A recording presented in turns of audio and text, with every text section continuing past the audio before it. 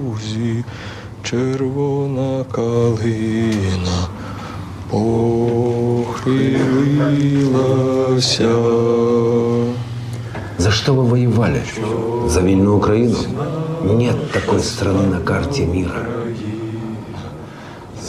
Страна, которая есть на карте, это Союз Советских Социалистических Республик.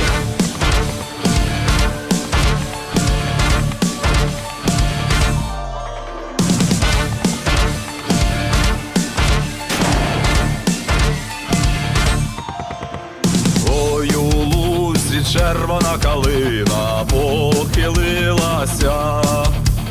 Чогось наша славна Україна зажурилася.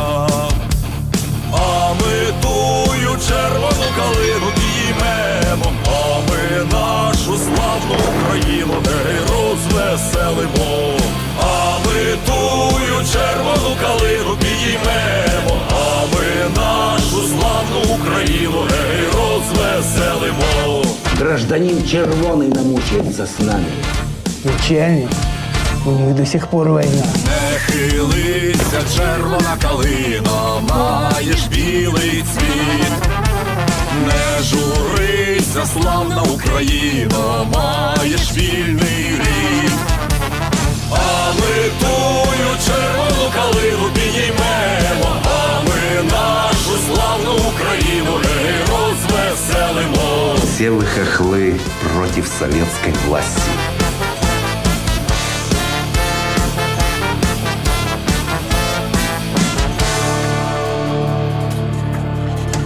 Гею полі ярої пшениці, золотистий лан. Розпочали стрільці українські з ворогами там. А ми тую ярою пшеницю і зберемо, а ми нашу славну Україну гей розвеселимо. А ми тую ярою пшеницю і зберемо, а ми нашу славну Україну гей розвеселимо.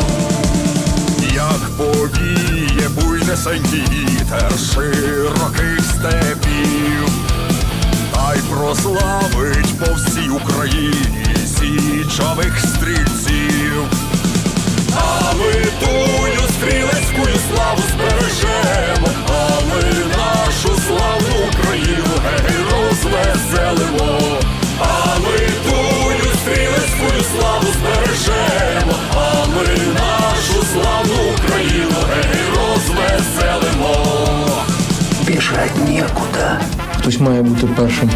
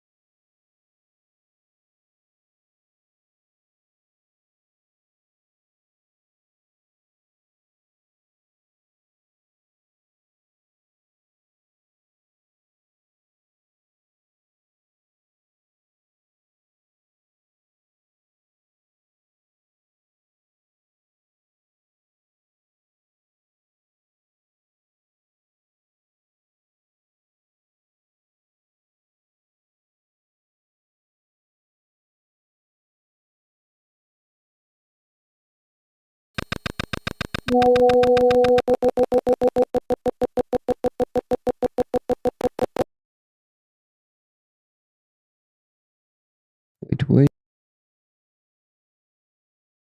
Damn game console is acting up again and it's just pausing me.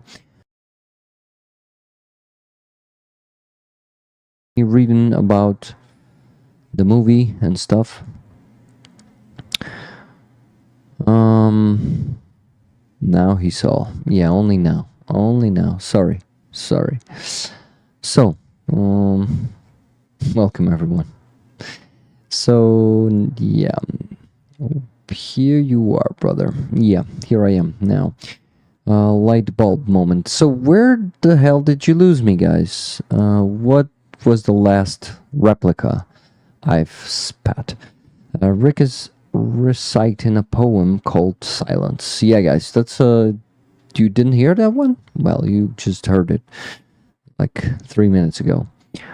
Anyway, no one tells me where did you lose me.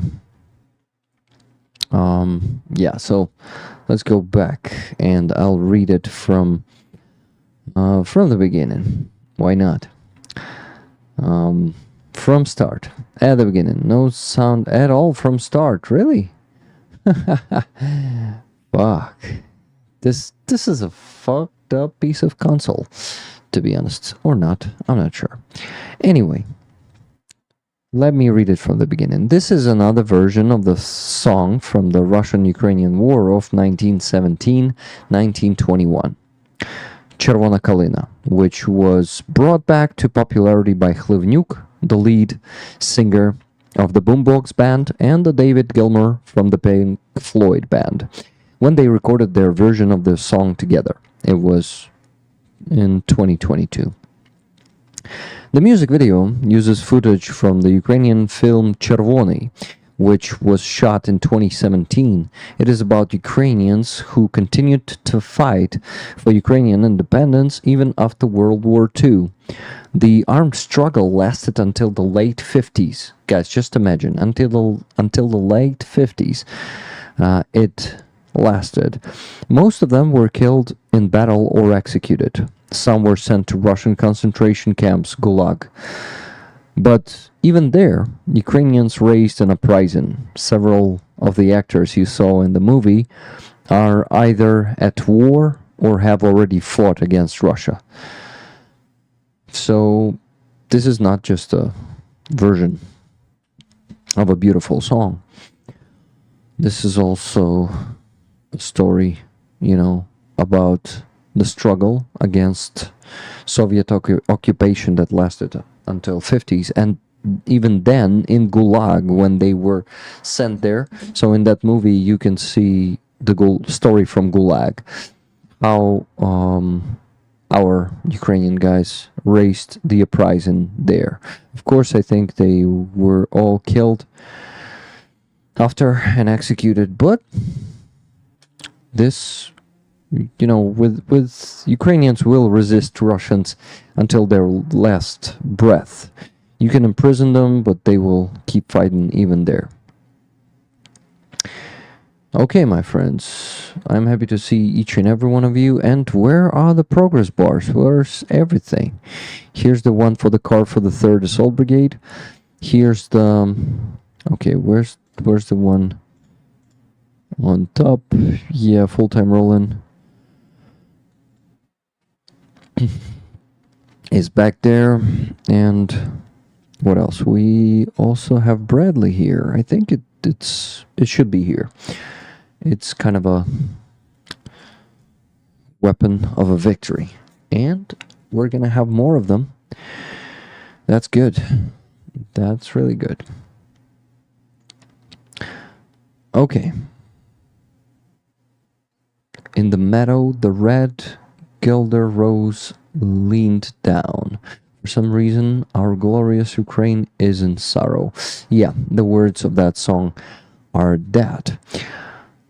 Good to see you too, Julie Webb. Good to see you, AJ Lahinska, Cougar Town, Robert Jonassar, Mike Pigeon, Gary Filmer, Irma Westerback, Mark Sengerman, Dimitro Claudio, Sir Garrick, Just Jimmy, Cheryl Waitley, Haji, thank you for 10 gifted memberships there. Thank you, Lord Farm, for 10 gifted memberships too. And hello, Jeroen van Haren. Hello, Nikki Hill. Hello, Loreen. Hello, UH. Hello, Tuna. How are you doing? Hello, Fragden. Hello. Who else am I missing there in the chat? CZ, as Greg calls you, but I thought it's CZ, but it's obviously CZ. Michelle Ferguson. Hello, Pat Chellin. Hello, Apatox. Holly Ablation, my friend. MIG Productions. Michelle Ferguson for the second time. Anyway, Lisa Van Valen.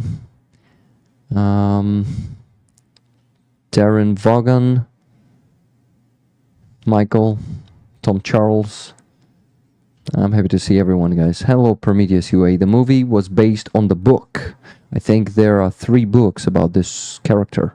Awesome. So he got out of the gulag in the next part, in the next book, I think, because in the end of the movie and in the end of the, you know what, of the music video, they were standing out there somewhere outside Gulag. They got out.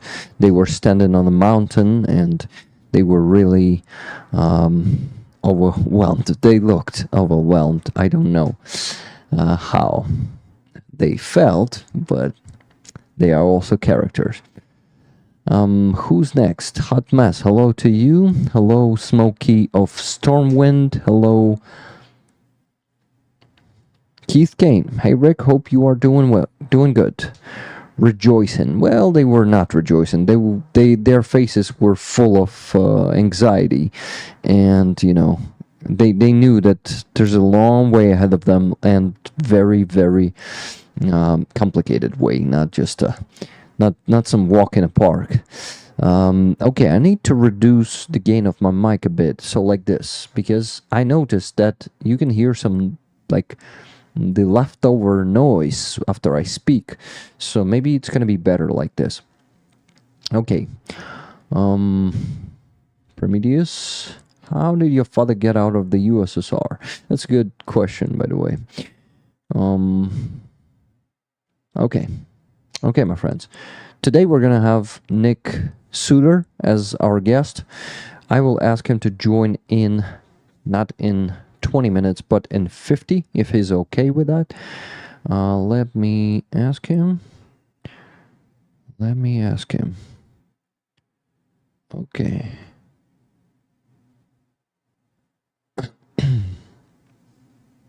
I'm still here with you guys. Just give me a second.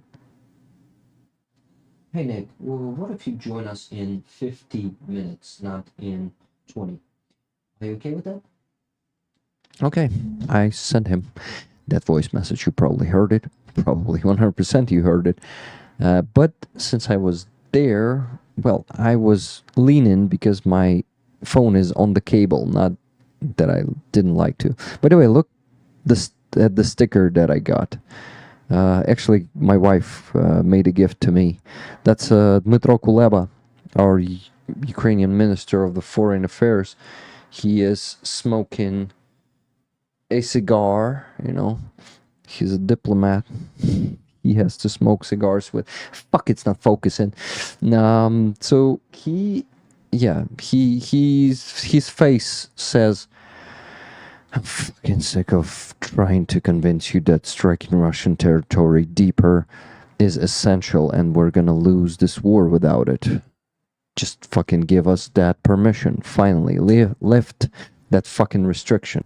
Hubert, you forgot to give me your address and your phone number and tell me which patch do you want for your membership on Buy Me a Coffee. Can you please go and do it right now? I don't think you've done it in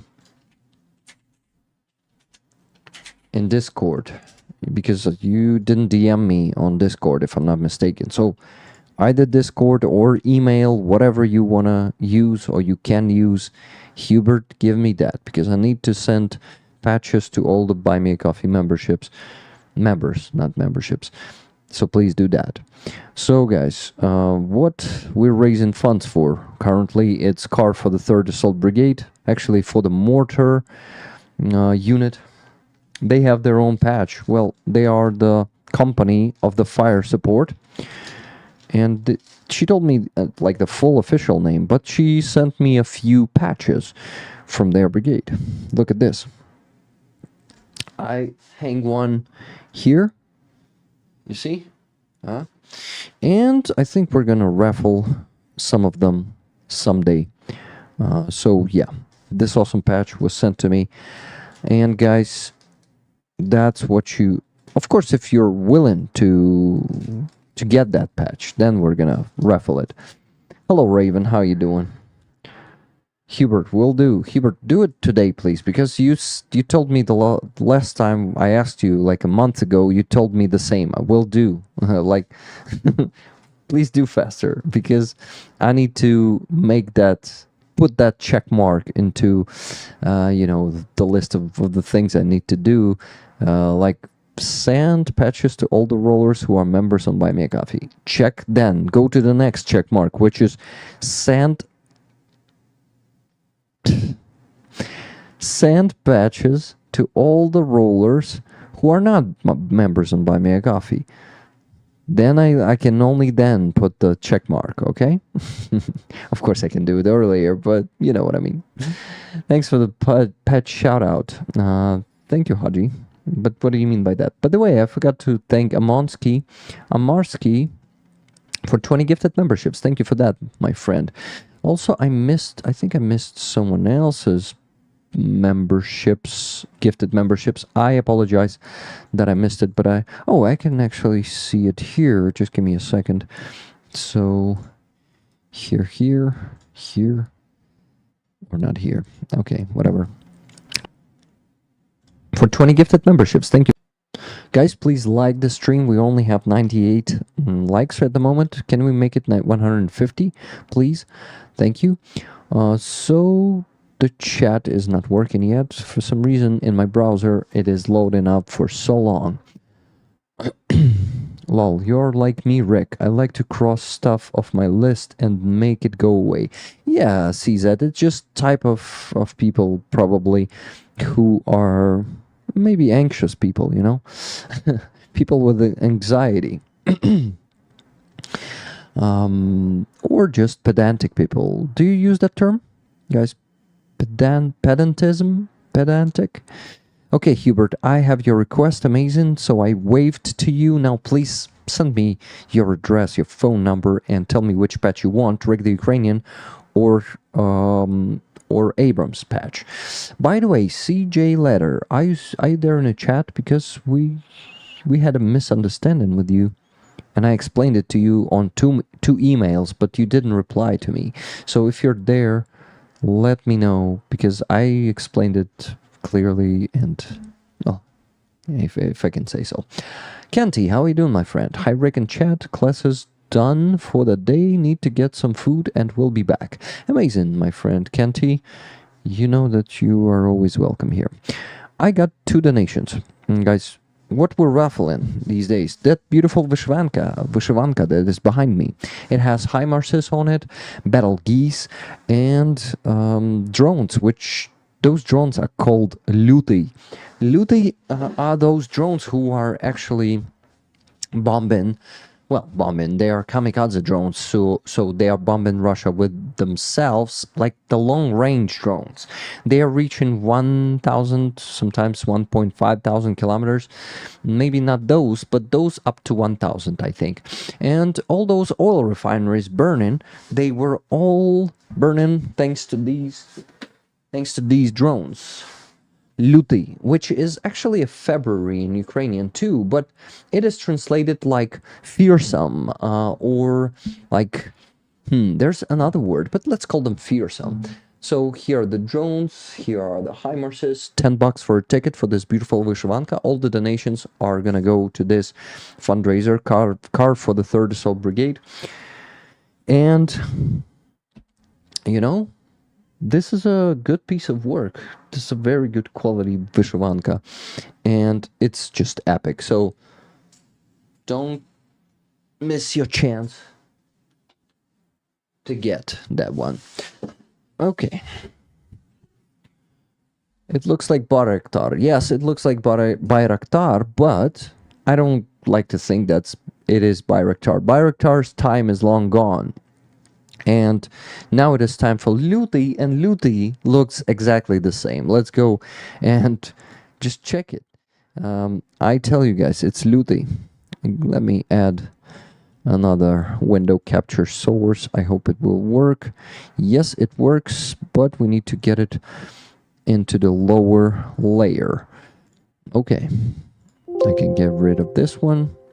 And Luti, I'll go Google the Luti.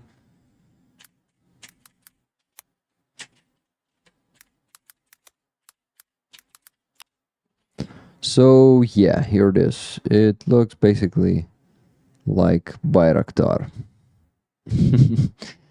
Well, so yeah, from above, it will look just like Bayraktar. Luti Bapela, but there are no photos on this one, but I'm sure that in images we will see. Yeah, here's the Bayraktar. But Luti, here's a picture. It's a good picture, by the way. Where is it? Come on. Here how it looks. Luti. The little model. And here's the... Well, I think it's this one. Mugin 5. You see, comparing to the size of the human, it's this big. And here's the beaver drone and all those drones. Smokey of Stormwind, thank you for $5 super chat, which says Slava Ukraini, Heroyam Slava. Thank you. Maybe they are the same. No. This one is a kamikaze drone, the Luti one, and the one that is Bayraktar, it is a strike drone which carries missiles on it. Rockets. Rick, come on. Well, I also wanted to do this. I also wanted to check who was gifting the memberships, who I didn't thank. And that was Linda H. Thank you for 5 gifted memberships. Thank you very much. Okay, that's it. That's it with that. But Nick. Did Nick reply to me? No. Nick did not reply yet. But I need to send him a link. For that, I'll quickly switch to this scene. And I will go to the settings and send him the link. Not gonna take much of your time, guys, but what? But we have more donations. So, first today was, during the stream, first to donate was Michael, if I'm not mistaken, Michael B. 2 tickets, please. $20. Thank you very much. Then Amonsky, $40. Car for the 3rd Assault Brigade. I know Amonsky never wants tickets, so Amonsky, I think you won't mind if those tickets will be given to other people, right? Then Laura S. 200 tickets, $200, not tickets. So it's 20 tickets. No tickets for me. Give them all to Rollers. Thank you. Thank you very much, Laura. It is very generous. Then Tracy Oceanfire 777 sent $50 with a comment, 5 tickets for the shirt, 3rd Fundraiser, please. You mean 3rd Assault Brigade, right? Yeah, probably. Fraser G after that, $50.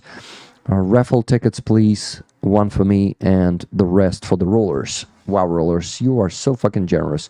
I love you.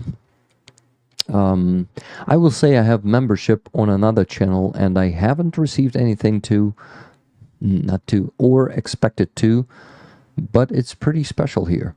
Yeah, Lisa, I agree. For me, it is. Okay, what am I missing?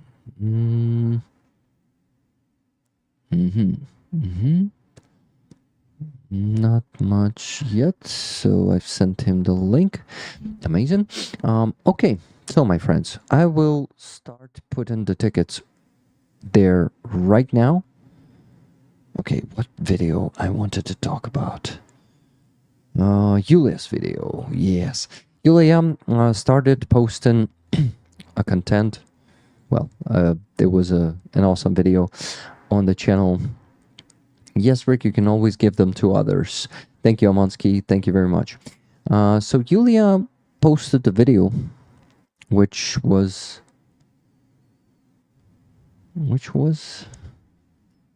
yeah, pretty cool. And not on her channel, but on the Gaze, G-A-Z-E, not Z, but Z, Z-E, Gaze. And she, yeah, by the way, where's Who Farted? Who Hearted? Where are you? Are you here with us today? After Fraser G and Wilk sent $30, 3 tickets for the Vishwanka. Thank you very much, Ferry. I said very much for that. And thank you. Okay. My friends, gorgeous community. Yes, this community is just fantastic. Tracy Ocean Fire, thank you very much for 10 gifted memberships. So, last video, who else's video I wanted to show you? There's gonna be, oh guys, that's the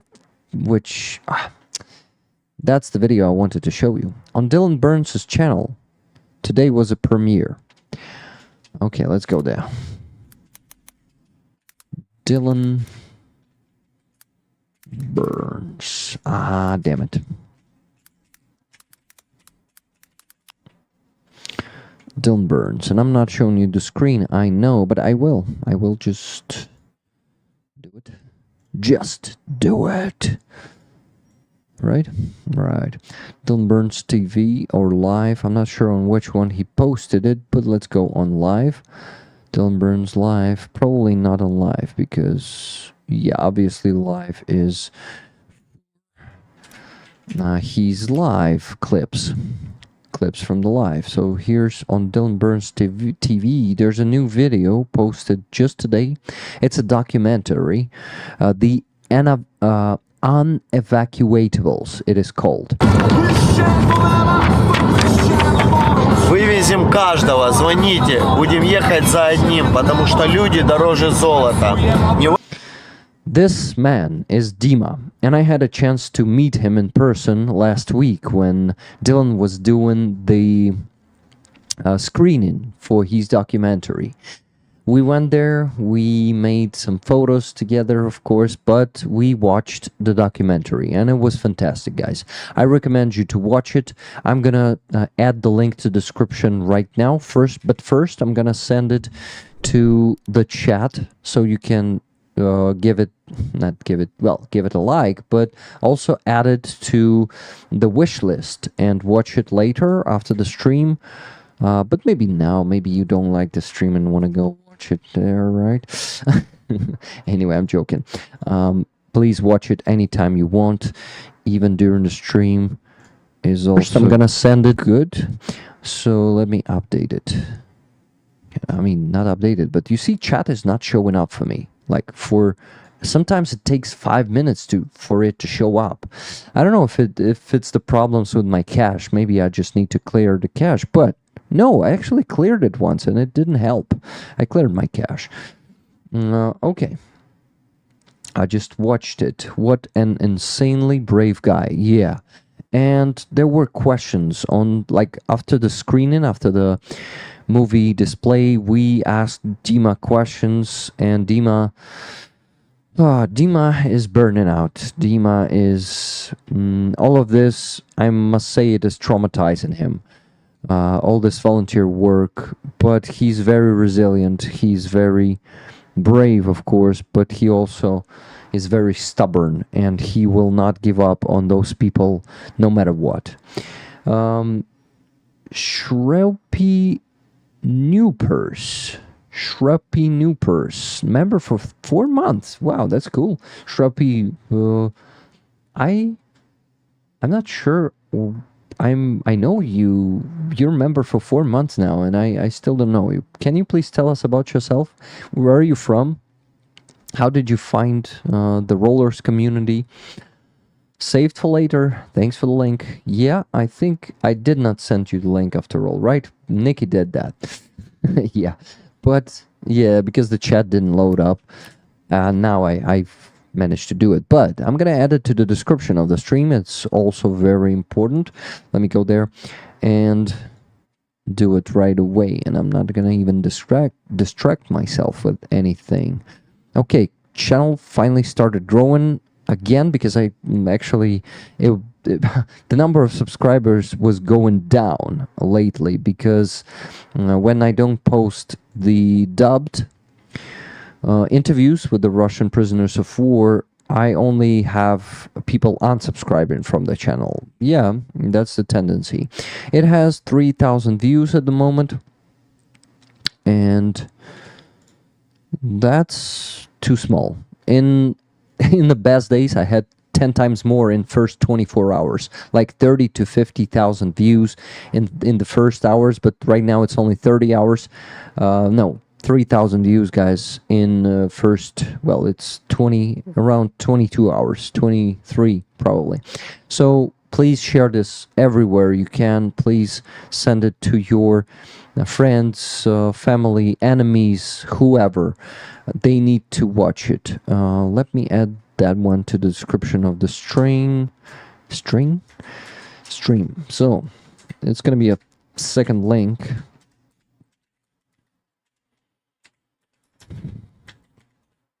Dylan Burns documentary.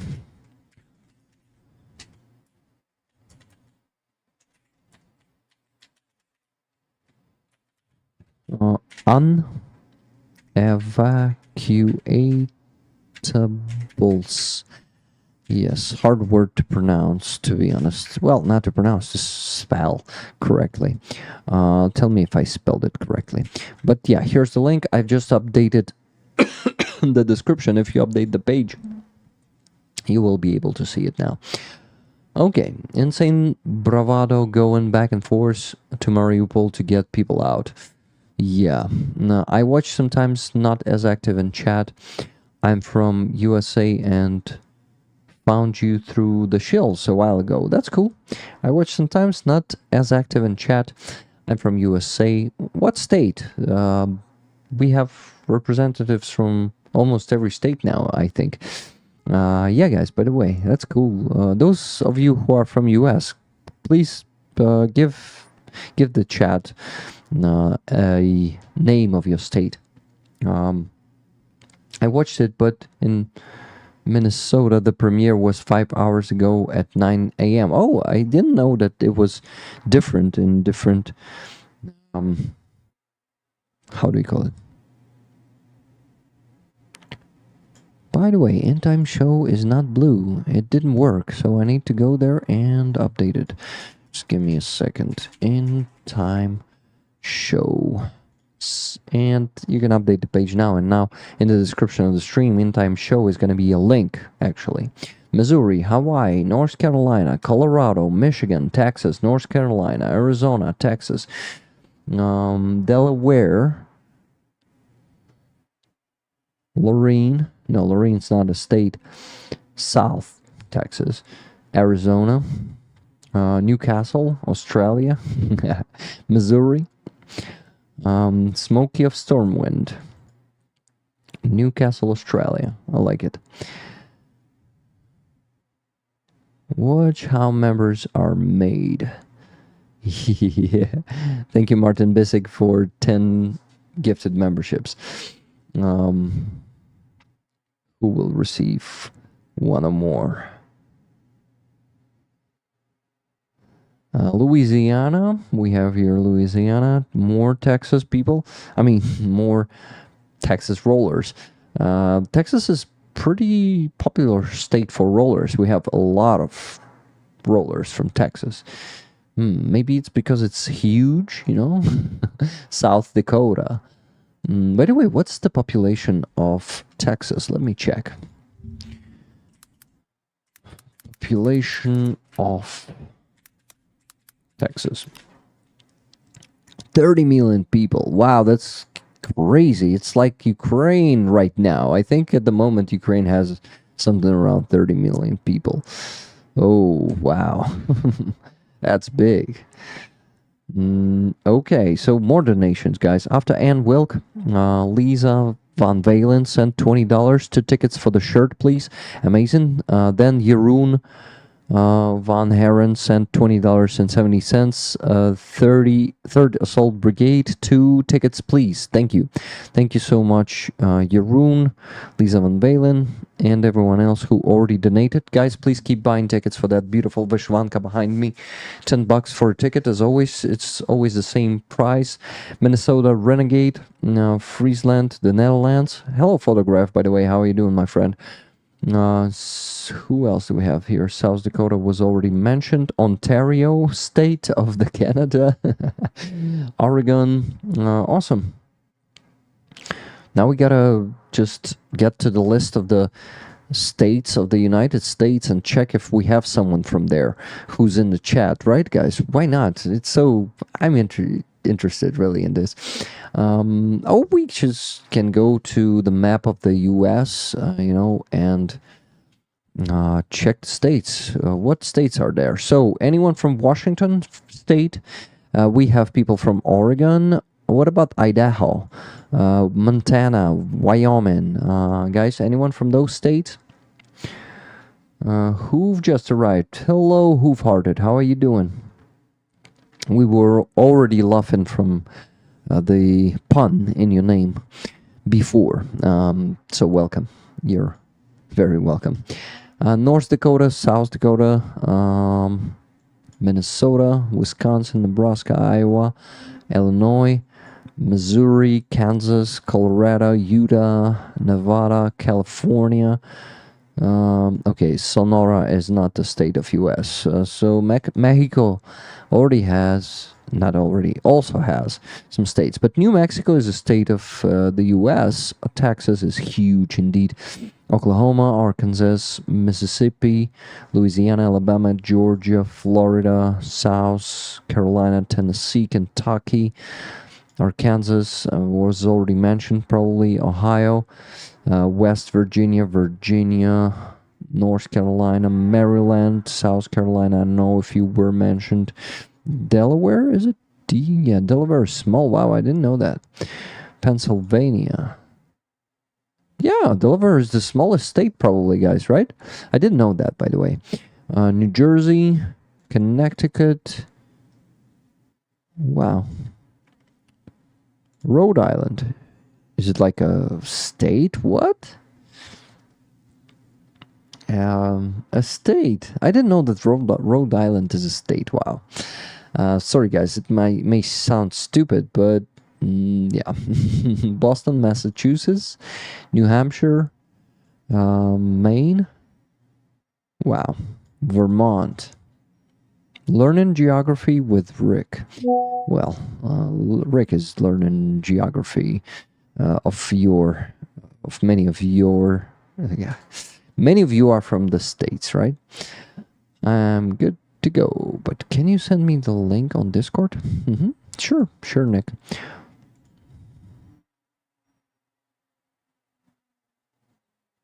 Yeah, you can send it. Hey, never gonna let you down, never gonna run around and desert you.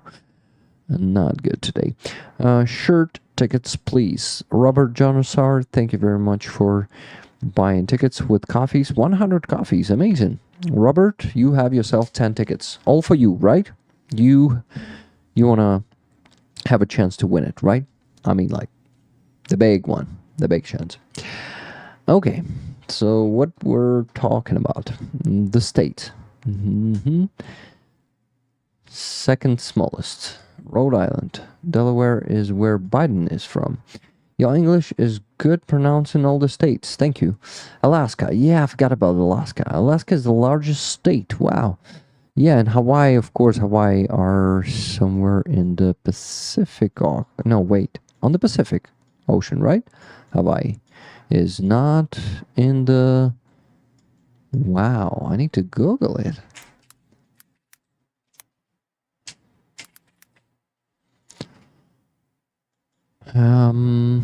Yeah, Pacific Ocean, not Atlantic Ocean. Pacific Ocean, and here's the Alaska. Wow, it's massive. What's the size of it? Why do you measure everything with Texas if you have Alaska? Oh my god, it's like half of the states. Look, I mean, the size is approximately the same as half of the states all combined. Like, I think all this part could be fit in the size of Alaska. This is huge. Wow.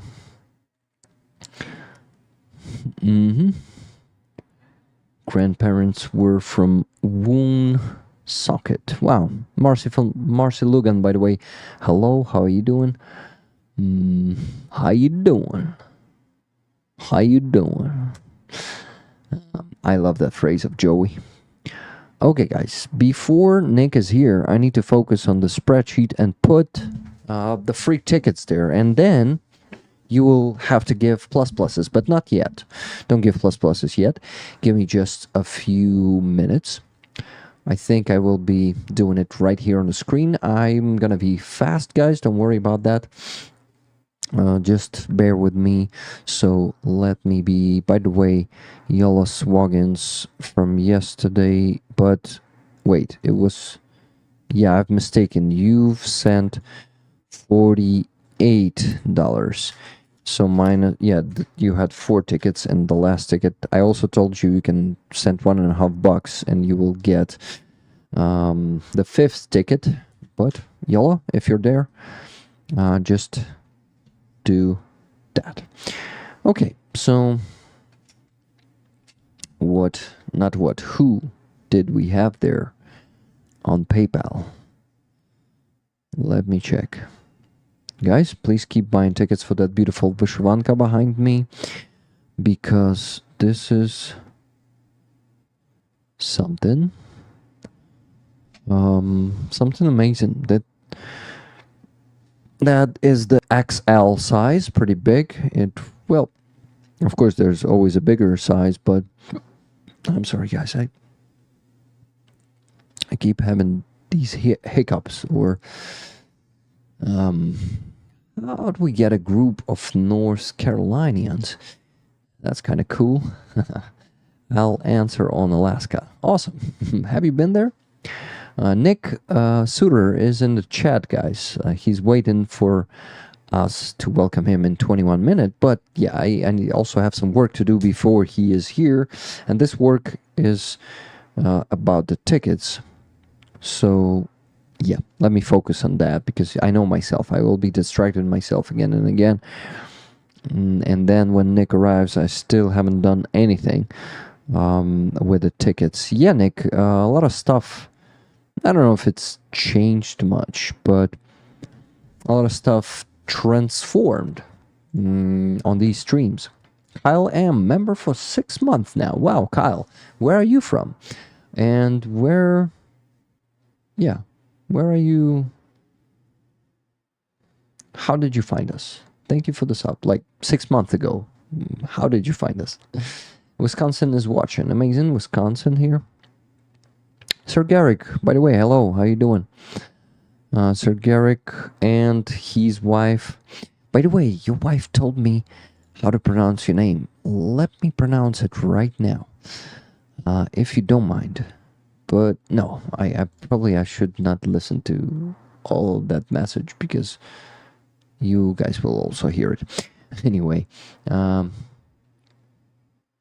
but I will try to pronounce it in a bit. His channel is called Truck House Life. Rick, we're from Connecticut, the pizza capital of the US. Well, I didn't know that. Our representatives support and have been to Ukraine. Amazing. I'm really glad that Connecticut is watching and Connecticut is supporting Ukraine, and your representatives were here. That's amazing. Okay, Sir Garrick Andreas Lach is there. By the way, I forgot to say hello to you. Hello, my friend. How are you doing? Awesome emojis. Thank you for them. Awesome everything. Awesome work. Thank you. I've been watching from the start, my friend. Like from 1.5 years ago. Have you been watching from January last year, 2023? Really? Kyle, why didn't I talk to you here in the chat? I wonder. Okay, Rick, fucking focus on the tickets. So, after Yola Swagans, there was Michael B with 2 tickets. After Michael B, there was from Amonsky. There are 3 tickets. Guys, you can start giving your pluses. 4 first free tickets from Amonsky. Then Laura S has given all of her tickets to the rollers. All 20. No tickets for me. Give them all to the rollers. You are very generous, Laura.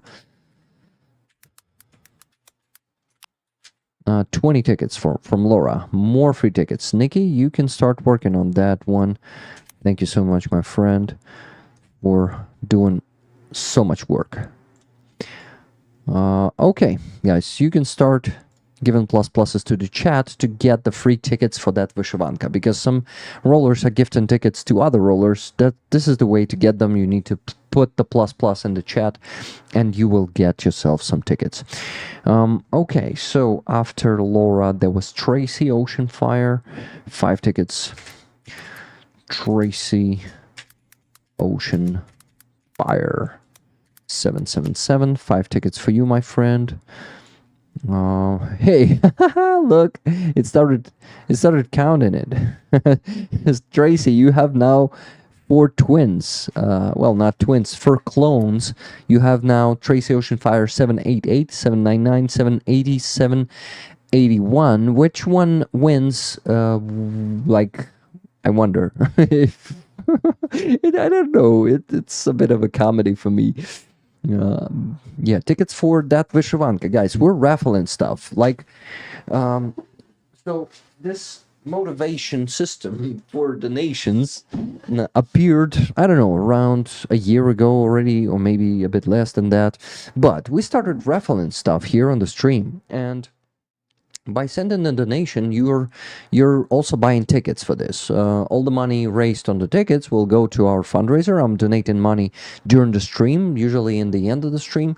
But this beautiful Vyshyvanka, the Ukrainian national shirt, but that's not the regular one. You see the embroidered shows you the HIMARSs here, Ukrainian soldiers, and battle geese from the biolabs, you know, that we are famous with, but also a drone which looks like Bayraktar, but it is more of a looty drone, because I don't think Bayraktars deserve the fame of the year 2024, but these guys, they deserve it, because they bombed a lot of oil refineries on Russian territory, also some airfields, also some, you know, energetic infrastructure, because we need to give the same reply, not reply, but answer, you know, the same what Russians are doing, they should get the same and even more. So here on the sleeves, you can also see the Ukrainian soldiers and Ukrainian flowers there. So pretty awesome Vyshyvanka, guys. I've been wearing it, so it has some sweat of mine, not much. I didn't do it for too long, because for some of you it might be ugly. Some say that it may cost more. Come on.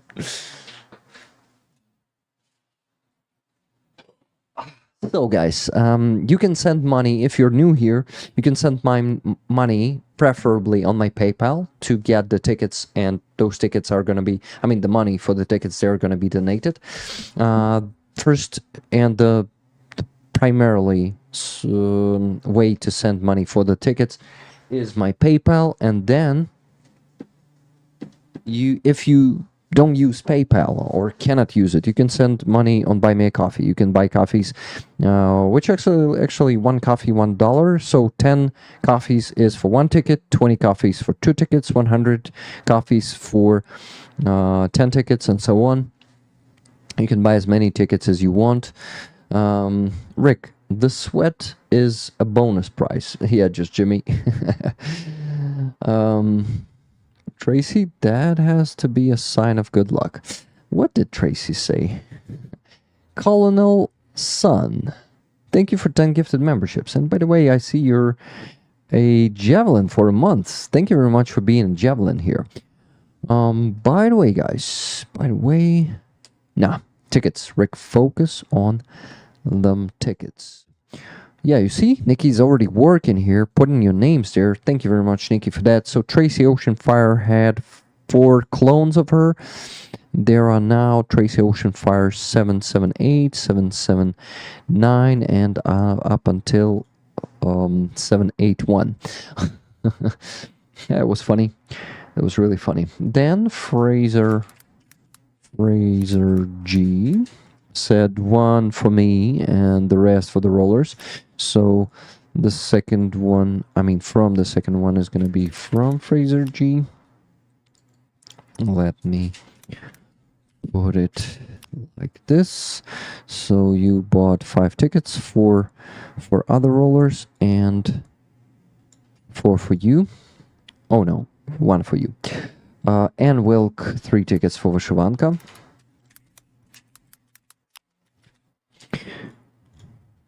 Okay, what, 3 tickets? Yeah, 3 tickets for Vyshivanka from Ann Wilk.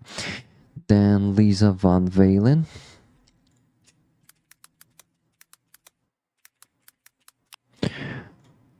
Lisa, you have yourself 2 tickets. Okay, who's next? Next one is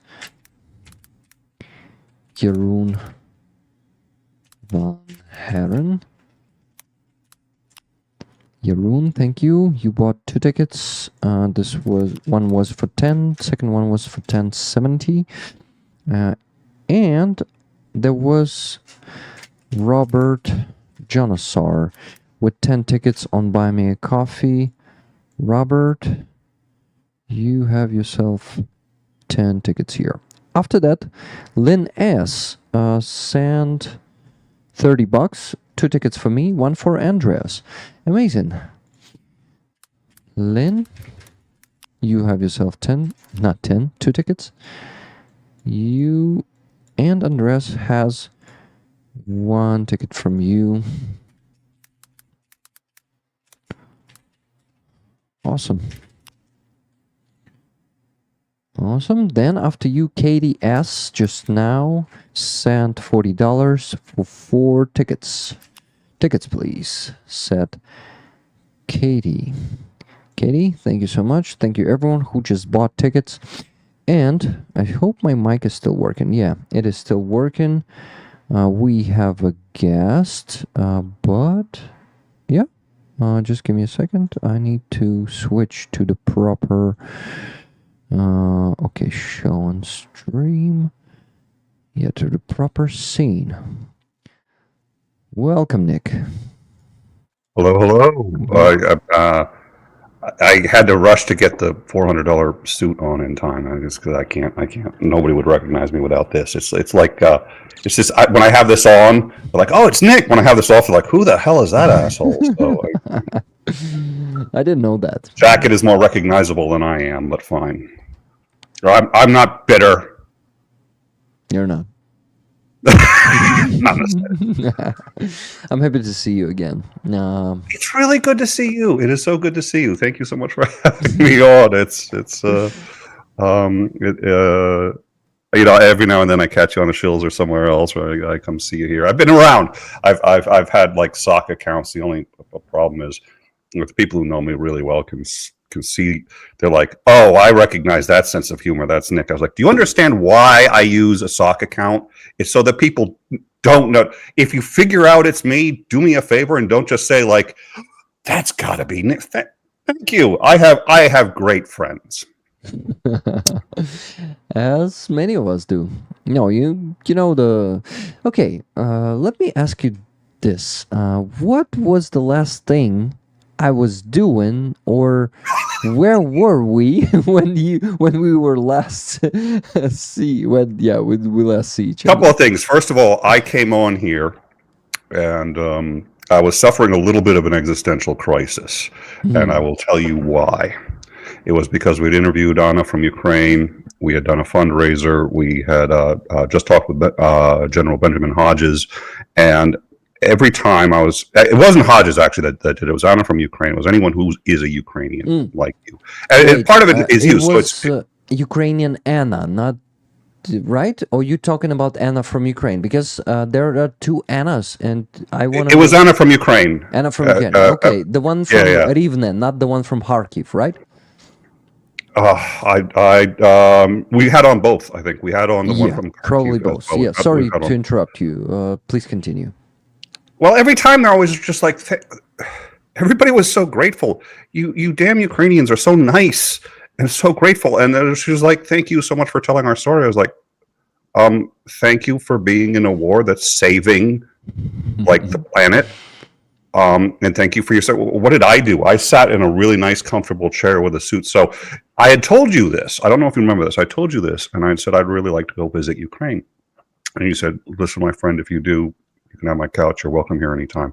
And so I started planning a trip, and unfortunately, life intervened. But that was sort of, and I was off air for a while, just because my own family had a crisis. So I never got to do that. Whether or not I'll ever really get to do that, I think is another question. But at that point, let's see, that was almost a year ago today. So that would have been.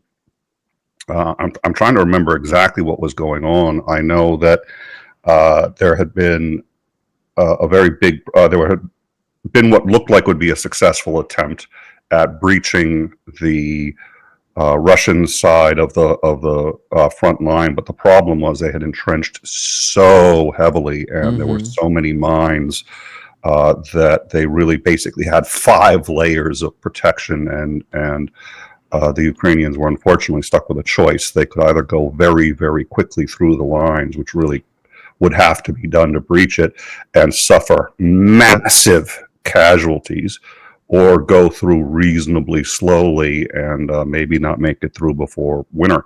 So it was a really bad situation at the time. And then, like I said, I haven't streamed or even really been able to follow up with it. I haven't followed up with American news.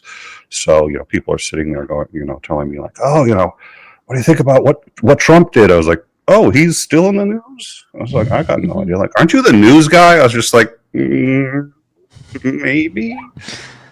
Now, what about the?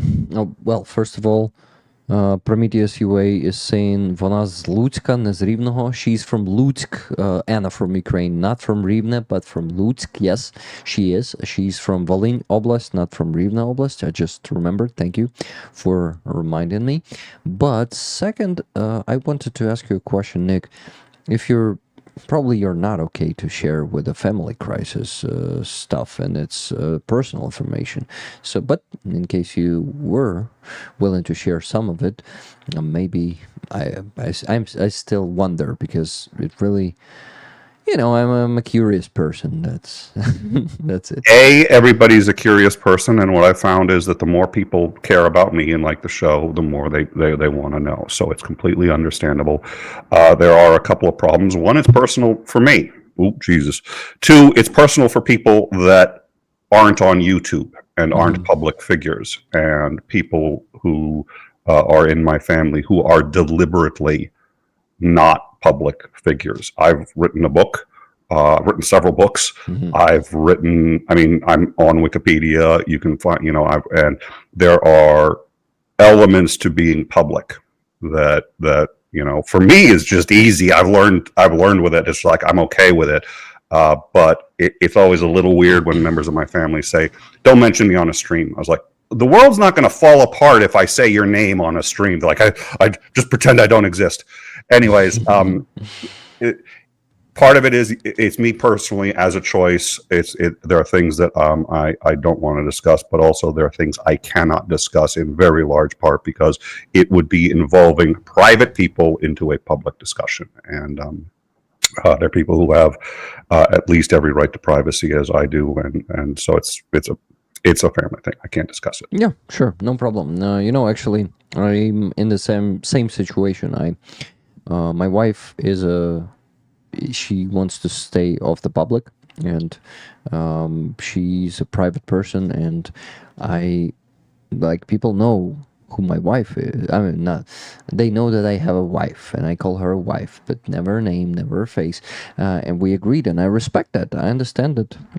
I mean, I don't even have any problems with that. Like, we're just different people, and what is like is enjoyable for me to be on public, could not be enjoyable by other people. And of course, there are some risks that come with it, especially when you're dealing with Russians, and yeah, Jesus, yeah. and with different kind of thugs. So yeah, well, I'm not dealing with any thugs, but You're a better man than me. I sometimes, because my wife has qualifications that would help with the show. I was sometimes kind of like, don't you want to go on the show just once? And because I've always been proud of my wife, I kind of wanted to be like, this is my wife. This is because she's always been so smart. And it was just like, no. And it was like, okay, listen, we can do two things. You can stop asking me that question, or we can get a divorce. Choose. I was just like, wow, that escalated quickly. I was like, I think I know. So, and it's not just, I mean, it's there are minors involved. There's so it's one of those things that, life happens to everybody. And I try to remember that for whatever's been going on in my life, I'm not in a war zone. So I try to be thankful for that. Mm-hmm. Well, yeah, you guys are lucky to live in the US. You're practically unreachable by Russians. We're practically we had a show specifically talking about how the U.S. geography, first of all, influences our psychology. So we're only forced to deal with Canada and Mexico. That's it. And everybody in Europe is forced to deal with like at least 6 other countries. So you end up learning the languages and stuff like that. We don't have to do that. Invading the U.S. is really hard to do, and it's not because we got a great military. It's because there's a huge ass ocean. Yeah. So it makes us less inclined, unfortunately, to care about what happens in the rest of the world. It makes it harder for us to understand that we are in fact affected by what happens in other countries, and it's not because Americans are dumb or stupid, which in some cases they are, especially Texas. I have a lot of beefs with Texas, but at any rate, it's not as there is some of that, but some of it too is just our geography, which is a blessing actually. Yeah, the geography is definitely a blessing. Sorry, my British friends, but I don't consider you stupid. But just as a joke, I can say, stupid British people were sending prisoners there, like, but they actually, England itself and Great Britain itself is on the island, so it's also not easy to invade them. So no, you're not stupid, guys. Just to have fun, saying that you were sending people there as punishment, into the States, and you brought them to actually be practically untouchable. Nick, what are you? Well, Titan pointed out Cuba too, of course, which is still. I mean, it's only 60 miles to Cuba. You can practically see Cuba, and that's one that has caused a lot of tension for the entire world more than once. Maybe Rick could raffle wife pick to just one lucky person. Lol. Try explaining that to your wife. Now, I'd like a picture that I'm going to send a stranger. She's like, what? No, you'll have your clothes on. Not that. By the way, I'd object to you taking your clothes off. I'm a feminist. You're empowered to do it anyway. What? That is just it's just a conversation that will not go well. Yeah, that's. I'll pay to see it. I'll pay to see the conversation. I don't need to see. I just want to see you propose that. Let's have a donation. I won't ever do that. I'm not that kind of a person, I respect the privacy. So that was not a very good joke. Sorry, Lisa. I don't like it. Okay. Hello, Petra. Also, hello, Tim Stockin, who's joining us, guys. Hey, Titan Uranus. I remember who you are, and welcome back. By the way, Titan Uranus was helping, showing up time to time here too. So, yeah, we didn't lose him completely. Michaels, hello to you too. Cass, hey, Sarah Palin. Could see Russia from her house in Alaska. Who's Sarah Palin? Sarah Palin was the former governor of Alaska. She was the vice presidential nominee with John McCain, and she was a complete fucking idiot. And at one point, she was asked a question. She knew nothing about anything. Nothing about anything. Her only accomplishment was serving half a term as governor of Alaska. And Alaska, by the way, the population density, it may be big, so you'd think that's an accomplishment, but the population density is less than 1 person per square mile. It's cold, it's tundra, nobody wants to live there. They actually have to, they will pay you $14,000 a year to live there.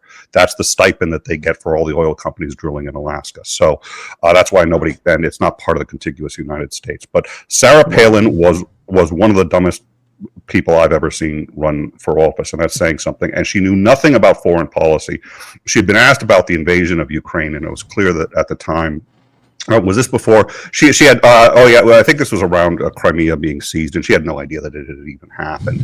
And so they said, "Well, tell us, what foreign policy experience do you have?" And her answer was as follows: "Well, when Putin sends his fighter jets around to go see what's going on in the U.S., where do you think he sends them? Alaska, where I'm the governor. And so who do you think is dealing with those fighter jets? Who do you think it is?"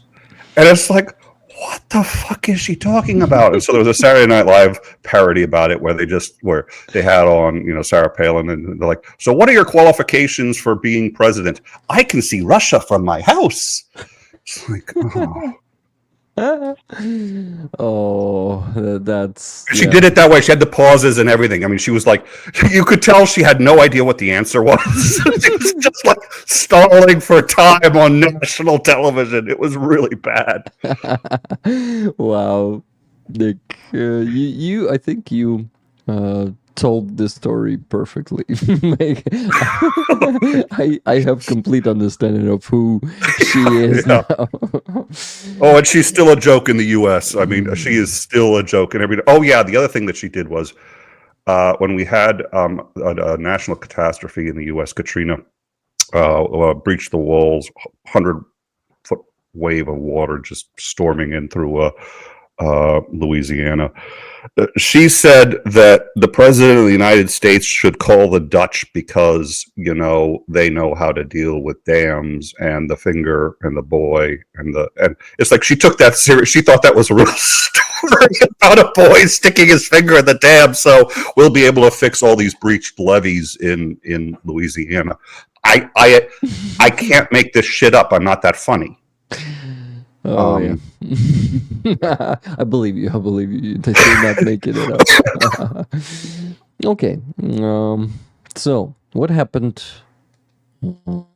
during this year? We raised a lot of money for Ukrainian army. This community is crazy. Like every week, right now we came to the level where we raise $2,000 to $4,000 every week.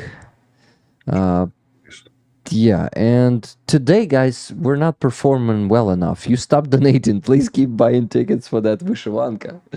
By the way, Nick, you were watching the stream before you came in, right?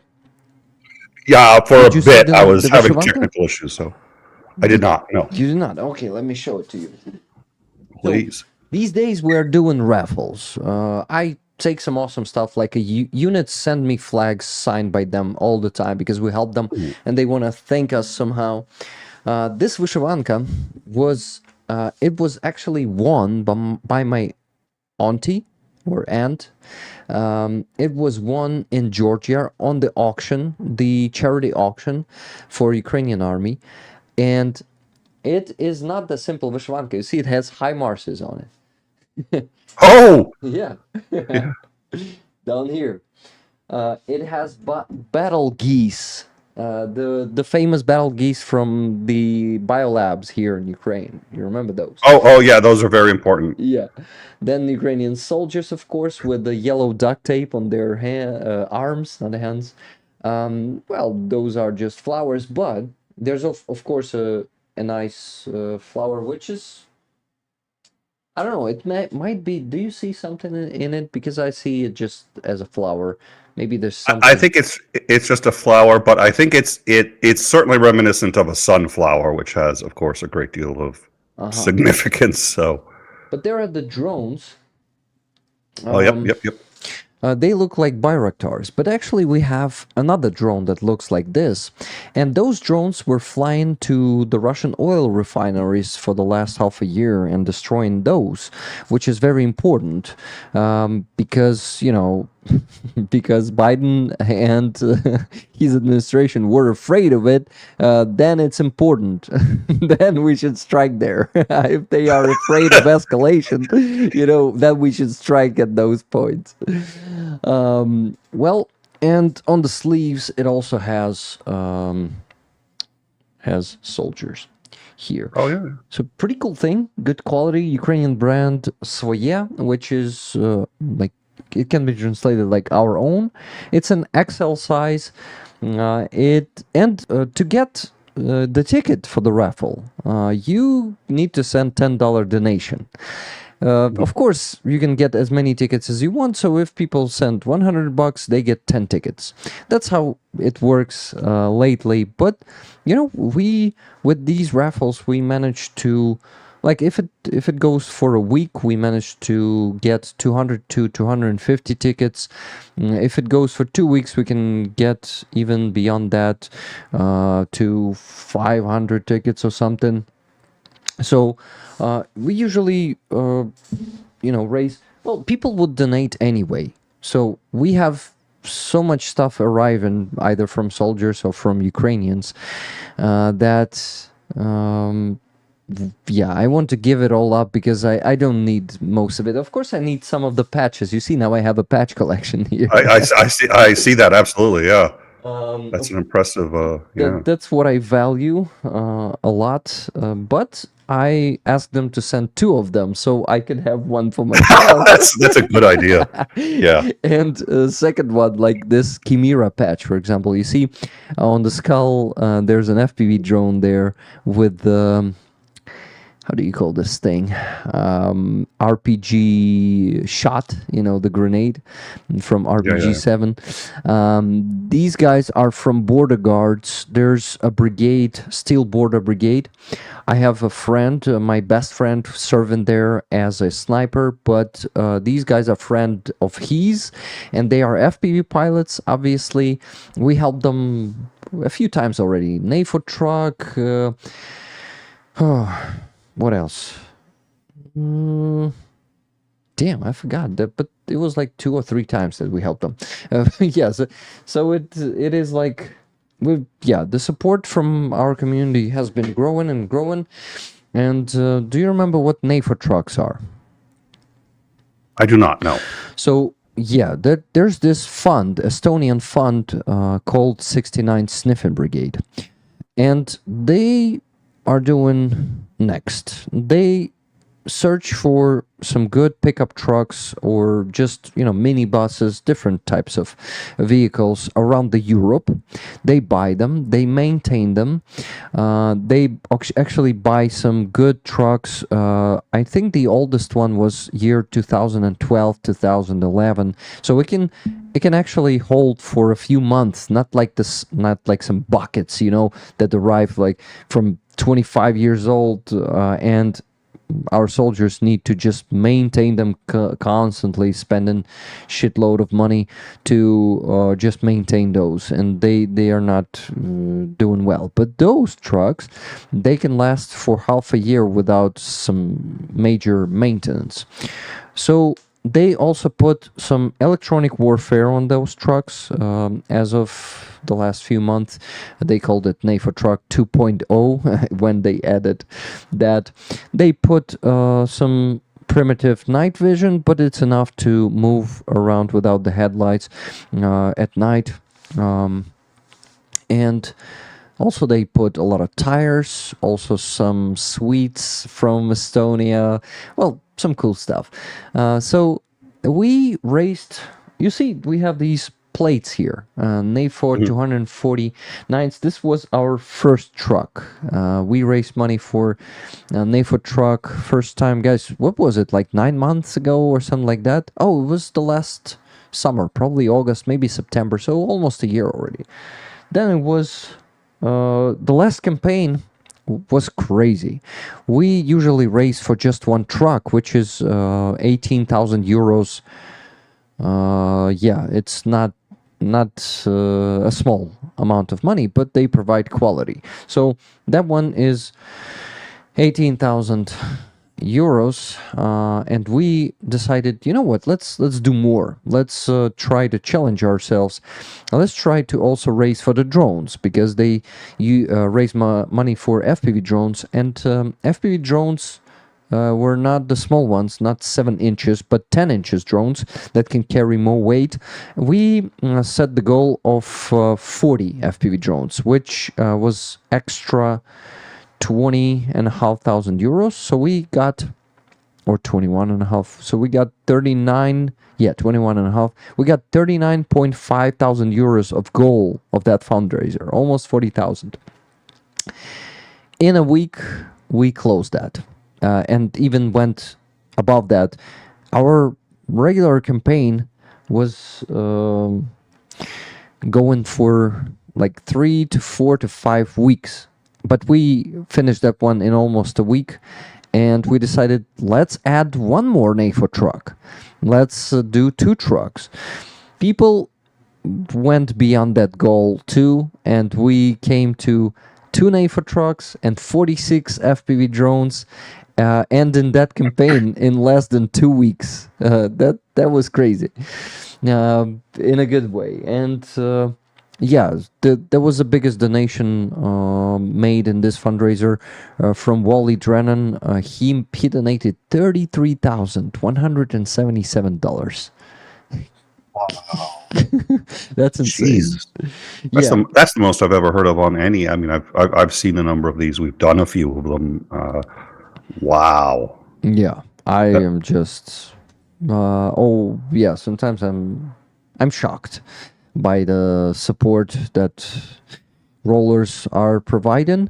What those NAFO truck campaigns are, unique with that. They have this fund, 69 Sniffing Brigade, NAFO 69 Sniffing Brigade. So, NAFO, right? On Twitter, NAFO community. Yes. Yeah. So NAFO has this like brigade inside of them, 69 Sniffing Brigade. They call themselves like that fund. So they do what? They offer people patches for donations bigger than 100 euros. And that's a cool motivator to donate to the campaigns, because they make some cool patches, and we made some cool patches too. So first one that we got, I think it was a HIMARS patch. This one.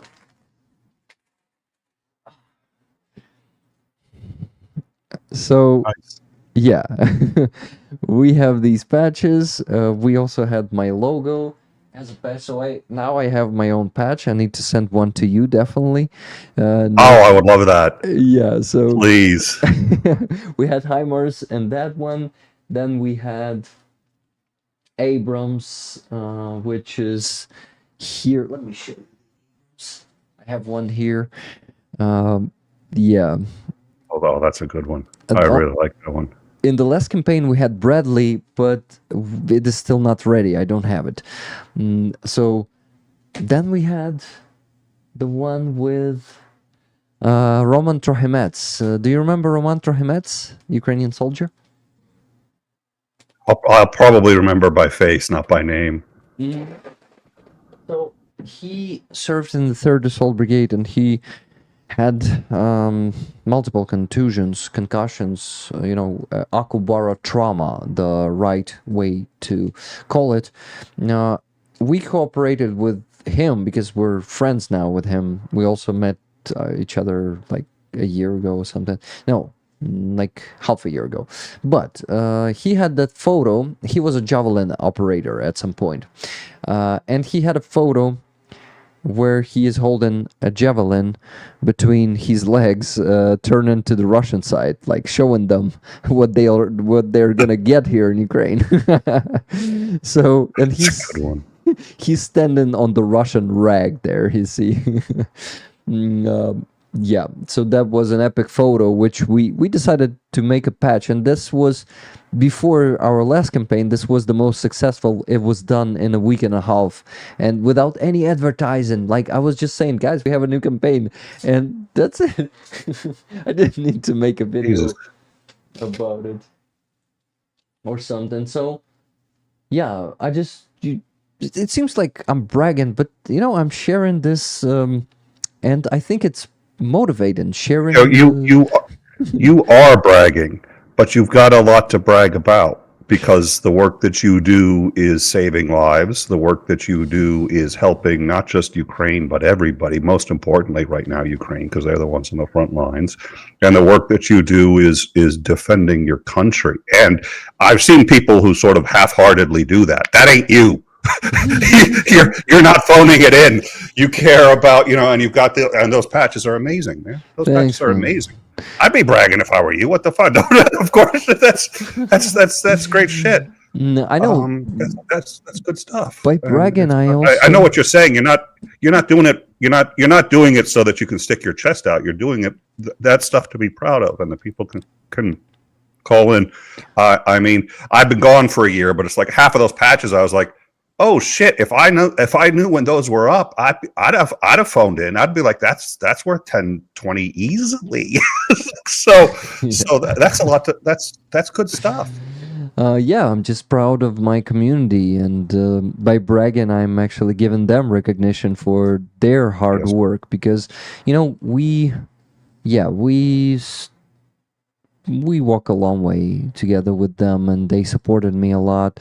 Last year in November, I lost my cat. We were fighting a gravely disease of the inflammation in one kidney, which has given up completely, and then the second one couldn't bear it, and for 3 months she was slowly dying. We tried to save her, and we could not. That's what after she passed away, there was a great idea to make a patch with her, and one of the campaigns was with this beautiful one, Floki the Fighter. I think it's the best patch so far. You see, it's also like in the the girl with the pearl earring style. I was thinking I recognized that, but I couldn't. Yeah. It was, and I recognized it instantly. I just didn't know from what, but it's like the half or the face is turned, but so you're seeing a full face, even though the body's a profile. Yeah. And gorgeous. Behind her, you see the sun, and like a black bottom. It's the coal of Donetsk Oblast. This is the flag of Donetsk Oblast. A sun, yellow and blue, and the coal with the reflection of the sun. Now we have a mine in Donetsk Oblast is a mining region. This is why the coal is there. Here's what I want to interrupt you, because I want to make sure that people are still getting tickets, and because this has been a great conversation, but I don't want to stop what you're doing here. Well, this is we didn't get enough, guys. Please buy tickets for that awesome Vyshyvanka, because today, let me count what we got to raise today, how much we still got to raise. So at this moment, we have $929.48, but we gotta go at least to 2,300. Last week we went, on just PayPal, we went to $3,000. Right now, we're at the third part of that. Please, guys, I need your donations to close this fundraiser. I don't think we're going to be able to... Wait, we have a chance to close it today because I have $890 from Buy Me a Coffee from the previous week, and I'm going to donate it right now. Actually, let me do that. And guys, listen. I want to say, don't make me be the guest that like, oh, we were doing great until Nick Soutter came on, and then we couldn't close the. Don't make me be that guest, please. No, Nick. Please, if you're a fan of mine, don't make me be the guest where he's like, well, we got a big fundraiser coming up, and we could bring on all of these people, or we could just kill the fundraiser and bring on Nick. No, Nick, don't worry about that. We're gonna make it. We make it every stream, no matter the guest. Oh, good. So it doesn't matter that I'm a terrible guest. You're going to make it anyway. I'm so delighted to hear that. Right? Thank you. I feel so much better. Sometimes I can be an asshole, Nick. Sometimes like it's a rare thing. But I can be one. Anyway, I'm not doing it in an evil way. Just to as you Americans say, just to fuck around, fuck with something, with someone. It's not your fault. We blew out load early. Says Jeroen. Hello, Johanna. How are you doing? Okay, so what do we have here? So from last week, guys, those $890 from Buy Me a Coffee are actually 35,336 hryvnias. And I'm going to donate it now. You please keep buying tickets because we still don't have enough. We have only, $929 off 2,300 planned. That's the minimum goal for for the stream, yeah. But Nick, the thing is, these streams are long. They are at least 6 hours long, so we usually manage to get to the goal, because some people join in the middle of the stream, some join at the end of the stream. So by only an hour and a half, that's a good result. So I think we're gonna get there anyway. Nick supported Ticket Sympathy Fund. Michaels. New Zealand, $2 super chat. Thank you for that.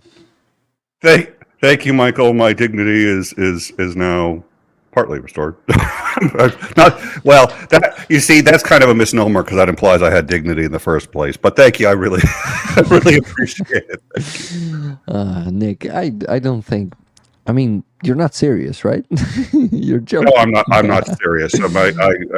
I need to make a check so I can joke like that with you in the future. Absolutely. Well, you and I used to joke like this a little bit more, but first of all, we've only been on each other's shows a couple of times, so it's not like we've recognized each other's patterns, and it's been a year.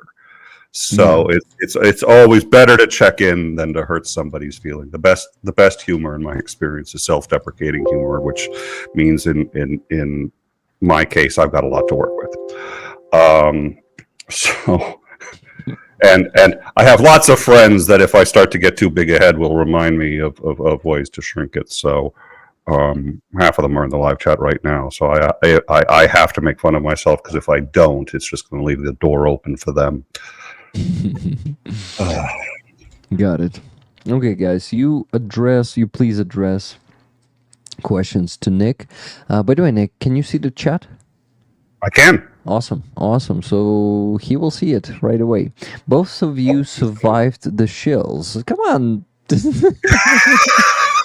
I was going to say something about the last time you and I were on the shills too, but I'd forgotten what I was going to say. Yeah, we've gone through the. Oh yeah, I remember one thing I was going to say was do the new. I wanted to ask you. You've been making, so you went to the bigger and more advanced drones. Do they have that new armor? New armor? What do you mean? Yeah, the anti-starsky armor plating that goes on the bottom so that in case like an overzealous National Guardsman decides he wants to shoot it down? Yeah, I don't think so. I think No. the problem is Starsky was pretty good though. Starsky doesn't watch this show, but right now is he watching right now? If he is, that was a joke. If he's not, he totally shot down a Ukrainian drone. I'm just saying. He okay. He probably doesn't watch it right now because well, I can remain friends with him. Okay, so about Starsky, I wanted to say, guys, by the way, and that's an info for everyone, for you too, Nick. He is gonna appear on MAGA Republican's stream tonight. He decided to go and convince the guy, as he said, is not anti-Ukraine, to actually, that Ukraine is right, and to do that. So he asked me, he actually called me today and asked me, Rick, can you and your community go there today? Or just ask your community and, give the counter to Russian bots. It's going to be 2 a.m. tonight, so in 3.5 hours, guys, it's going to happen. We're still going to be streaming, so I think we're going to jump there right from the stream and going to have some fun there. I'm going. Awesome. I'm going to be there. I'm happy to hear that. So 3.5 hours, in 3.5 hours, we're going to join Starsky on the stream of some MAGA Republican.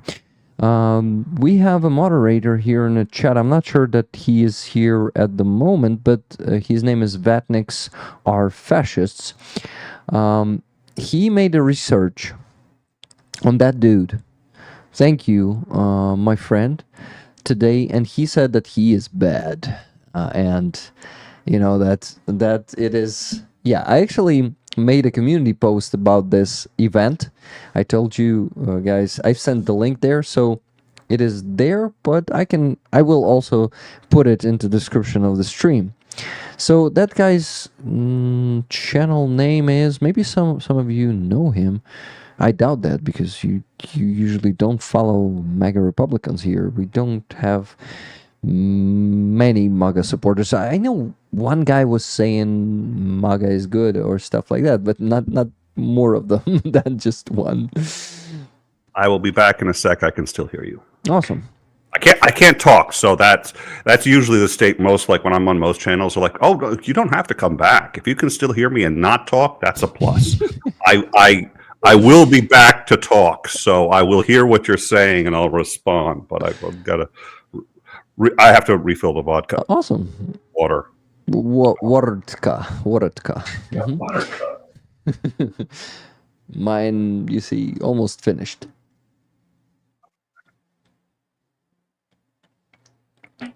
Is it the Enforcer scammer artist? No.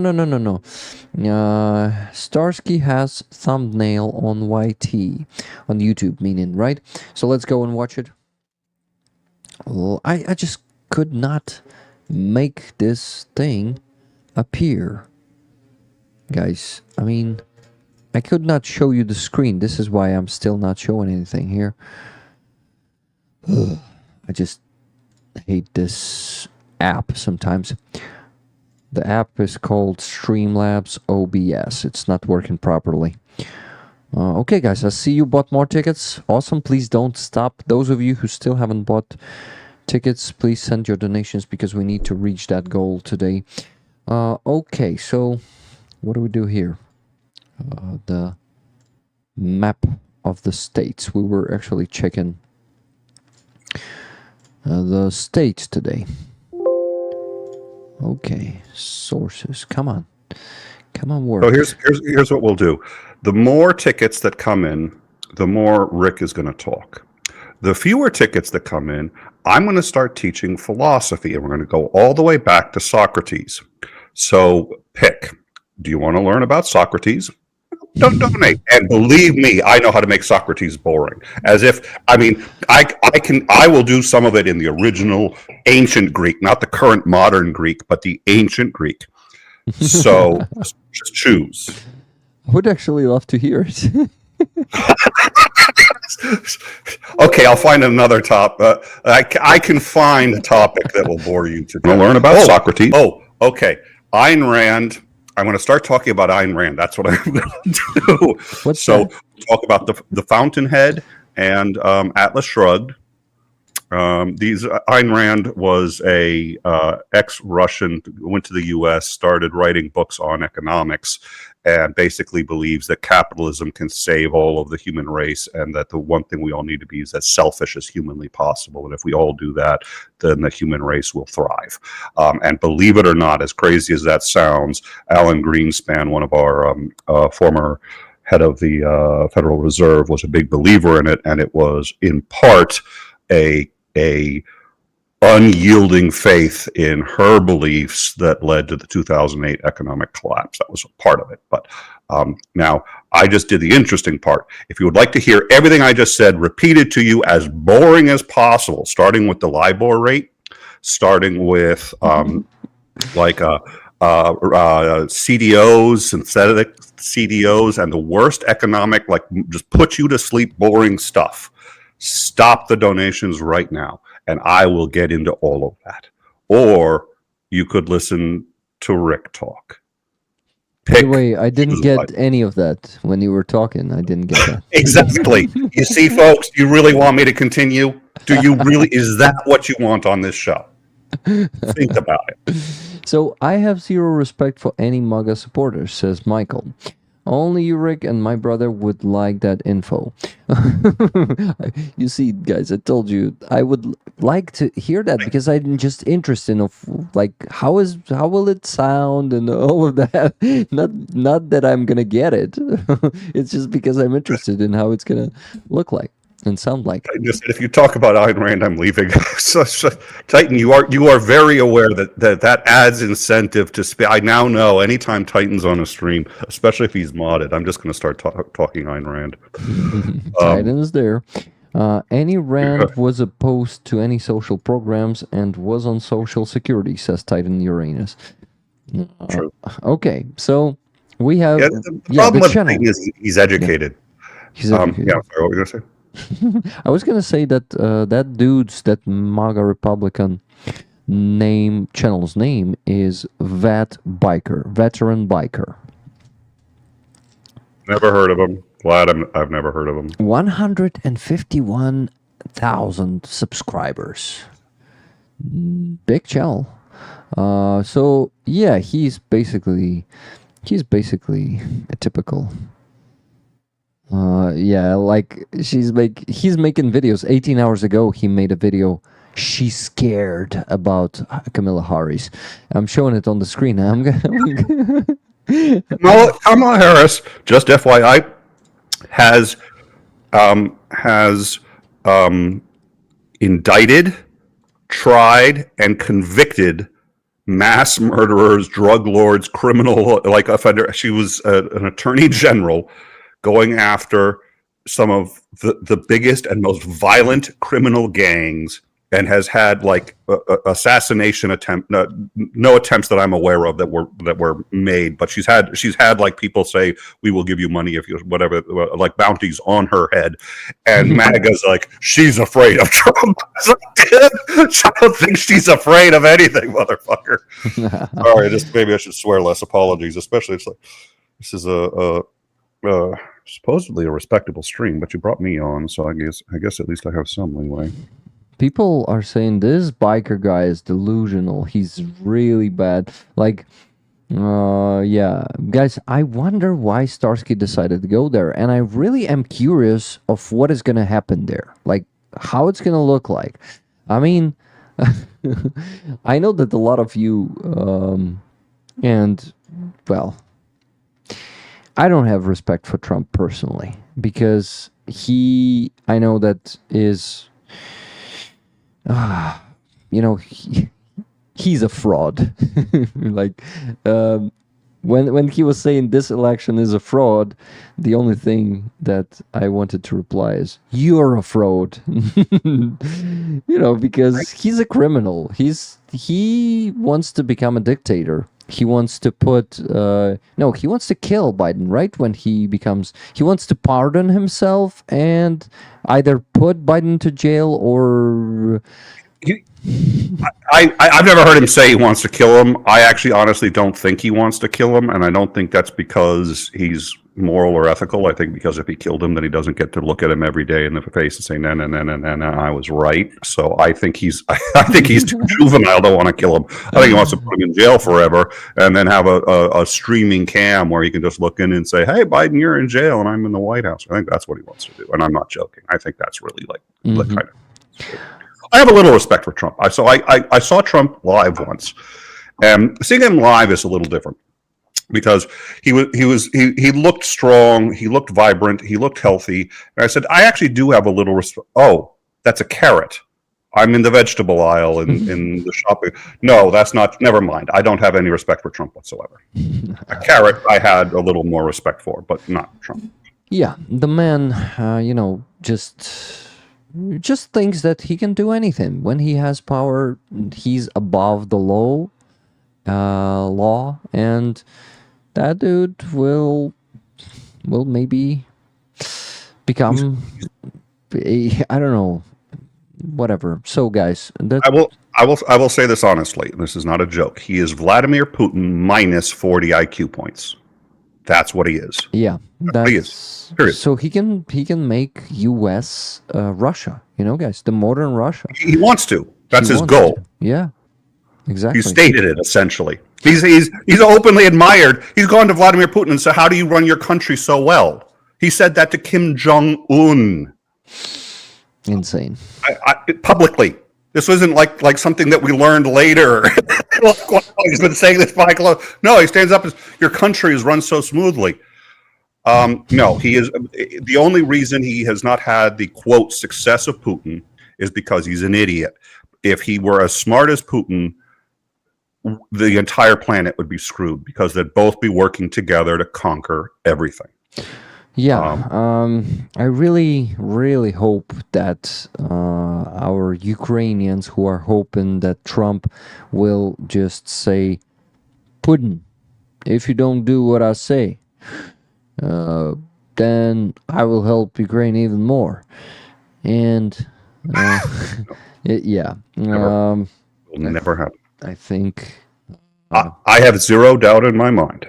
And we've covered this, we've done a story on this, and I believe I can prove that it's true. Not exactly what it is, but that it is true that Vladimir Putin has significant compromat on Trump, has had it for a while, and there is no set of circumstances under which Trump would actually betray Vladimir Putin. He might pretend it to. There is no set of circumstances under which he would do it. None. Period. Well, yeah. But, what? Starsky asked me to help with the chat because he said there are already Russian bots there. So here's the stream, guys. Breaking frontline news from Ukraine soldier operator Starsky. 15 people are already waiting. 124 likes. I see some of you rollers are already there. Of course, Ellie was bonking Russian bots there all day. I mean, I checked it in the morning. She was there in the chat. I checked it in the evening. She's still there.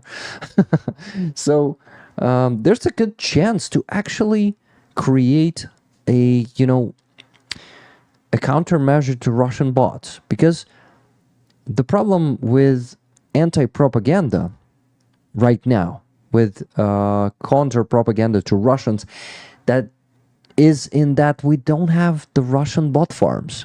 They have that power, which is financed very well, that, guys, it doesn't matter if they are saying lies or truth.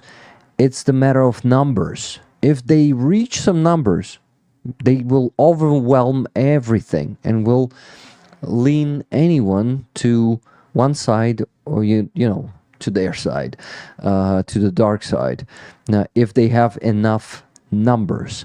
So we have a chance to become a Ukrainian bot farm today and really go and just push our narratives. Like, we can even have fun there and just post messages Slava Ukraini there non-stop.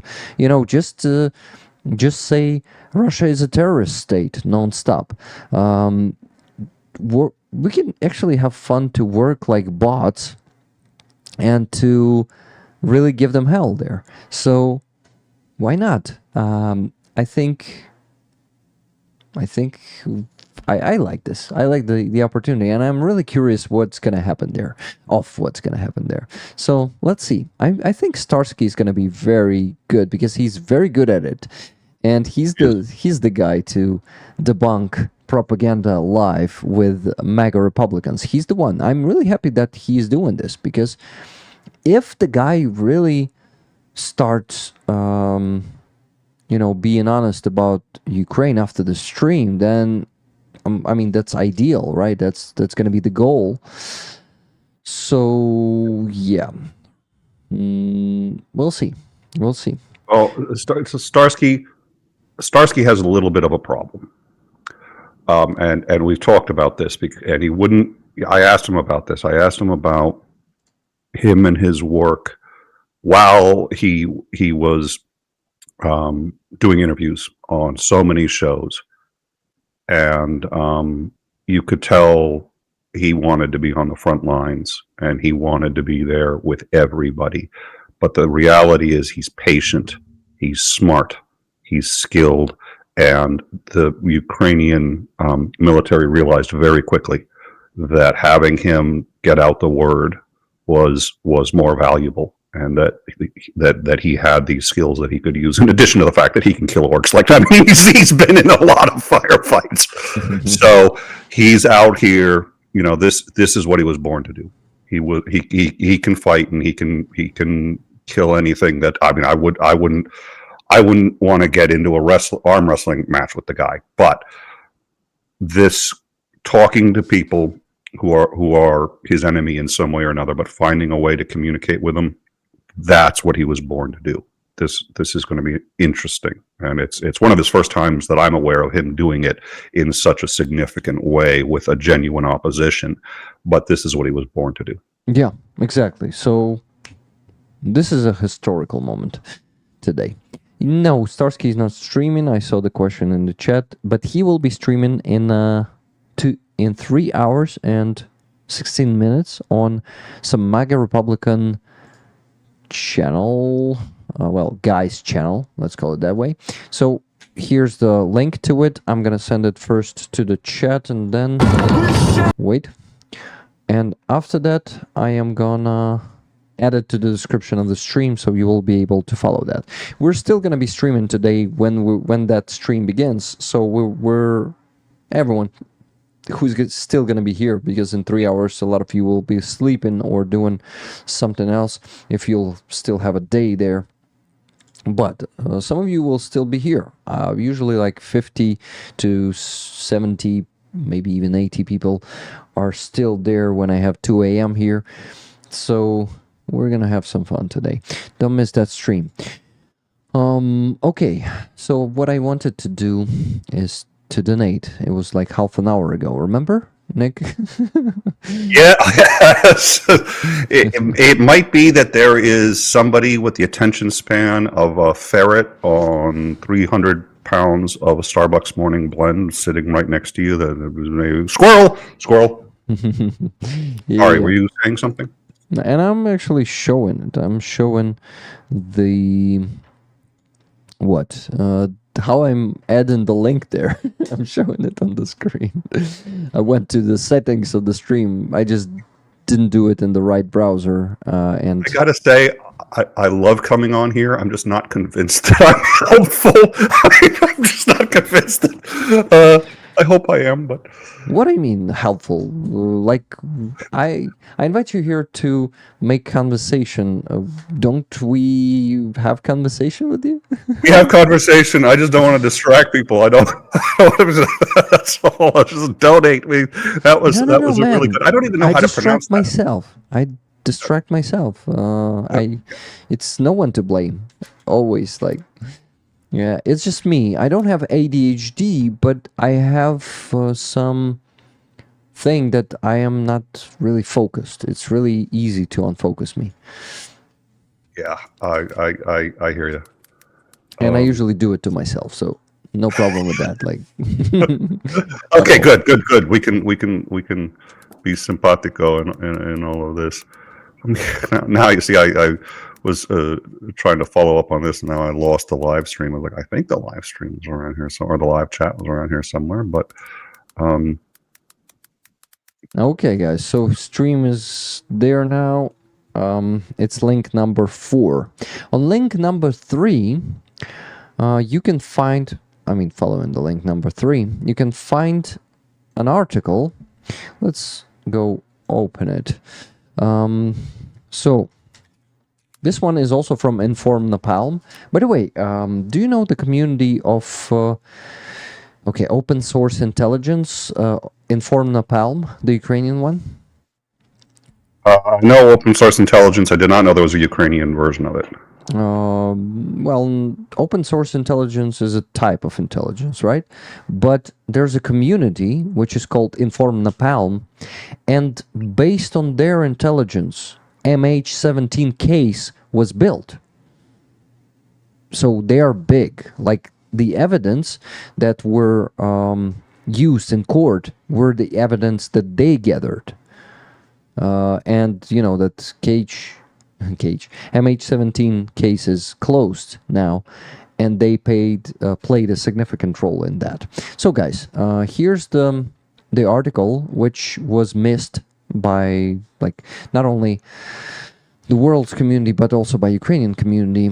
It is next. Baumanka Leaks, Part 1. Documentation for air and missile defense systems. Lists of officers covering skies over Moscow. So, together with hackers from Cyber Resistance Group, Ukrainian hackers, they obtained that documentation, and they have put it into the article. It's in English also, but many more other languages like Norwegian, Danish, right?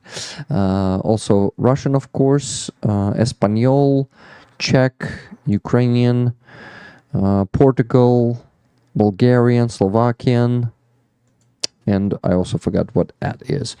So please go read this article, because that's pretty good. They have disclosed, you see that there are photos of those guys.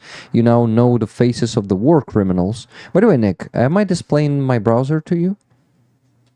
I guess I can see it in its own window, and I'm also watching the live stream, so I can see what. Got it. So here are the faces. I don't feel comfortable unless I have like 6 monitors open and running at the entire time. So it's just sort of like a little command center. I'm the opposite. Like, the more of them, the less I will notice, I think. So they also put their passports and IDs here. Oh. Yeah, that's a big thing. So you may know the names of the Russian criminals, war criminals.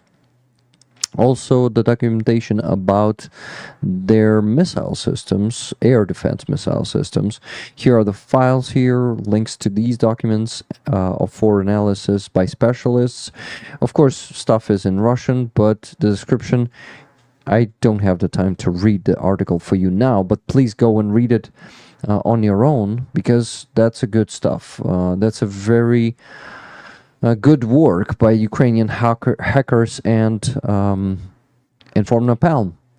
Huge shout out to them. They lack the coverage in Western media. But, by the way, last week I told you about another part of their Baumanka leaks.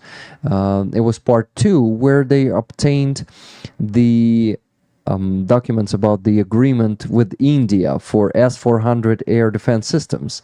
And that went big in Indian media.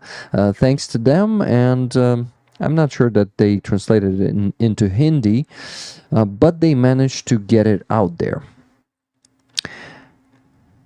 Okay. So, guys, this was the link that I wanted to mention too. What's next? that stream. Sergeric is already there, Haji. Awesome. I like to see you rollers there in that chat, but don't forget about our chat, okay? Okay, so fifth link is Project Constantine's video of Pete saving Yura in Chasiv Yar. I remind you about that. If you still haven't watched that one, please go and do that. Peter Fouché. Oh yeah, by the way, I gotta tell you about Peter too, Nick. You probably missed that story. What do you think, Peter Fouché? I did not. As I said before, I was that was one of those. In fact, I was. You did not miss it. Okay. I did not miss it. Like I said, I haven't been completely gone, and that was one where I found out and had a very hard time because there was a community that wanted to do a private service for him, but I still couldn't attend because I really was trying to. It's like if I attended, then everyone was like, "Oh my God, we haven't seen Nick in a year," and here he is. So it's just like. So I know, and it is difficult to think about and talk about because I have not had my own ability to process it. I'm sorry to hear that. Hey, never gonna let you down. Petra Olson just bought some coffees for the raffle tickets, and now when someone buys coffees here or becomes member on Buy Me a Coffee, we have the notification playing Rick Roller's song, Never Gonna Give You Up, Never Gonna Let You Down. This is why I sing along. You cannot hear it, but I hear it on my side, and Rollers also hear it. So sometimes when people just want me to sing it, they buy coffees. So yeah. I don't know if Rick Roller's name was already there when we last see each other before you leave. I think it was. I recall the Rollers. Okay. I think it may have just been starting, but I recall it. We also now have this. Oh, that's nice. Well, excuse me. You don't just have those. You said you'd be sending me one. Sure. This one is different. Like. Oh, that's a different one. Yeah, because one's the Roller and the other's the Ukraine. Wait, you're going to send me both? Well, that's awfully nice of you. Thank you so much. Yeah, you're a Roller, man. You're a Roller since 2023. So I'm going to send you one. Sure. One of those and one of the second one. Absolutely. So yeah, I also started for the last half a year. I started doing Next. When people become members on my Buy Me a Coffee, I send them one of these, either Rick the Ukrainian or Abrams. So yeah, I was by the way, I'm on full time on YouTube for the last 3 months. I was suspecting. I was just like, you've been doing so much. I was like, it's got to be a full-time gig now. So it is. Congratulations. Thank you. Well, to get there, I actually needed to make up this motivation system, to get a patch, become a member. Nobody gets anywhere without innovation. I mean, that's what Ayn Rand would say. If Titan is still in the audience, I just want to make sure that he knows Ayn Rand would say that motivation is necessary. But at any rate, no, we need people who are all of this has to be. There are so few times in human history where it's like basically everybody has to all hands on deck situation, and when Putin decides that he's going to start snagging land, that's all hands on deck. That's NATO has to be on deck one way or another. Yeah. That's the U.S. has to be on deck. That's YouTubers need to be on deck, and there are there's plenty of other things that still YouTubers should and need to talk about, but this is something that we're just sitting there going like, so no, I'm delighted that you can do this full time because I think it needs to be done. Yeah, and it's not just that; it's just that I enjoy it much more than my job that I had. Like, There's that too. Yeah, it does beat most desk jobs. yeah, and I enjoy it. I keep dubbing like not that often as in the beginning, but yet right now the volunteer work, the fundraising work takes much more time than it was taken before. But by the way, Nick, are you still there? Your camera disappeared. I am. It's just so I'm my home is very oddly constructed, and one of the things is it uses forced air and a whole bunch of other things. So the house literally shifts like under any certain sets of circumstances, including like when the AC kicks on, which is really weird.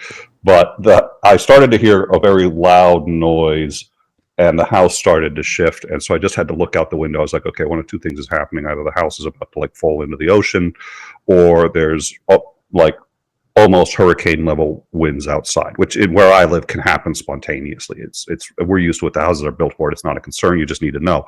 And so I just looked and nope, it's basically hurricane force winds, and there's but I had to check. So just like I'm going to shut off the camera and I'm going to check and make sure that I'm still living in a like I'm not like being transported to Oz or anything. I'm okay. I'm good. Awesome. We're good. We're good. Awesome. The patches and the other item were a surprise to me, and thank you again, Rick. I just wanted you to go full-time since your work is so important to your country. Yeah, I add some additions to the packages. Yeah, see, the house is shifting again. Yeah, it's a little nerve-wracking. I'm still not used to it. It's okay, but I just wow.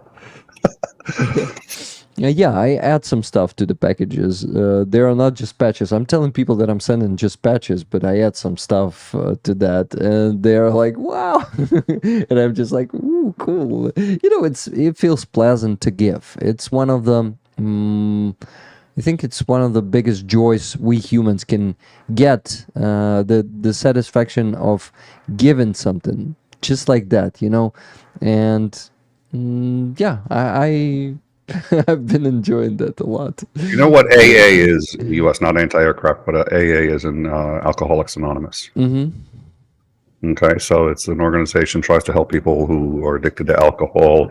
There's also knocking on all these other things. So they found that one of the things, and this is psychology's gotten into it all, is for people who are addicted to drugs, for people who are highly depressed, for people who have any number of mental health issues, you want to know the number one thing that most helps people recover?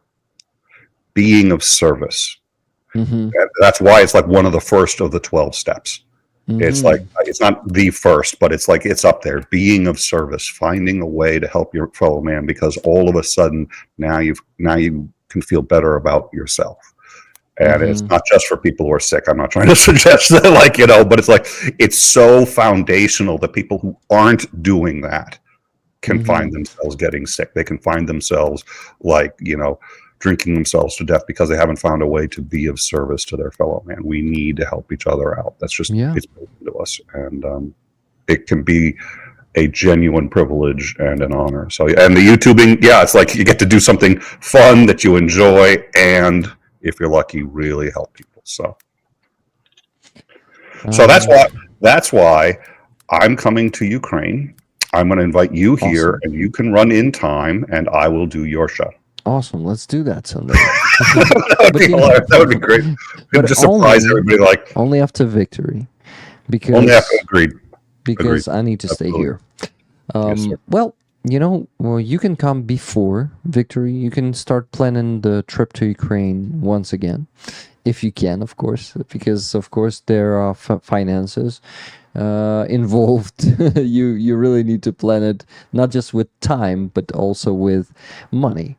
And not just with that, but with family. It's like, you have kids. Some of the kids will be there like, "You're going to a war zone? Yay!" And others are like, "Are you sure that's a good idea?" So it's just sort of like, I was like, well. It's like, listen.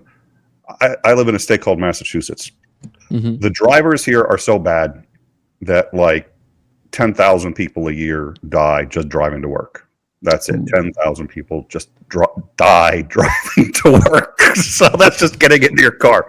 Now, that's not as bad as a war zone, but I got to tell you, I'm sitting there going, you're not as safe here as you think you are. And if I'm in Kyiv, I'm pretty sure I'm safer in Kyiv than I am going to work. You're right, because actually a chance to be hit by a missile is much smaller, even in Ukraine, guys.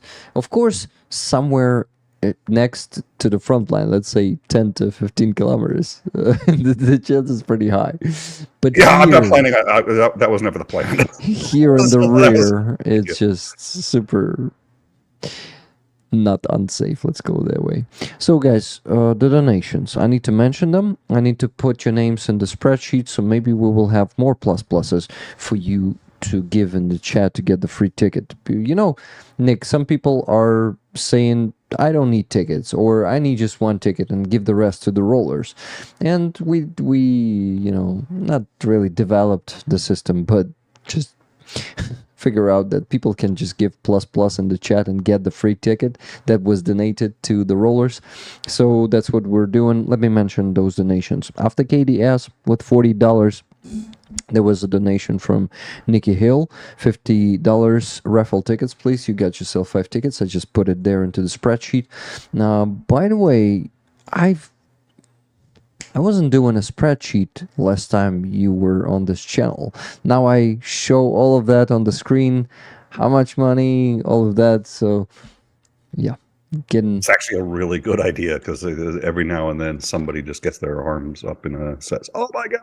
And there's troublemakers who go around on the internet just looking, trolling, and like, "Oh, here's a donation. I'll bet you yeah." So I'm fully transparent. I even tell people how I earn completely, like on Buy Me a Coffee, and just not on YouTube. But those of them who are attentive, they can actually see how much I earn on YouTube. It's not a problem. There are also those websites, you know, that can estimate how much you got from YouTube 1 month or another. I just want to point something out, and I'm going to need to go in about 5 or 10 minutes, but I want to point something out. If you look at my light right now, like I'm all of a sudden... For today, I thought you're going to be with us longer, no? Let me see. Let me look. Let me check my calendar. I'll see if I can move. But look at me right now. I'm all washed out. I wasn't 5 minutes ago, and I haven't changed my lighting. Oh, the reason is because there was literally a hurricane outside, and it just stopped. This is what I was talking about. It's like they start and then they stop. It's over. The sun is out, and all of a sudden I've got the sun hitting me, so I got to go close the blinds I had opened earlier. But it's just like lots of light. Hurricane for 10 minutes. Sun's back. We just get micro hurricanes here. So crazy. Noah Wall did not blow out. I'm thankful for that. I was concerned about it. So I'm going to go close the blinds in a minute, and then I'm going to go check my calendar and see what I got. Okay, awesome. So the stream is going to be going at least for the next 4 hours, because we're also going to be watching Starsky's stream from this stream. Oh, nice. All right. Well, like I said, I'll still be able to hear you. So, I mean, I can't. I'm going to turn off my video, and now I'm turning off the audio, so that if you're going to talk about your true feelings about me and all of the things that I won't be able to hear you. I'm just saying. I can't hear a thing. You know my true feelings about you, man. It goes both ways, brother. Yeah. Okay, guys. So. What donations spreadsheet? Let me go there and mention the tickets that you've been buying. So after Nikki Hill, there was Michelle Ferguson with 1 ticket, $10 donation. Thank you for that. After that, we had a donation from Claudia David. It's 1 raffle ticket. Thank you, Claudia. Then Andreas. Oh, Nick should hear this. Damn it. Well, I can. I'm you can still hear it. So a little bit more water. Yeah. $30 donation, just to not let Nick look bad. Good to have him back. Tickets, of course. Rollers rock. Rollers save lives. Rolling together to victory. Oh, amen to that. You know, I'm not a religious person, but I would love to say that. So thank you. Okay, so Andres, I wonder if you're leaving us in 5 minutes, if I should keep. I'm not. So here's the deal. Yeah. The shills asked me to come on in today, and they were supposed to start streaming a little while ago. They're a little behind, and I don't have to go in as soon as they start. Commander Lance McMillan is an actual friend of mine, and he started out on In Time. He's been doing the shills a lot, which is great. But this would be the first time he and I have streamed in over a year. We've been looking forward to it. So at some point, I am going to need to go head over there, but I don't have to do it right now. They're not even live yet, from what I can tell. So, and like I said, as soon as they go live, I don't have to. I told them I'm going to be at least a half hour late because I was going to be here. So they know I'm here. They support you, of course, fully. So they're like, "Oh, dude, if you're doing that," they're like, "Just whenever you get a chance." So I've got time. I think we're good. And I don't think I've got anything else planned. So at some point, I'll head for the shills. But did I just say head for the shills? I don't know actually how to translate that. So. Well, that's just a very bad pun that I really didn't mean to do. And since I'm usually What does it mean? What's the pun mean? It's an expression. There's just an American expression called "head for the hills." It means to just like get out of here. It's like let's, and you can use it anytime. Like when it just means to get the fuck out of it. Let's just GTFO. GTFO is the head for the hills. So what I just said was, at some point I got to leave here and go head for the shills. And I was just like, oh, I can't believe I just said that. Oh, okay. After Andreas, there was Frag Den with $35 with a comment, "No tickets, please." So Frag Den, I will just give you tickets to rollers if you don't mind. I mean, you don't mind. You said no tickets, please. So then after that, Wella bought 5 tickets for the current fundraiser and raffle tickets, please. Wella, you have 5 tickets. Amazing. Thank you for that. Okay, since you're not leaving us, I'm gonna dig into the spreadsheet and keep mentioning the donations and putting them here right away. So, but it's gonna take like 5 minutes more maximum. Lynn S. Take your time. What? I'm going to think up what I'm going to do here is I'm just going to think up. No, I was going to think of more bad puns, but the problem is, we're trying to increase the audience, not decrease it. Actually, I would say bad puns will increase the number of viewers because we have a funny community here, just like on the shills. Somebody had asked me, now that we're back, what was one of the worst shows we ever did? So I can tell that story, and that's about 5 or 10 minutes. How much I want to get into just how bad it was. Wait, but I need to mention donations. This is why I need to talk. Sorry. Okay, no problem. But I just need to finish with that. But then I will ask you to tell us that story because you got me intrigued now. Okay, so after Wella with 5 tickets, there was Lynn S with 2 tickets. After that, just Jimmy with 2 tickets. Hi Rick, 2 tickets, please. Just Jimmy, you have yourself 2 tickets. Okay. After just Jimmy, there was Johanna with 10 tickets. The comment says next. Let me check. Dear Rick, this money is for the 3rd Assault Brigade for the car. Can I have 5 tickets for me and 5 tickets for rollers? Thank you so much for the stream, Rick and Nick. Slava Ukraini, Heroям Slava. And lots of love, Johanna z Finlandii. Johanna is from Finland and she donates every week, just like many other rollers. Johanna, thank you for that. You have yourself 5 tickets.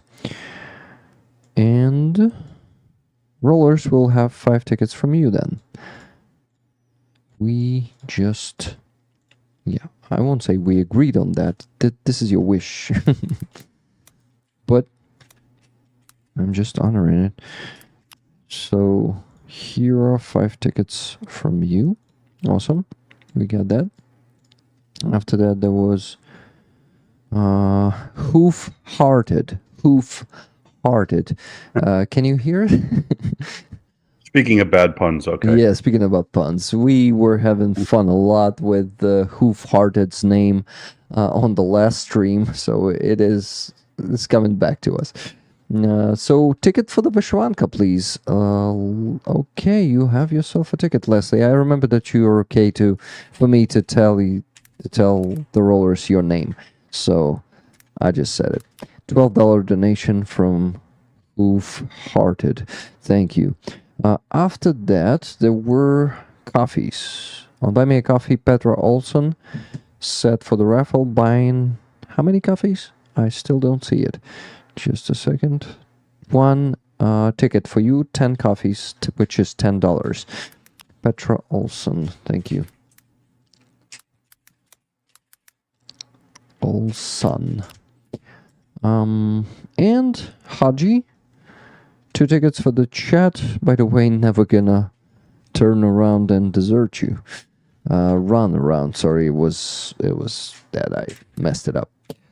Haji, you have yourself 2 tickets on Buy Me a Coffee. And after that, 2 more people donated on PayPal.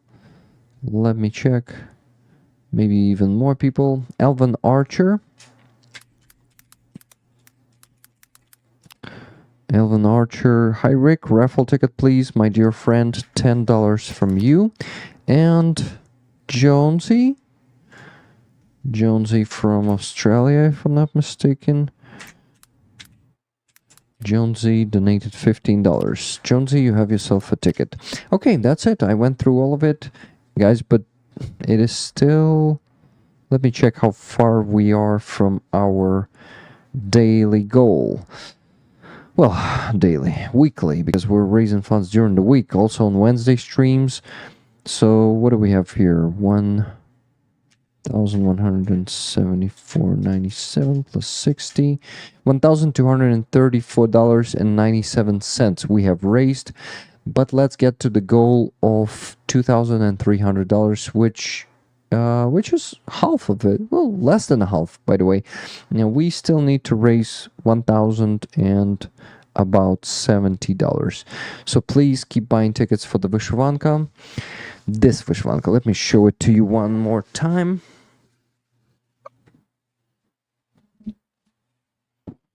It has HIMARS on it. It has some battle geese down there. Well, biolab geese. We're not sure that they're getting in a battle, but they are definitely bombing Russians. These geese. And the soldiers, pretty cool one, guys. Some drones, some Ukrainian drones named Luty, which is... I need to translate that word. But it's also a month. A February in Ukrainian is called Luty.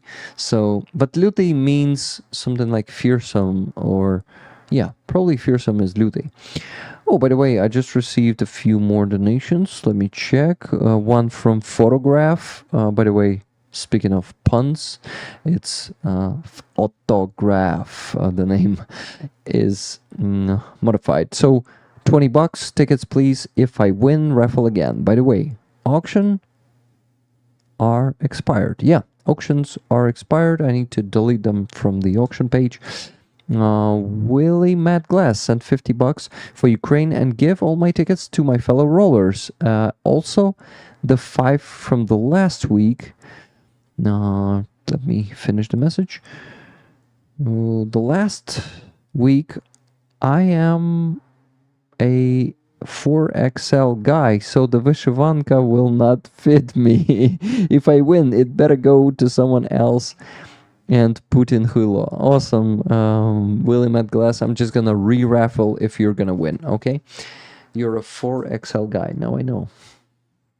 Okay, so Vishwanka, guys, 1 ticket is $10 as always. Easy to remember, easy to buy a ticket. Now, well, and rollers can always share them with you. Okay, so that's it with the donations. Nick, I finally can let you tell that story. I'm actually sending out, I forgot, I just wanted to send out the link to this to one other set. I know Titan sends it everywhere. So give me 1 second. Are you going to send it to me too? No, a link to this show, so more viewers can okay. just a link to the. Got it now. So yeah, I'm gonna go to the bathroom and refill my water, but I'm gonna be listening to you. All right, this perfect. earbud. So tell me that story too. Okay. And here we go. So, all right. So, in time, we're an educational news program. So we're devoted to trying to help, usually Americans, but we try to be as international as possible. But we're devoted to helping people in general sort of better understand the news, better understand their world, learn how to spot misinformation, and learn how to think critically about the news. So this is what we do. This is our mission statement. Now, we have a number of hosts, co-hosts. Lance McMillan is a co-host of a show that we do every Thursday. And we, as a channel, have taken a deep personal interest in Ukraine because we think that the United States of America has deeply underestimated the severity of this issue. We believe it's a humanitarian crisis, but there's always a humanitarian crisis somewhere in the world. So it's not just that it's a humanitarian crisis; it's that it's a profound problem for everybody, and so we on In Time have taken it very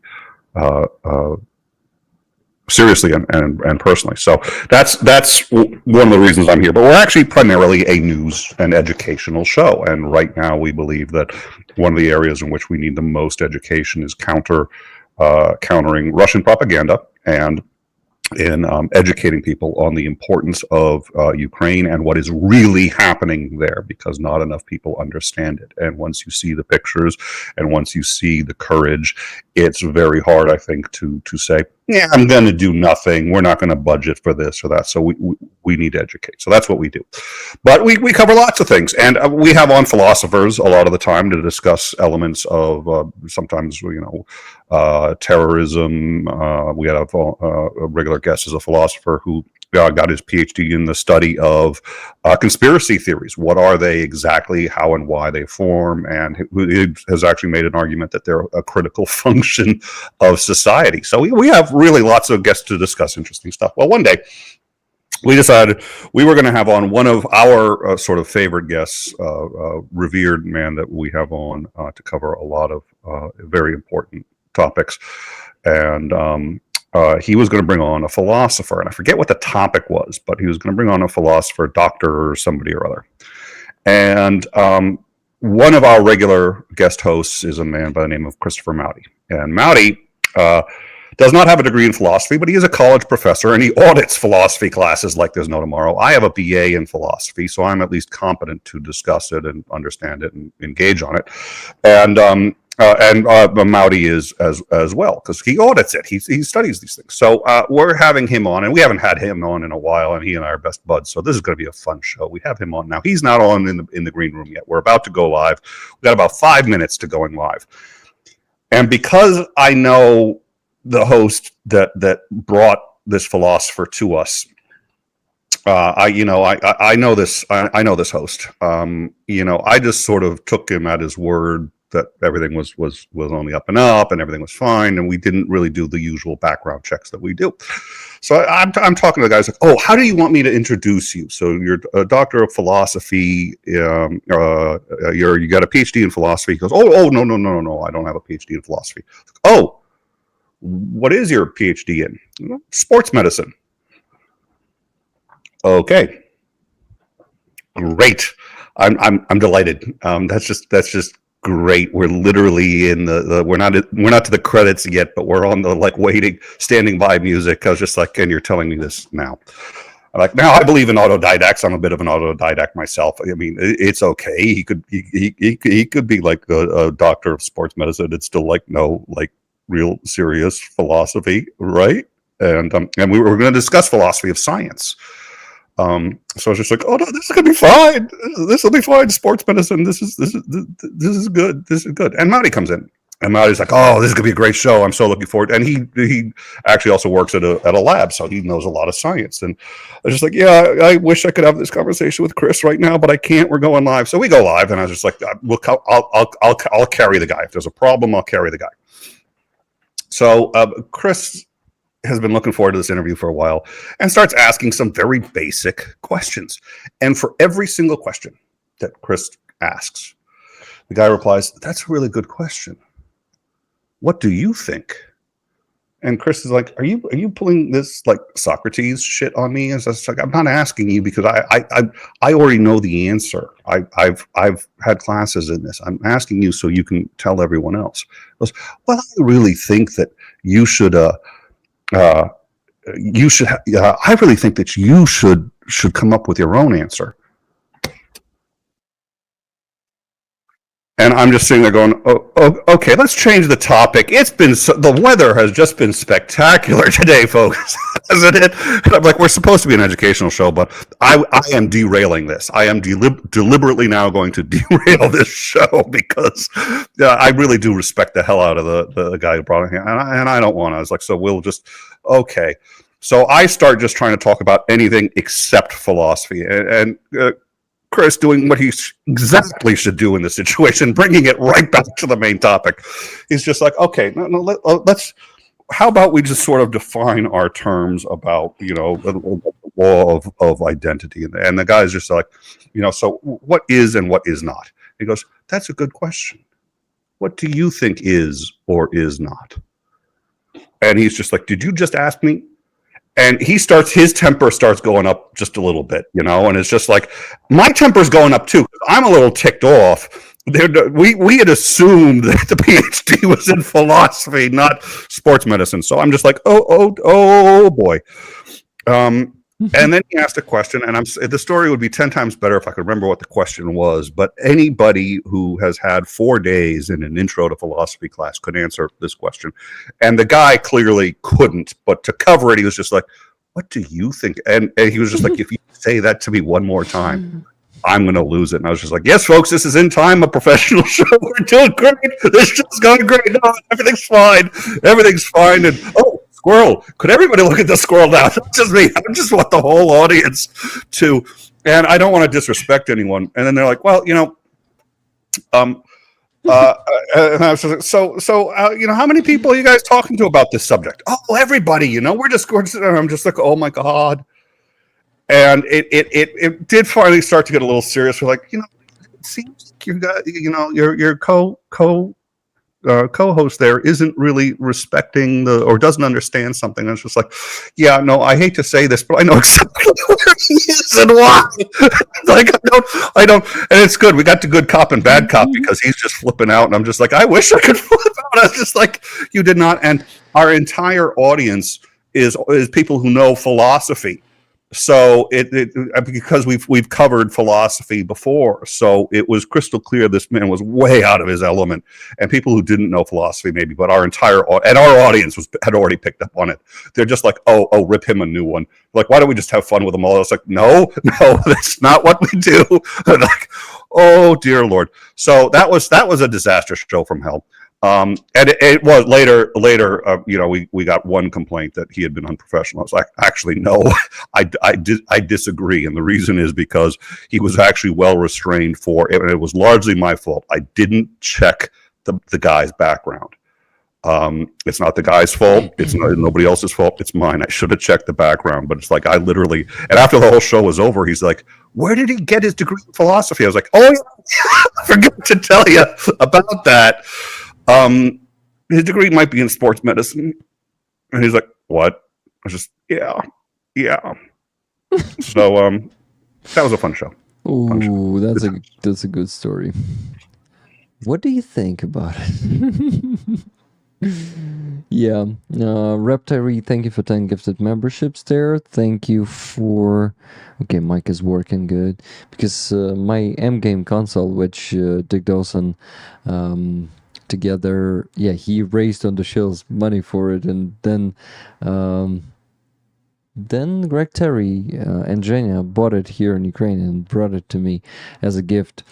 And it is acting up time to time. It just switches off my mic or switches off the output for me sometimes. And people and rollers start screaming in the chat, Rick, no, Mike. This is actually how I began the stream today. I went live and started talking for 5 minutes, and people are yelling in the chat, Rick, you're muted. Come on, hear us out. I mean, notice the chat. And I was so driven away by the description of the song that it was playing in the intro. So then I am just like, fuck, where did you lose me? And they're like, you had no sound since the beginning. And I was like, oh. No, but yeah. Well, I get asked a lot by people who are new to YouTube how to solve the sound problem, because new YouTubers especially, they're always muting. And my answer to that, as an experienced YouTuber who's been doing this for about 5 years, is that nice one. yeah, I've never found an answer. Muted after I've done ones where I did one where we went live on a passion thing, like something happened and I was just like, I wanted to talk about this. It was a gun thing. This still breaks my heart. And I did like 5 minutes on gun violence in the US and children getting killed. And I was so impassioned by it that I didn't even look at the live chat, which was all like, you're muted, you're muted, you're muted. And I was just like,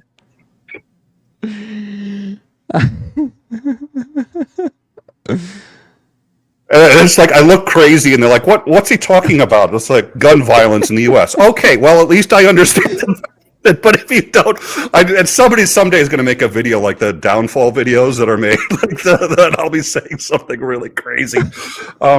I actually think we took that down just to avoid that, and it would be mostly the mods who would do that. That's why I get trolled more by my mods than anybody else. I have to do something about it, but since Titan controls the mods, I'm probably screwed. Wow, another pretty good story. Okay, so what I wanted to say is that, yes, I mentioned all the donations. And I can get to... okay, someone said muted? No.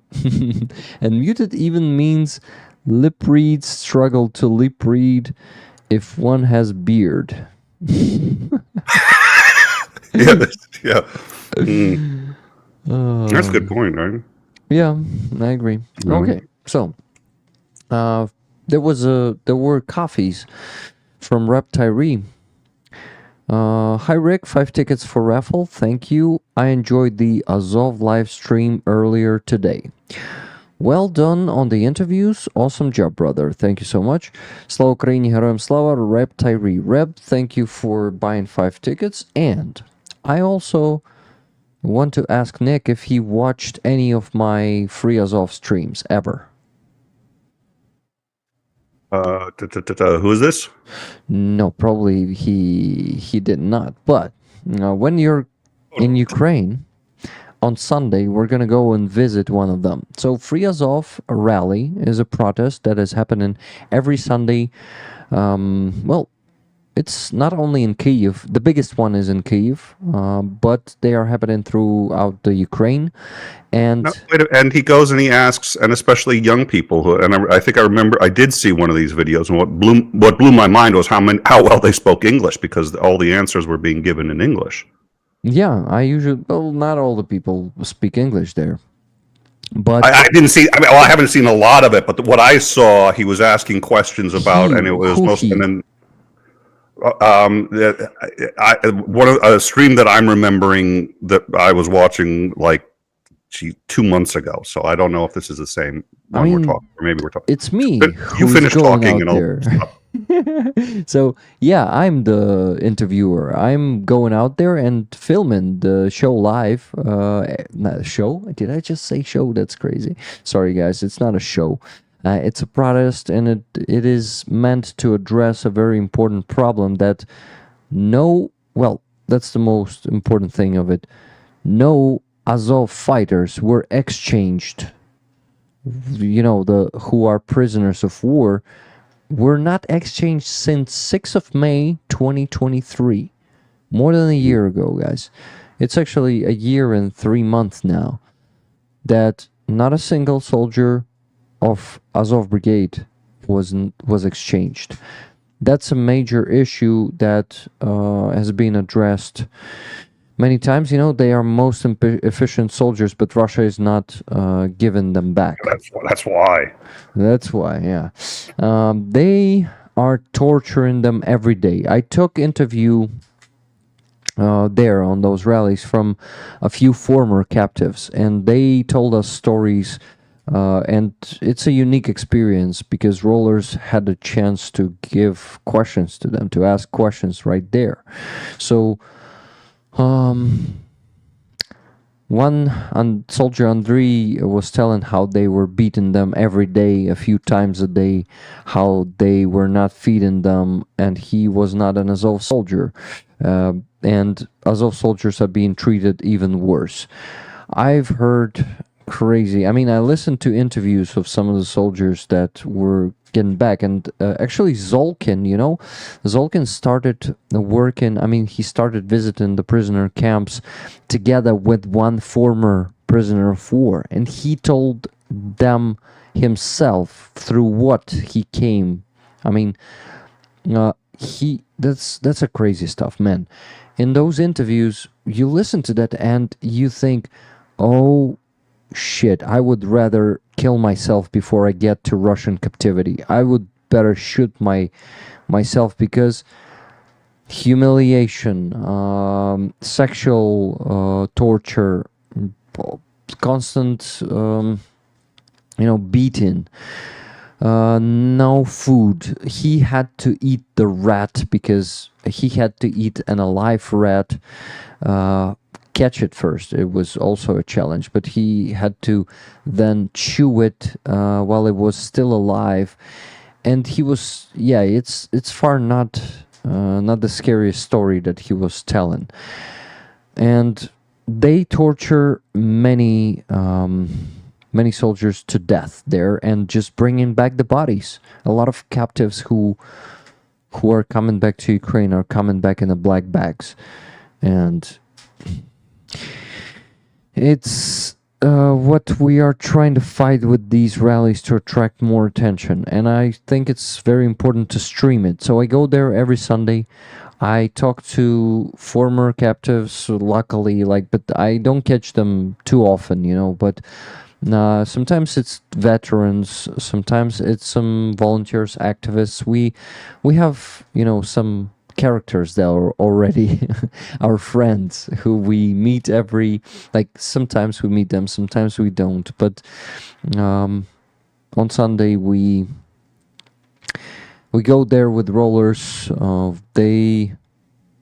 They are supporting them a lot, and me a lot, in this journey of mine. So I've actually turned into the street journalist for the last almost half a year now. I also do that now too, and it's a pretty interesting experience. I think some days like today, I am good at this. Really, I stick almost to every person I met today, and I talk to them, and I try to make it really light, and to joke a bit, to make them feel comfortable, to make them feel less nervous. And some great people we meet.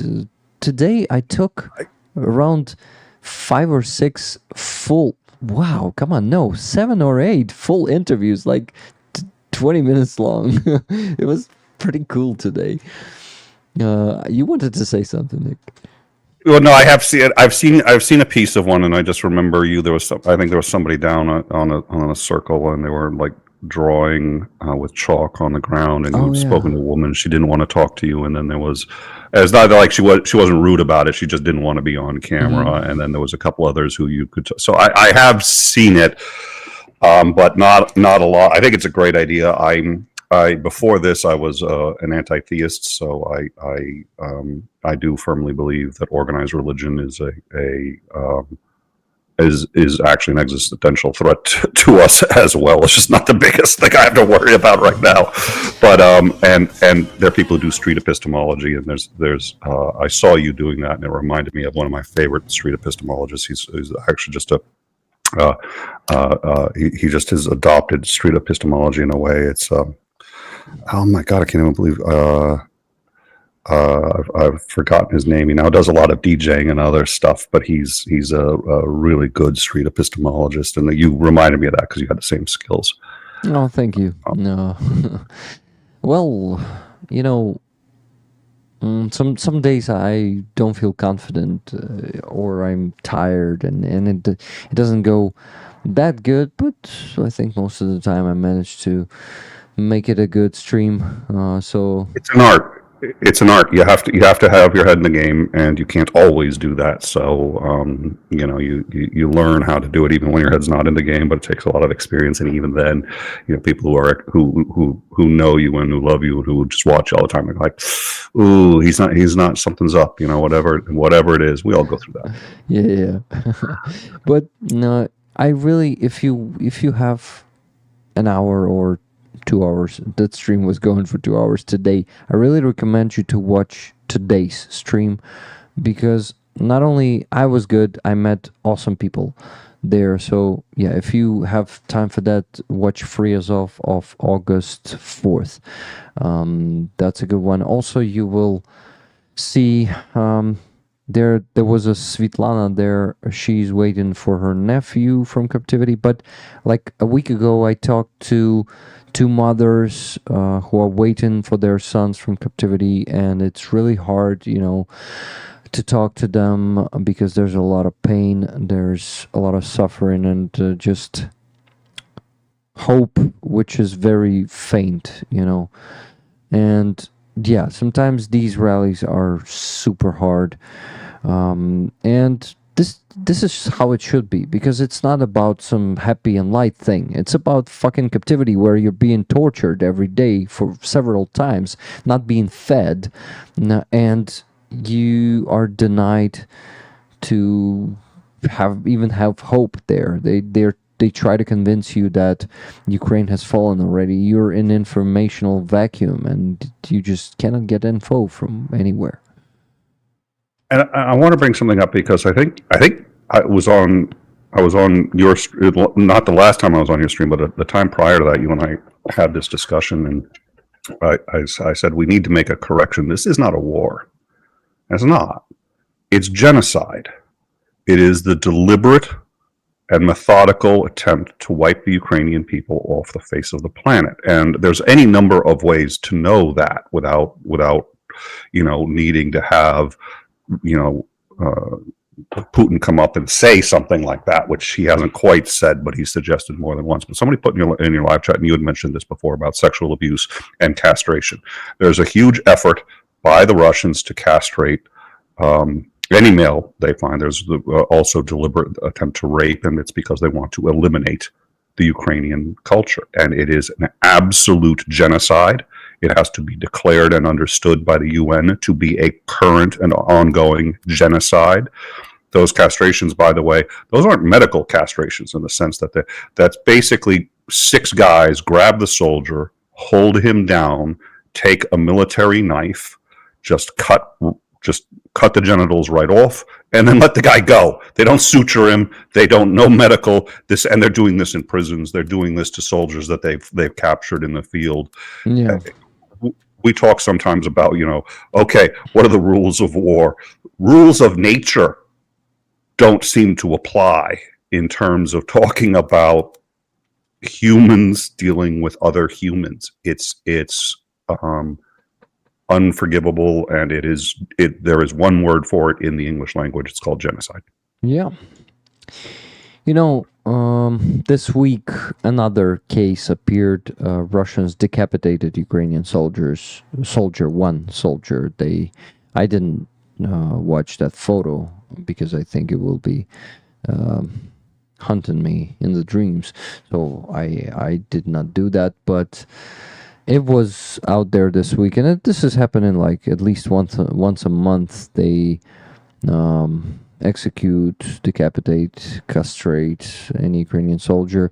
Last month, there was a head, chopped off head, put on a spike of the Ukrainian soldier.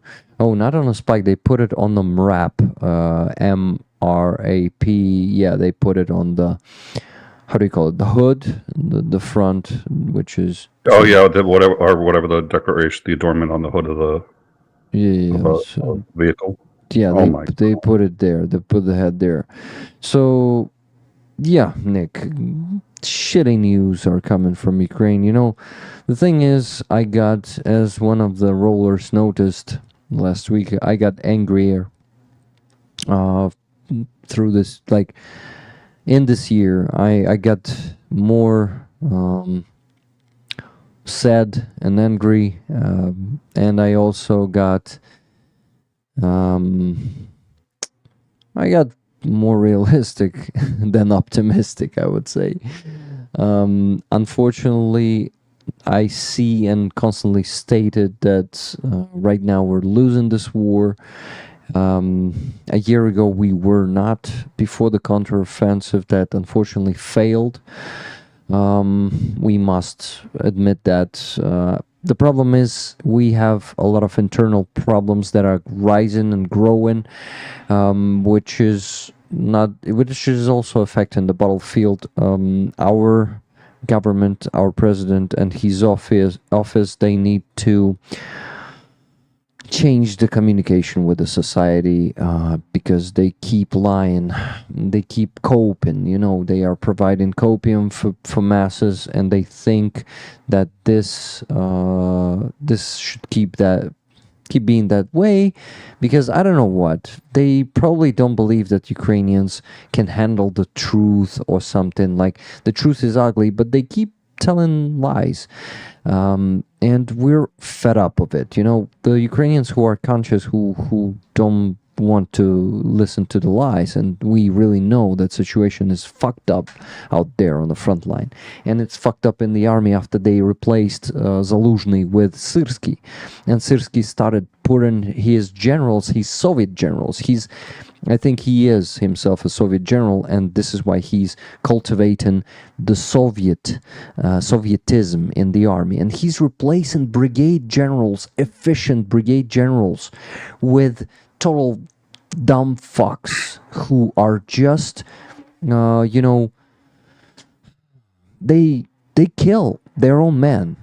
They kill it for promotions, man. The main rule right now among those generals, the main rule is to lose as more men to get promoted. Like, they measure it now. Right now they are asking the question, like, general of the brigade has a general above him, and that general asks him, hey, why are your losses so low? You know, if they keep remaining the losses low, they replace them. They replace them with some incompetent fucks. And that's been a huge issue that is not being dealt with.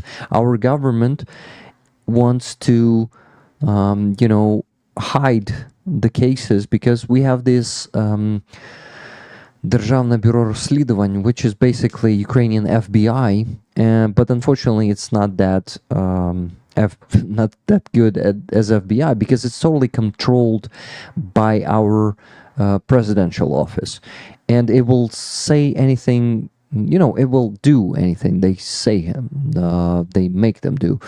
So the thing is that DBR is well known by you know, making cases just go unfinished and make things quiet. So they actually did not start an investigation from by the way, they must do it by law. They are obliged to start an investigation when they receive a, guys, you remember the word that I was looking for, but when some person comes to them and says, I have an evidence about this dude doing this and that and being a criminal, you got to start an investigation. How do you call the process of that? It's either called an accusation or an allegation. Allegation, accusation. Allegation is the form. Allegation is the formal. So, since you're talking Yeah. about the FBI, if you want to be formal, you say they're making an allegation. Yeah. It's also used in the court system. Informally, people talking to each other, they usually say an accusation. So he made an allegation. He is the chief of staff of Azov Brigade, Bogdan Krotevich. He was on Azovstal. He was in captivity. He was exchanged last year in the beginning of 2023. And he actually made an allegation against General Sodol, who, as he said, as Bogdan Krotevich said, this general killed much more Ukrainian soldiers than any Russian general did. So this, yeah, man, and he is right. This man was sending Marines. He was the head of the Marine Corps. Last year he was promoted for losing much more men. He was sending Marines on suicide missions through all 2023, and yeah, Deep State actually made a list of the operations, and I was reading that list out loud on one of the streams a few weeks ago. So that dude was promoted, and he is now, setting his generals on the brigade command posts. As a commanders of the brigades. That Sodol guy was removed from his position after that scandal, after the allegation that Bogdan Krotevich made. And Bogdan Krotevich has proofs, and Bogdan Krotevich and, for example, Sternenko, the Ukrainian volunteer, they have soldiers who are willing to testify against Sodol. But that fucking DBR, which is the analog of FBI, it's like like that horse. You remember the meme where part of the horse is how it started, and it looks beautifully drawn, and how it ended, it's like a 1-year-old child drawing. So the beautiful part is the American FBI, and the part we have, and the DBR, the FBI we have, it's that childish horse. So that horse did not start an investigation on that guy Sodol. They removed him. So president removed him from his position. It's hard to translate that thing, but he was like a chief of staff of the whole Tavria or Hortica. Hortica is like a group of the army. It's like 1/3 of the army. Like basically he was ruling. Yeah, he was managing 1/3 of the army. Never gonna let you down. 5 more tickets. Wow, Rep Tyree buys 5 tickets for the 3rd time. Thank you. Now, but let me finish that. So what did they do? Now we have information that Sodol massacrer, he actually is trying to get out of the army on pension due to health issues. So he wants to escape justice. He wants to escape the army. He wants to become like a veteran, to not be prosecuted. But they won't start investigation on him anyway. But anyway, they're letting him go away with this. And this is the biggest problem we have in Ukraine now.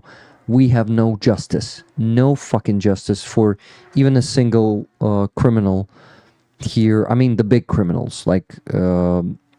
I'm not talking about some criminals out there on the streets. Of course, they're. Yeah, so the regular police force is operating as it should. It's the higher level that's going after the more organized crime that they're not succeeding. It's not only about investigation structures like DBR, but it's also about the judiciary system. It's really fucked up.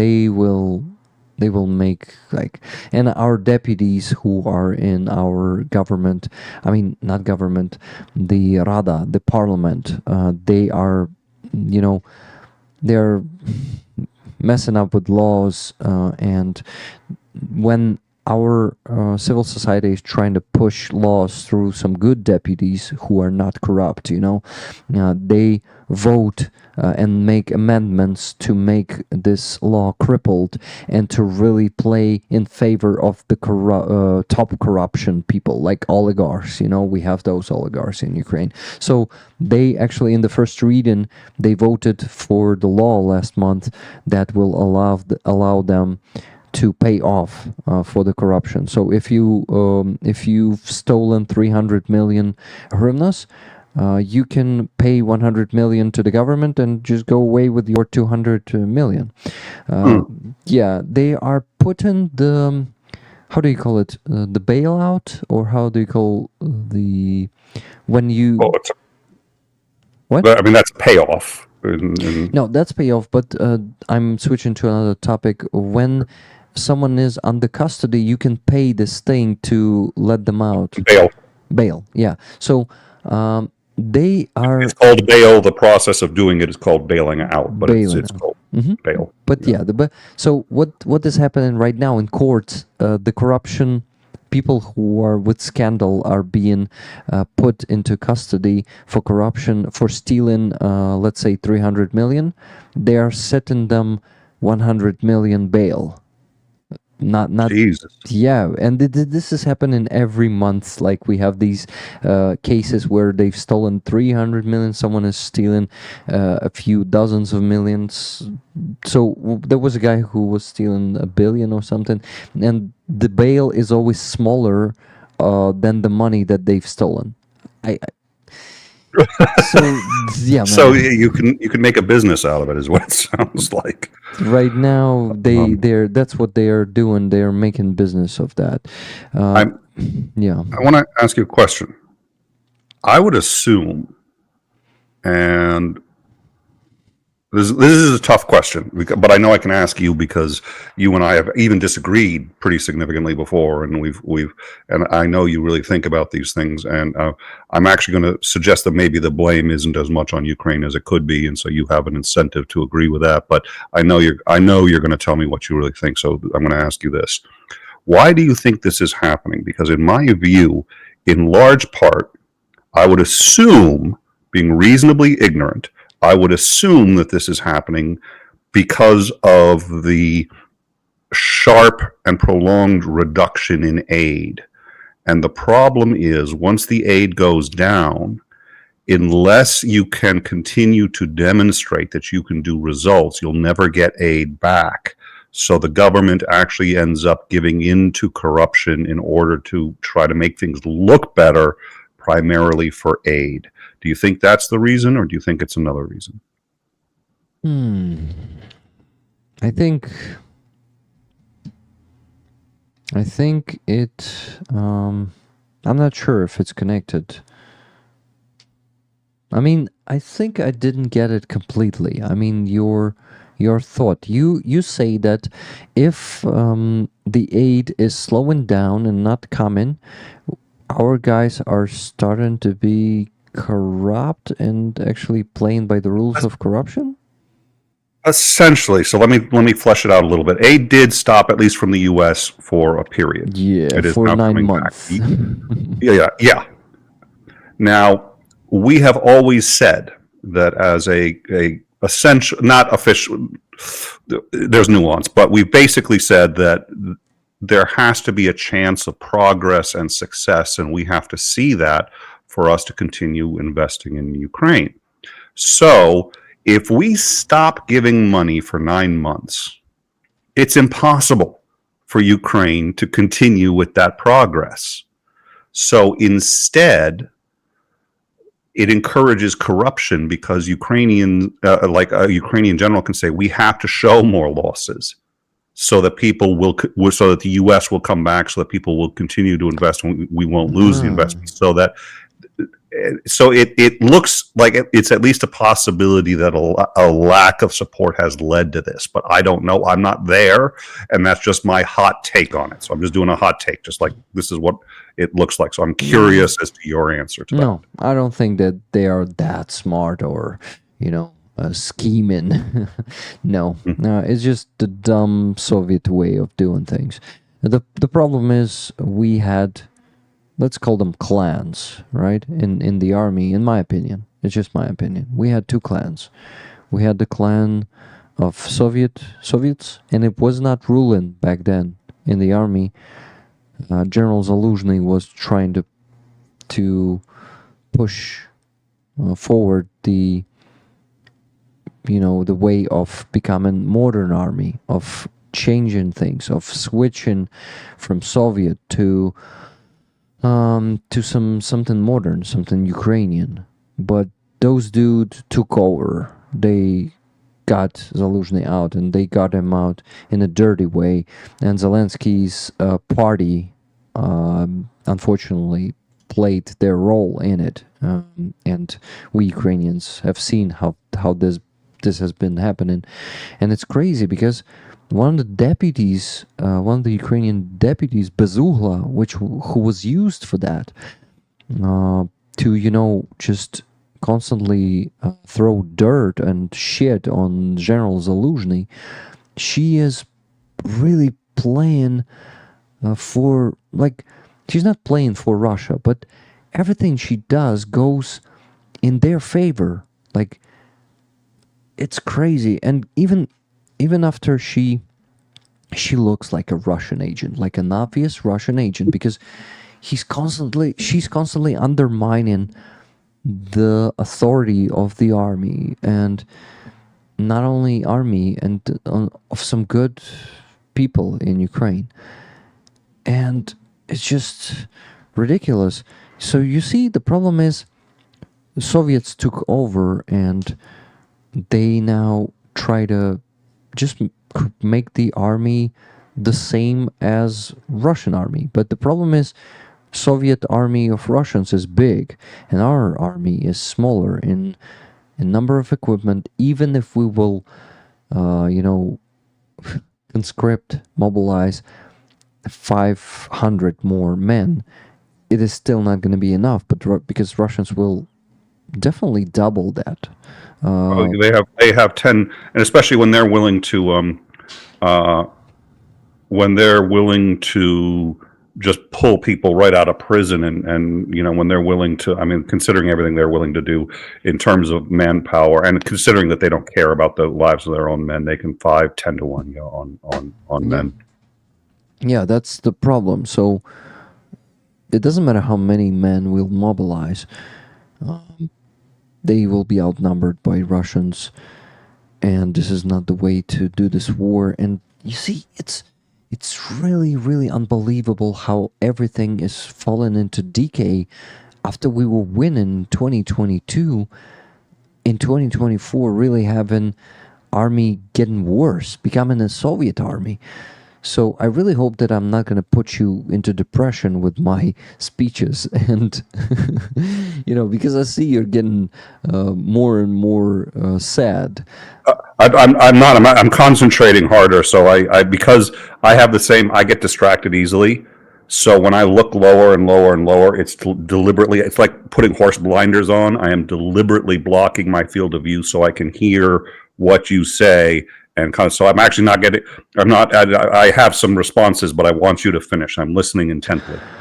And some, the corrupt people in Ukraine, they actually don't care about anything. Like, they think they are above law, and it's not like they start being more corrupt or losing men because we don't have aid. They don't fucking care about war. They only fucking care about their pockets, and they will do everything to fill them with money. So they're just brazen, fucking brazen. They steal even from the army these days, and they also are doing everything to get promotion if we're talking about the army. So, you know, I'm still not. There are periods that I'm getting depressed and pessimistic because of the shit that is happening here. But in general, when I keep working, for example, on the dubs, and I see that I'm doing the right thing and that this work is needed, I just, like, even knowing all this, I keep, like, I soldier on. I'm not being depressed. I'm just being, like, I don't know, angry. I'm being angry. I'm turning this sadness into anger, the efficient way. Well, and there's a couple of things to remember.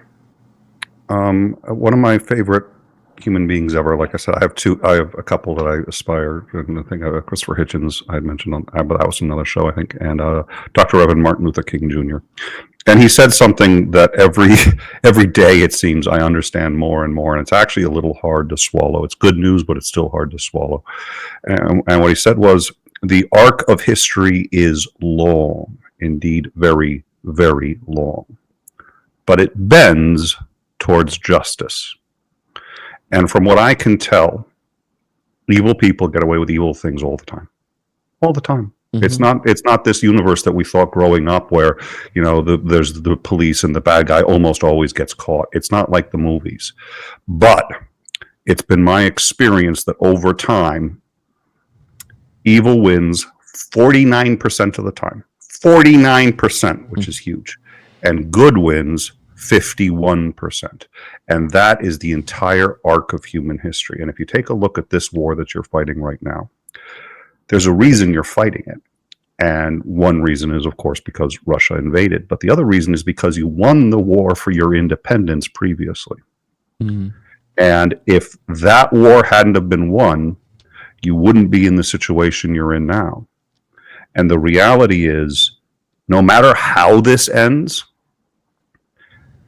if you end up having to fight again, you'll be in a better position to do it, and you will have more support from NATO, and you will have more awareness for NATO. So even if this ends in some bad way, in a frozen conflict, basically, which means in 8 to 10 years, Russia will come. Which sucks. Which sucks. I don't want to sit there and say that's you know, that, but it's built over time, and so every donation that you're giving to even if it ends up frozen, and you can sit there and say, oh, so what I did means nothing. No, because if you hadn't been there, the line where it gets frozen would have been deeper into Ukraine territory, and you'd have even more problems than you do now. We think intuitively that this should be one and done. We fight one war and it's over. Fuck, it's not. That's just not the reality. But the reality is, and it's just demonstrable, over time, good wins. But it's over time, and it's through suffering. Yeah. There's still a lot of suffering for Ukrainians to experience. Guys, I have a bit of a bad news. I mean, the donations on PayPal stopped coming. I don't know, let me check when.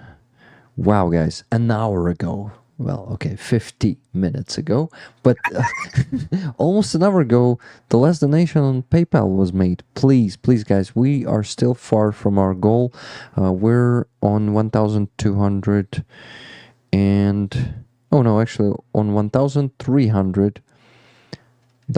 But we need $2,300. So we basically still need to raise $1,000 more. Please help me with that. There is a Vyshyvanka motivator hanging behind me. It has HIMARSes on it. It has battle geese on it. We are still $1,000 short. So please donate. Please buy tickets. We need to get there today. And what I want to say also, Reb, thank you very much for those 5 coffees. Let me read the message from it. Hi Rick, 5 more raffle tickets for rollers. So the second 5 was for rollers, and the third one, hi Rick, 5 more raffle tickets please, and give them to rollers. Thank you. So 10 tickets to rollers from you, Rep Tyree. Thank you, you're very generous. So my friends, please keep buying tickets because yeah, the only the only force that is stopping Ukraine from being occupied is our army, and by helping them, right now we're raising funds for the car for the 3rd Assault Brigade. I know what that car is going to be used for. It's not public information. I cannot tell you for what, but it's very important. It has something to do with fortifications, and fortifications can stop any offensive, and we don't have any fortifications around Ocheretina right now. This is why we're losing ground there massively every day. Have you checked the deep state map, Nick, recently? I have not. No. Do you still see my screen, which I'm sharing? Yes, let me give you a second. And I am going to need to get going pretty soon now because I've got a few things I got to do, and then I got to hop on over to the shills because I did promise. So I'm gonna. Sure, my friend. So, and I want to say one other positive message before I go because I want to make sure. And you know, we've had. You just did something which I think is really important, which is to be sober and honest about things. And I think it not being sober and honest about things is a shortcut that always fails you. So you need to be sober and honest about things. But aside from the fact that the good that's done really does stack over the years. And yes, I can see the screen there. I'm seeing it on the live. So aside from that, the other thing is, don't ever count on luck. That's a really bad idea, and I've seen people who do it. It's like, oh, I'm sure something lucky is going to happen. Don't count on luck. That's not what I'm saying. But don't count luck out either, and don't count out that the Russians are suffering too, that their economy is on the verge of collapse, that there's more people trying to kill Putin than at any time in his life. And the chances of someone succeeding are not as good as we would like. But the chances of something catastrophic happening there, if Ukraine can hold out long enough, are actually pretty good. The new strikes into Russia, that is affecting Putin's strength. That is affecting his ability to stay in power. And if he is out of power, that changes everything. And you had said earlier, you know, last year you guys were doing good. This year you're not doing as good as you'd like. You know what? Sometimes that happens. Next year, all of a sudden, you may be doing great again. Maybe not. Let's see. But unfortunately, until we recognize our mistakes and start fucking fixing them, but for now, all the internal problems with communication with society of our president's office and the government, the corruption, the problems in the army with really not punishing any of the generals or colonels, only soldiers are being punished and some low ranks officers, you know, nothing. We have no chance. We have no chance if we fight like Russians because we're not the same. And then you're not fighting for anything. Ukraine has already lost. If you fight like Russians, you become exactly what you're fighting. What's the point? But you see, we start fighting more like Russians, and that is really, really bad. That's what can lead us to defeat. So, I just am. Yeah, I'm still, you know, I will soldier on until the very end, whatever happens. So just want to tell you the truth, just want to tell you that, you know, without addressing those problems, without making them public, we cannot do anything without them. You know, and keep doing it, but you're not the only one who sees it, and there's other people fighting alongside you. You sound don't keep up the hope, because things can and do change. And it's done by you doing what you're doing right now and keeping up the hope.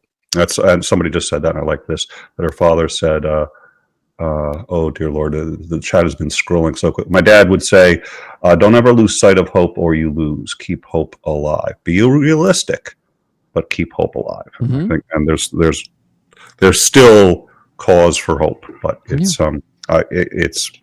I have hope. I can't imagine the pain and suffering. I can't. Anyways, show me what you got to show me, and then I'm going to need to get going.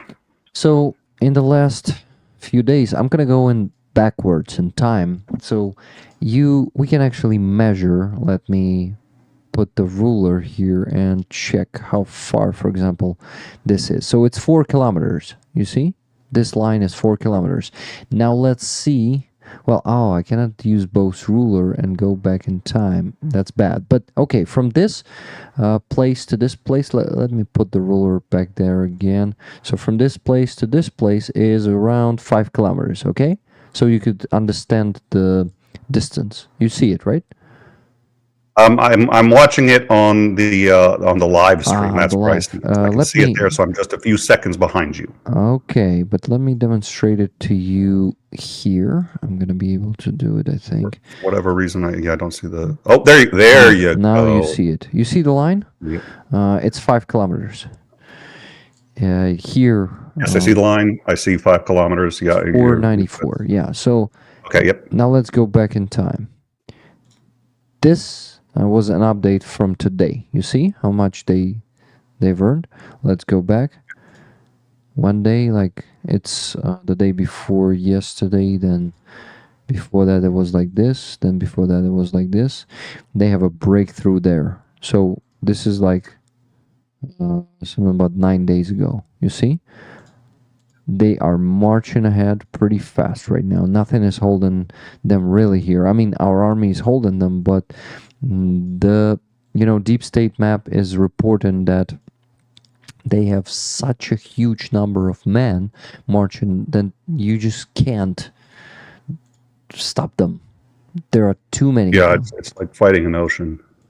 Yeah, so this is the end of June. You see how far they moved from the end of June. I'm gonna speed it up a bit. So, only with this speed it's gonna move accurately. So here's the end of July, and you see they started marching much faster here from the end of July. Here we are today. When they reach Pokrovsk, they might be stopped near Pokrovsk, but there's also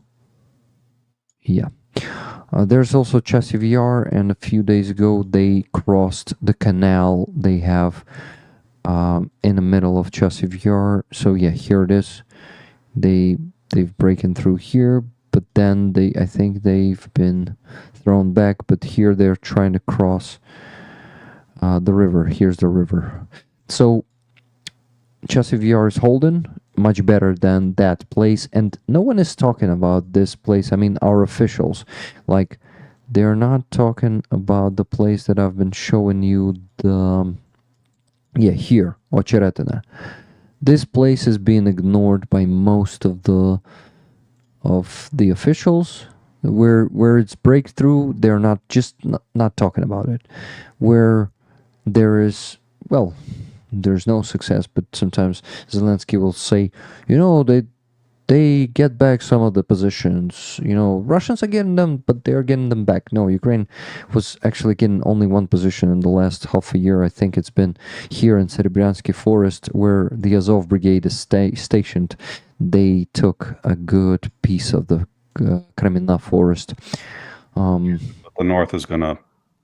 There's a lot of units up there on the north. Yeah, here next to Kharkiv, the Vovchansk. Yeah, Vovchansk is now destroyed completely.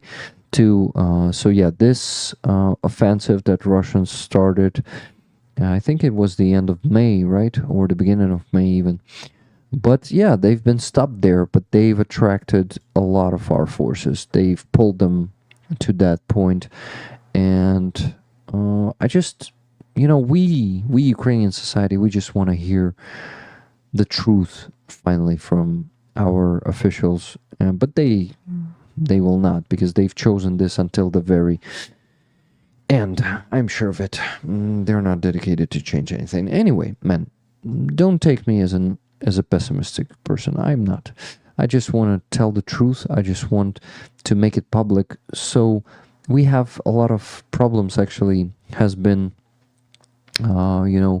dealt with only by making it known to the public on the West.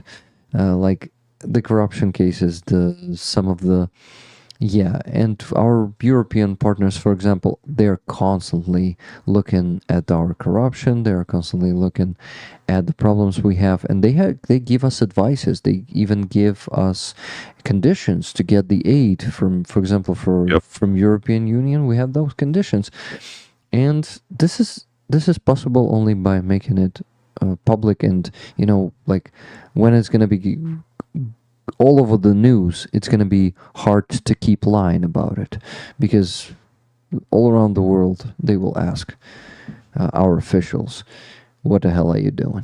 So let's keep Fighting the making it corruption public. is the principal. Actually, it's one of the principal requirements for keeping the funding, is that the corruption is reduced, which it was significantly early on, and appears to have now reversed direction significantly. No, I won't say the corruption reversed. The corruption, I think, not really changed, and you see, we have just more cases right now. That's also a good sign. Like more investigations, more what's the word? When we discover some corruption happening, right? It won't be possible without investigations, without really fighting it. So that's a good sign.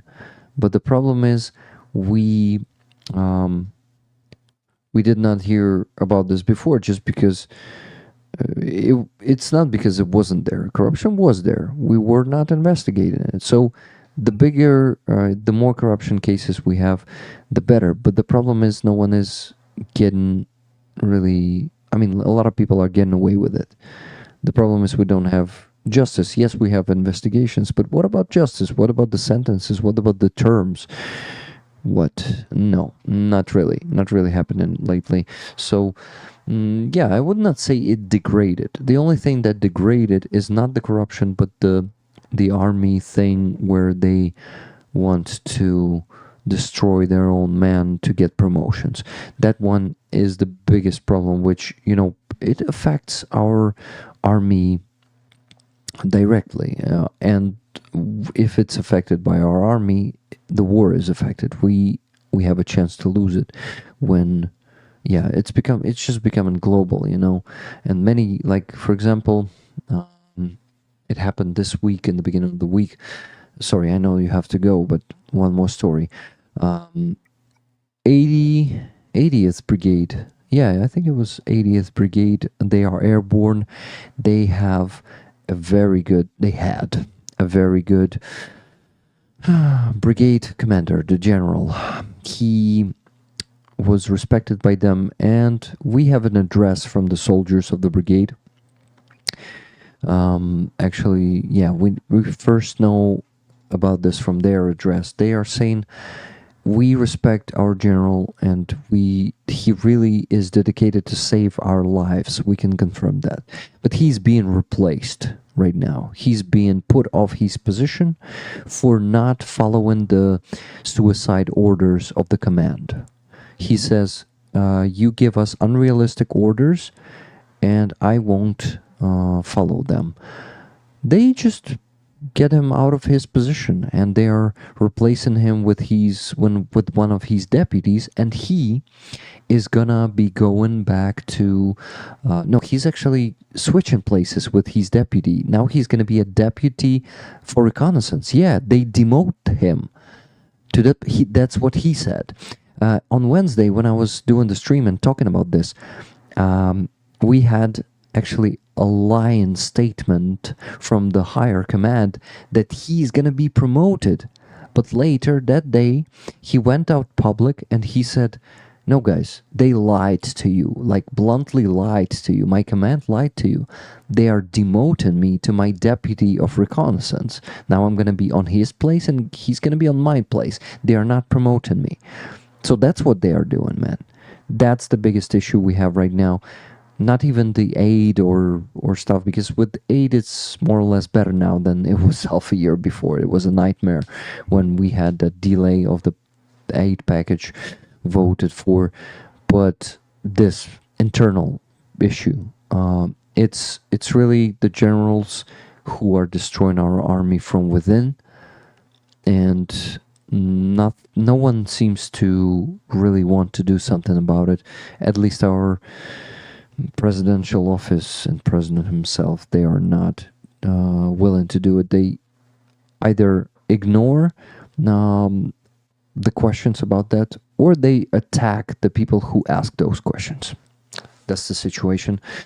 I hope I enlightened you. Quite a bit. I've been gone a while, and things have changed, and not in a good a way as I'd hoped. The last time we aired really was right before the offensive was just starting, so it's been a while. So, and I mean that was last year. Yeah. So, but I really do appreciate. Oh, I just lost an earbud here. So, I really, yeah. Talking about this ugly stuff is something that you won't hear from the let's call them American YouTubers, or let's call them Western YouTubers, because I also have this Ukrainian media space that I am in, and I see all the dirt that we Ukrainians usually don't want to get out there, because we may lose support, we may lose military aid, but we won't win this war if we won't fight these problems. So we need to talk about them. So yeah, just want to say thank you for being here with us today, Nick. It's a pleasure to have you here.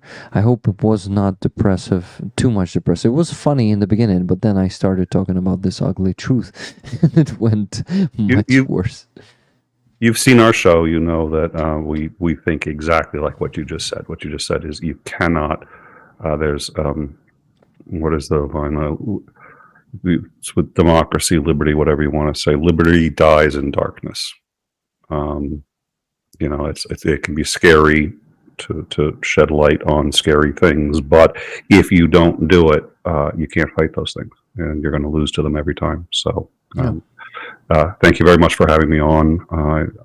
One of the first shows I've done since I've been back, so I really appreciate it. It is always a pleasure to talk to you because I always learn a lot. So thank you very much, Rick. Same. Thank you so much. And we gotta talk about the prisoners of war next time you're here, because I posted a new dub today, yesterday. So yesterday. We have to do that. We absolutely have to do that. I'm interested in that. So let's do that. Yeah, thank you. And thank you to the live chat. Thank you to everyone. Yeah, and, thank you, Rollers. You've been very kind to Nick, and thank you for that. not like me. Yeah, not like my own. Yeah, your rollers have been nicer than my mods who've been in your chat. They're like, oh, this guy again. All right, have a great. Live long and prosper, Nick. You too, sir. Thank you. Okay, my friends. So it's you and me. You've sent some donations.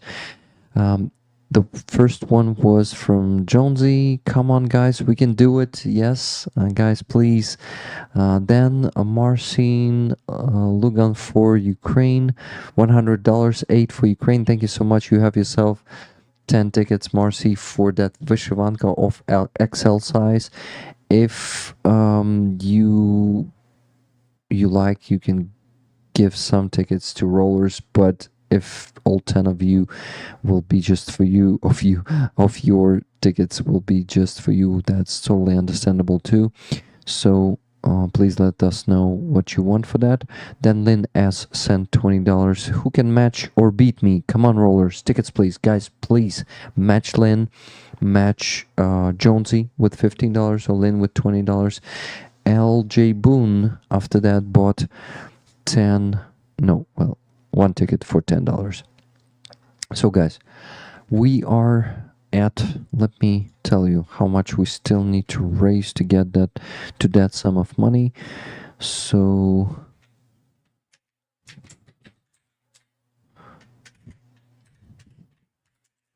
we're on 1,449.90. Let me count. So $150 more. That's all we got to raise to get to the minimum goal for today on PayPal. So please, guys, please, let's do this. Let's reach that. Now, I want to remind you what Wishovanka we're raffling right now.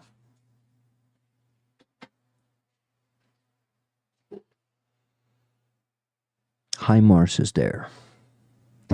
Some drones, which looks like Bayraktar, but they are Luti drones.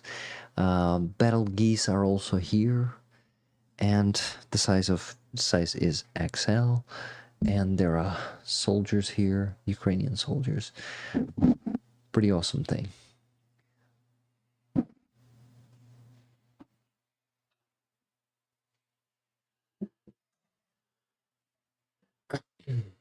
I'll give 8 tickets. Thanks, Rick. What do you mean, give to others or keep for yourself? No, it's okay to keep 8 for yourself. Like, I think it's increasing your chances to... Oh my god, I want that bad. Yeah, rollers, please. MS just sent $12.20.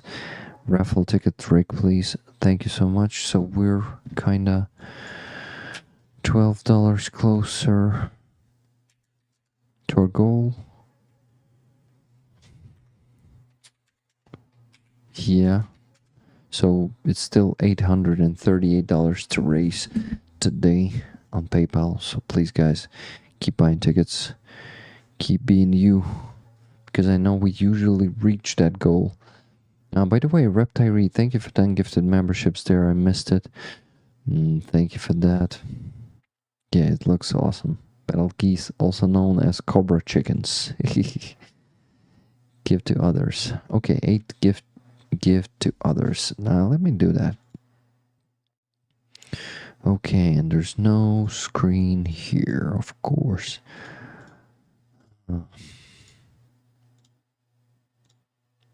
Yeah, that's source. So I'm gonna show you the... You know what I'm gonna show you. I love the shirt so much, it's beautiful, I agree. It's gorgeous. Imagine a world without major conflicts. It's possible if you believe. Yeah, it would be amazing to just imagine it and to make it possible, you know, by that. Mark Sangaman just sent $20. 2 tickets, please. Thank you so much, Mark. Eliminate money and power. It's simple logic. Mr. Spock, logic is simple, but it's much harder to do that than imagine, you know. And Mark Sangaman, thank you very much for 10 gifted memberships. Thank you for that. Okay. It doesn't display... Okay, I think I deleted the wrong window capture. Okay, let me do this. And you... What? Okay, now you can see it. Yeah, I think I deleted the wrong one. I'm still here. Okay. Okay, what were we doing? So, the tickets. Rep Tyree, 3 times 5 tickets. First time for you, and then 2 times for rollers.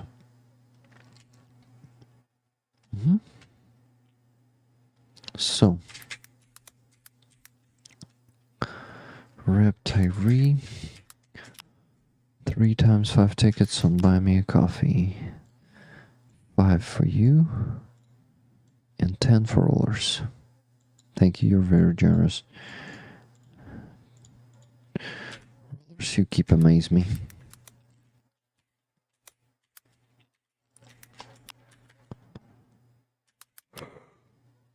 Oh. My friends, I'm starting to get tired. But it wasn't Buy Me a Coffee, Rick. And it should be 10. Let me see. Yeah, it's 10. Amazing. Give you up. Never gonna let you down. Tyree, 5 more raffle tickets for rollers. Thank you, Slav Ukrainian. Wow. That's 20 tickets from you today. That's crazy. Thank you so much. Andreas Lach, $35 donation. Marcin not marching, matching, Lynn S. and Jonesy.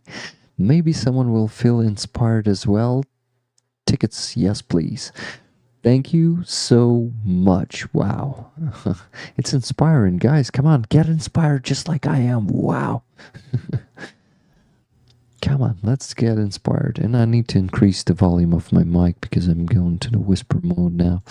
So the gain is getting bigger, a bit bigger. Andres, thank you. This is really fucking inspiring. Thank you for that, guys. Please keep matching each other. We need to reach that goal today. So, Reptile, these 5 tickets. Then I need to put, not 5, but 10 tickets for rollers. Now I need to put the tickets from PayPal.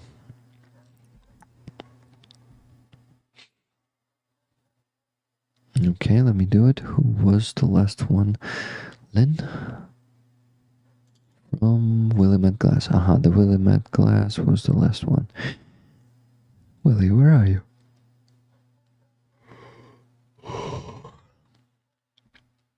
Huh. I think it disappeared. Let me update it.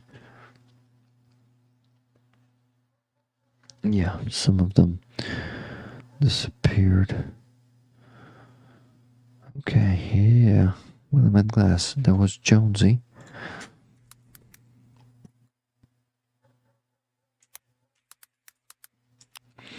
Jonesy? Come on, guys. We can do it, said Jonesy. Yeah, we can do it, guys. You can do it. We can do it all together. Marcy.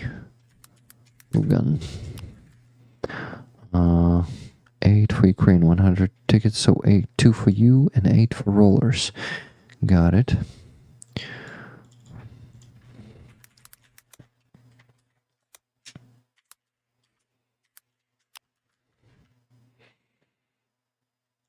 Okay, so 2 for you and 8 for rollers. Is it 8? Yes, it is 8. Then after that, there was Lynn S. Who can match or beat me? Come on, rollers. Tickets, please. $20 from Lynn. Thank you so much, Lynn. LJ Boone, ticket, please.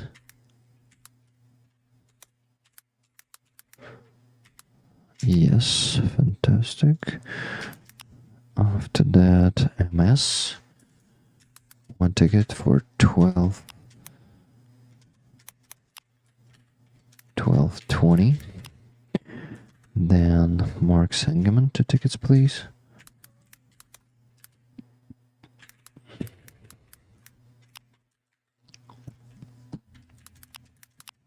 You have yourself 2 tickets. I hope my mic is still working, but even if not, that's okay. More pluses for the free raffle tickets, says Nikki. Yeah, guys, please give pluses there. Okay, and after that, we had a few more donations. Amazing, guys, amazing. So, but first, Reptile with 5 more tickets for rollers.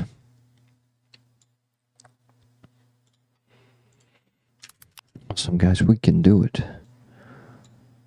We could do it. Okay. Okay, yeah, guys, if you give a plus in the chat, you will get the free ticket.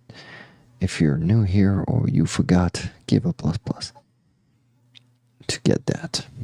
Okay, after whom? After Andreas, there was Blonde Bomb Sheller sending $10. Peace and love will always be stronger than war and hate, my friend. Blonde Bomb Sheller, do you want a ticket for that Vyshivanka behind me? For those $10?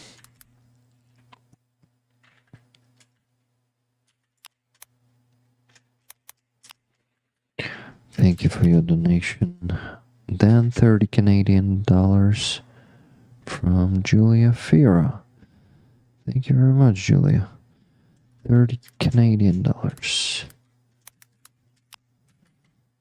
how much is it in dollars, in US dollars, I mean? Canadian dollars to USD.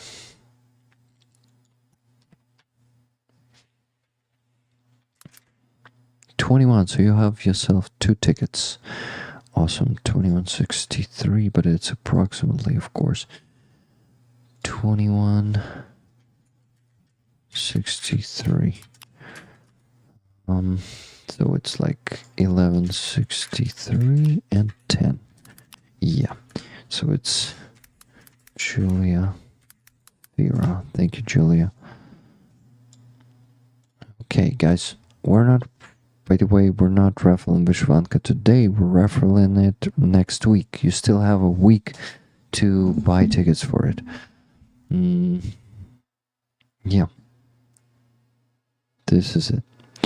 Okay, after Julia Fira, there was a donation from Fraser G. Raffle tickets, please. Thank you very much, Fraser. Fraser G, 5 tickets. Okay, we're getting closer, guys. I think we're still like a few $100 away, but we're getting closer. Step by step, we're gonna reach our goal for today. Now, thank you. Please keep buying tickets. You know how important it is, because it's to get the 3rd Assault Brigade a car. The unit, the fire support unit. Hey, what Shablam? Hello. Now I maybe have time to greet you guys there. Hello Spartacus. Hooves, Lycos, Rose Rahaley, Kenty Laden. Kenty. Plus just so Rick can go to bed sooner.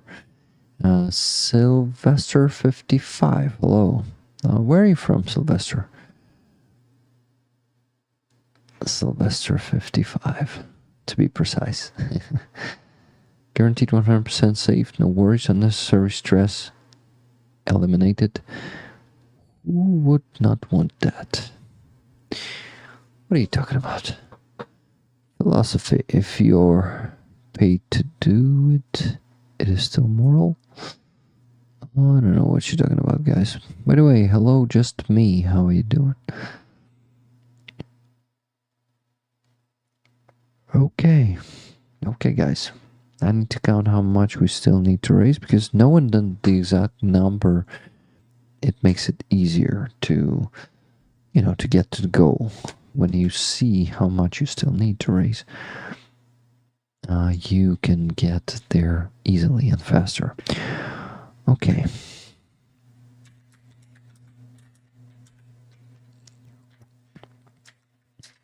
I'm counting, so we're on 1,598.77. We need to get to 2,300, which is gonna be, let me count, still $701.23. Still pretty far, but I think some of the regular donators didn't donate today, so yeah, some of the people don't have the means to donate every week, and that's totally understandable. And I don't know, even once a month could be a hard task. I know how that could be, guys. So, no problem, guys. If you don't have the means today, we can not reach the goal. This is going to be the first time, I think, that it's going to happen, but I'm still hoping that it won't happen. Wizard of Oz, $10. Send in love and hope. Just one ticket this week, unfortunately. No problem, my friend. That's what I'm talking about. It's really hard to keep up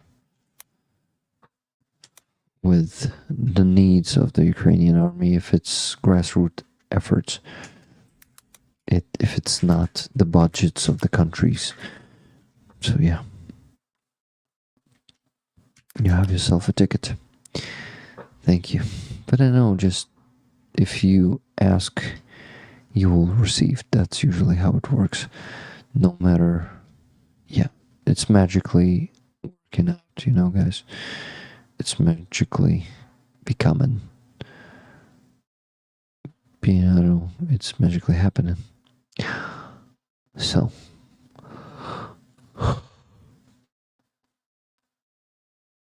Rick, I'll be able to do more and give more once I get moved over there in the fall. Awesome. By the way, will you still be working like for, I don't know, for the company you're still working on, like, but like work from distance? Or you're planning to get a job here in Ukraine? By the way, was Mertzi here today in the chat? I think we didn't have him here. I wonder though. I'll give 8 tickets. Thanks, Rick. Elvin Archer. Rick, I'm a bit strapped for cash at the moment after air show holiday, but we'll try and get the first package off to you this week. Awesome, thank you. Let's get that. I reckon a new door through a wall for wheelchair passage. Got to go check months reserves. Tight months for me now. 27 days to go. Let's all invest in a new door at Kerch. Yeah, that's a good idea. That's a good investment. Oh, Fred Thornbury just sent $100. 10 tickets for cool shirt, please. Amazing. You have yourself 10 tickets. So we now need to raise $601.23. Awesome. Thank you. Thank you. You boosted this pretty well. You know, they exist. 522. I'm looking forward to the next interview with Andrew. You know, they exist. If you can, please send the donation on PayPal because we're, well, I won't say we're struggling to reach the goal today, but it's harder than usually. So to get to our goal of 2,300 on PayPal, we need some extra donations on PayPal today. So please, please do that. But thank you so much for the super chat for 522 super chat.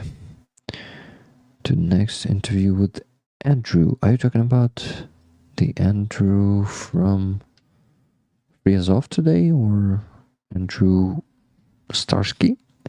Well, guys, my eyes are really, they started hurting right now. I don't know what's happening. Anyway, Fred Thornbury, 10 tickets. Fred, thank you so much.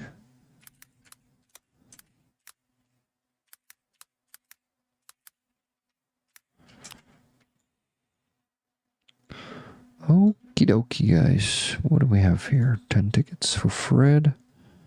Oh, I'm mistaken there. Thornbury. It's not mistaken. It's, I think it's my keyboard. It double pressed it. Yeah. Okay. I see people are dropping off the stream significantly, like in big numbers. So those of you who plan to leave in the next few minutes, thank you so much for being here, guys. Don't forget to like the stream and share it everywhere.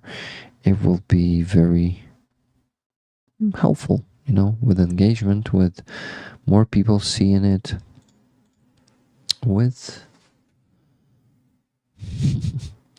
with all of that. I'll be dedicating my time to a program for veterans. I'll tell you about it later. Too much to explain here. Okay, no problem. But how are you planning to earn more than you're earning right now with a volunteering veteran? Yeah, that's what you said. This is why I'm asking. Sorry if I'm sticking into not my business, you know. Shills is on. So people dropped off to the shills. Understandable. But Most Roland rollers are still here. Thank you for that, guys. I think Mo will drop off anyway, because it's a sleep time for many of you. That's understandable. Hey, Sir Garrick, how are you guys doing? By the way, I apologize. I still haven't sent you the flag, but I will do it next week. Rose Rohaley just sent $5. Thank you very much, Rose. Guys, don't be shy to send any sum of money. Okay? Thank you. I mean, like, there are no small donations. And even 50 cents. We received some 50-cent donation once. And you know, when we have many of them, it doesn't matter what sum you send. Oh, did you do a poll for the name? Oh, I didn't do it, LJ Boone. Amazing. So first of all, I need a photo. I need to find a photo. I know how to find it, by the way. Let me find it.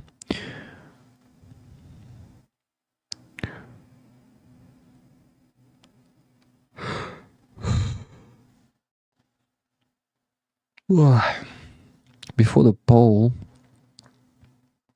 I'm still lurking and listening. Hey, Paul. Thank you for that.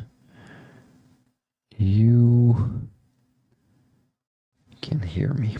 What I'm talking, right? What I'm saying about the donations.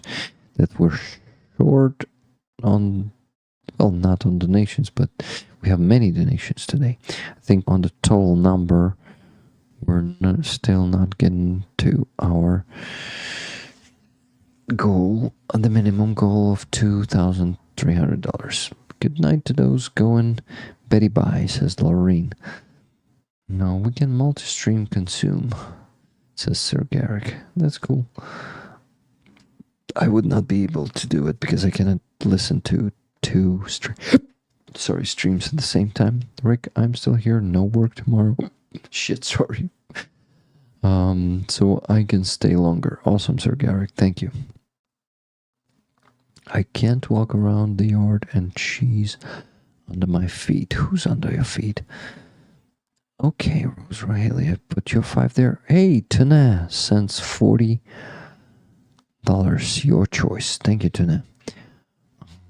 Tana, you have yourself 4 tickets.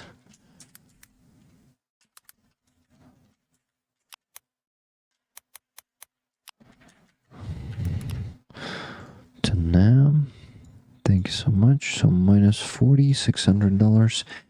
601 and 23 cents minus 40. We still need to raise $561 and 23 cents. AJ Lahenska still here. Amazing. At this biker guy. Aha, you're also chatting there. Got it. Okay. I need to go to the bathroom real quick, guys. What do I want to show you? Some video, I think. Let me find it. Give you up, never gonna let you down. Martin Bizik, take my money. Shut up and take my money, right? Right. Let me see, how much is it? $10. You have yourself 1 ticket. Awesome, Martin Bissig. Martin, by the way, you won the flag of, if I'm not mistaken, the Blackbeard group, right? I think so.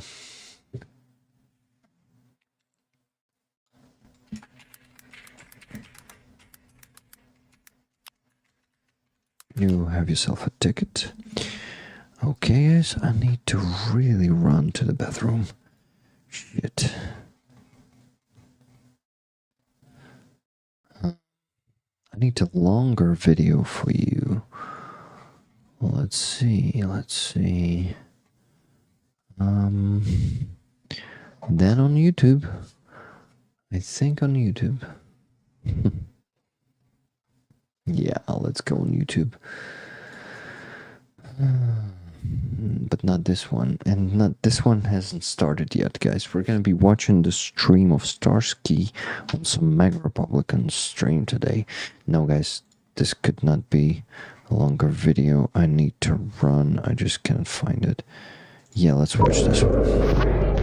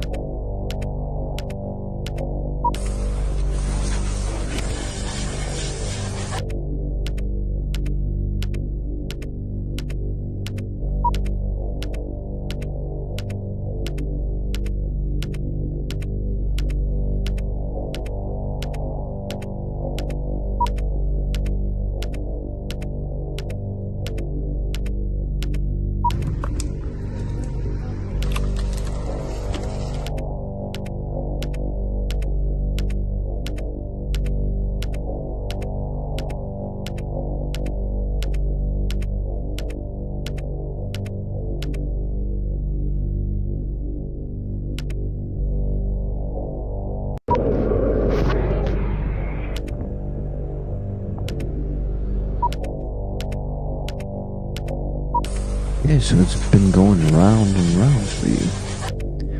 Let's see it. Or just a piece of it. Yeah, hard to watch. Hey Merzy, happy to see you. How are you doing? By the way, I got your donation. Let me check it out.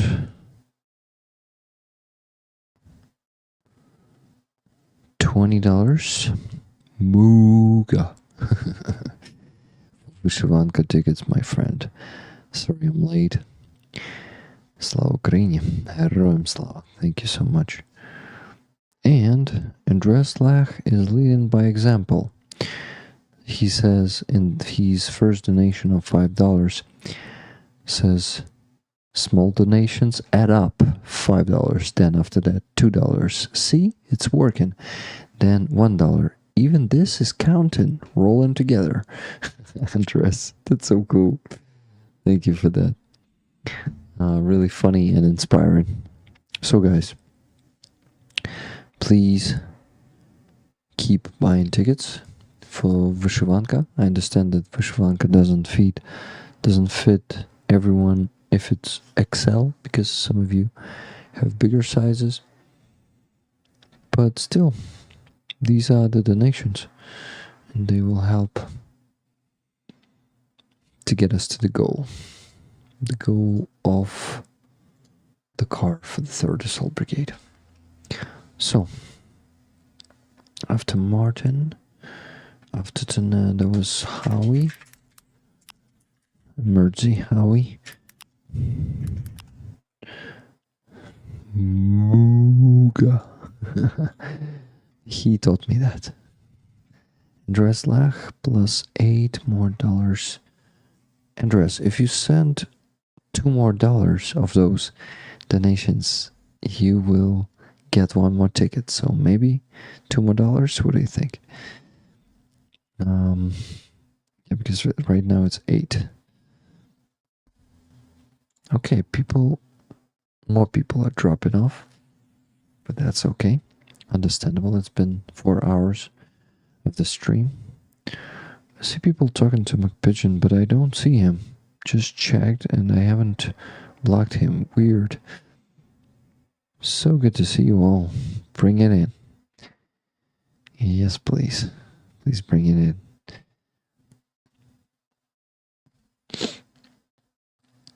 Oh, by the way, I also brought the juice with me. I thought, why just water? Maybe I'll drink juice too.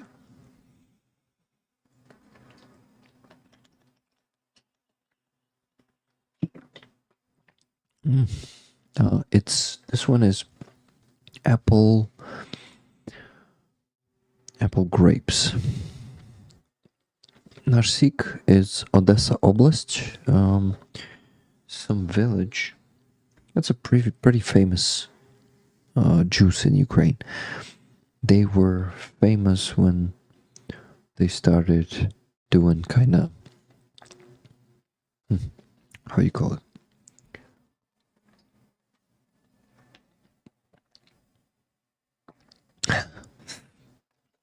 Some whatever. They are famous. $2 for Andres Lach. Super chat. 5 F. What's that currency, Martin? Of course I can Google, but I better ask you. That's how I like to do it.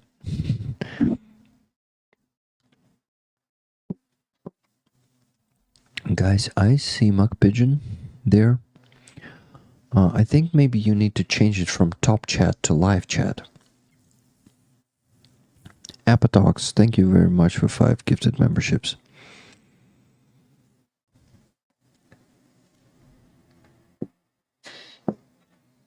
Yeah, this one is done. There's no juice there anymore. Swiss dollars. Swiss, are they dollars of foreigns? No? Are they F? F is for foreigns? No?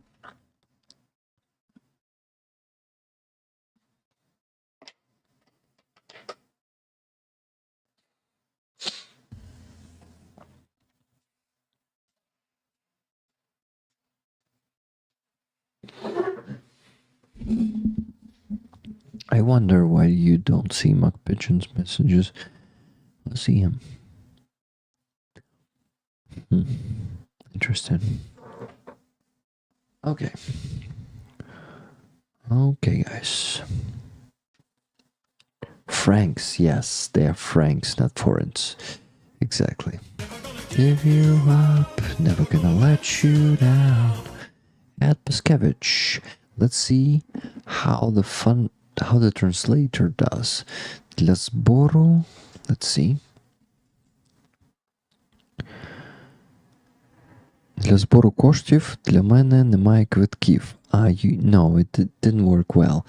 You probably meant that you don't need tickets. But it translated it like I don't have tickets. Yeah, so what do you say? You don't want any tickets, you just want to donate those tickets for the rollers, right? Ed, let me know. Rick, I sent $35 earlier, so the ticket should be covered. Yes, it is covered, Andres, exactly. Yeah, it was 35, so I need to take from those 15. Where are those 15? Somewhere in here. I hope I didn't miss you there. Let me check. Andres, where are you? at all here. Huh.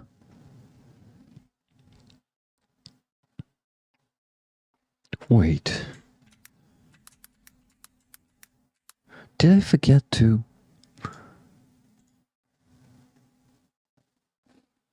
If I forget to put your 35, I don't think so. Yeah, here they are. I just put, for some reason, I put 30. Yeah, sorry, man. I'm just gonna go and fix it. Okay. You've been sending 35 there. Yeah. After Mark Sengerman.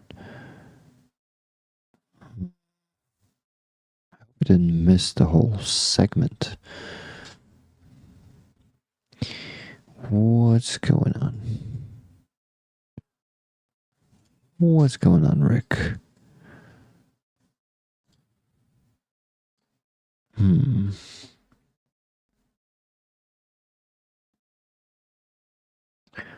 Maybe there are some tickets that I still haven't put there.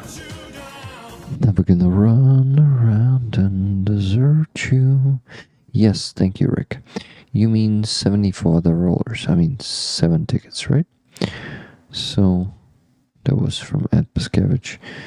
One more coffee donation. And it was 1 coffee. Thank you.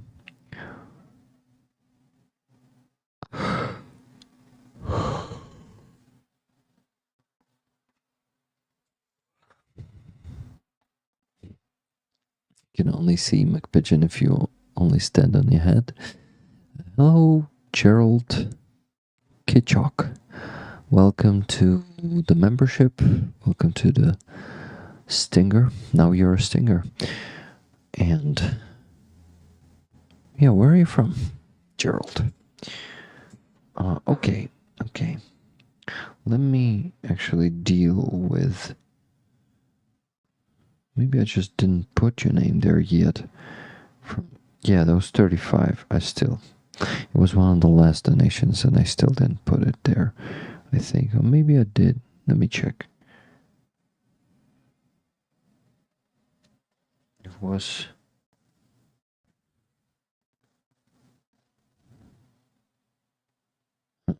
was before Blonde Bombsheller.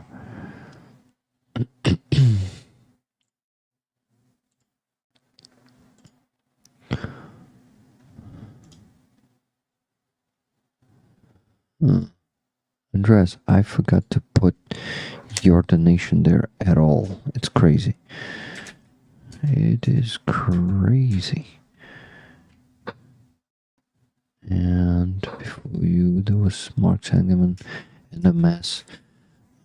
Wow.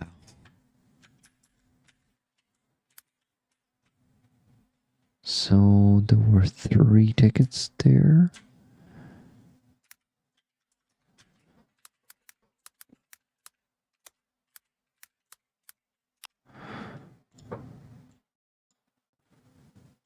Okay. 3 tickets. So 8 plus 5, 13. And the next ticket.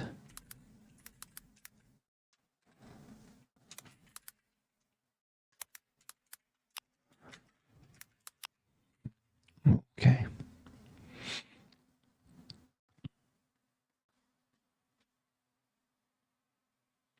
After what? It was after Howie. You sent $8. Yeah. No, it covered it, guys. For those of you who are just joining the stream, who is just joining the stream, I want to inform you that we are about $5.50 short from, not from, short off donations to reach our goal, our minimum goal of 2.5, well, 2 and 300, $2,300. Let me count precisely right now how much we still need to raise.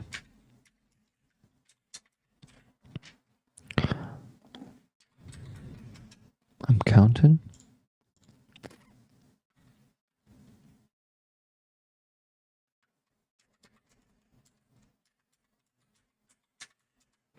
$518.23.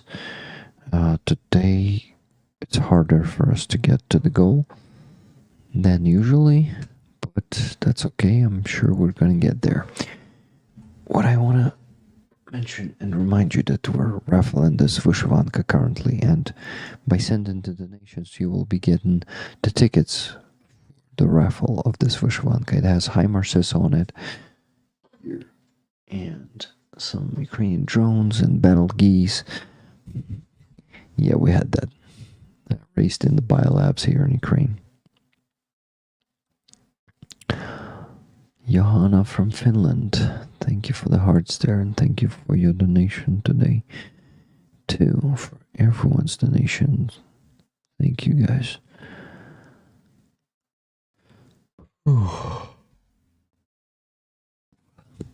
I won't go to sleep before we get to the minimum goal, guys. I just am an asshole to boast to myself and to you.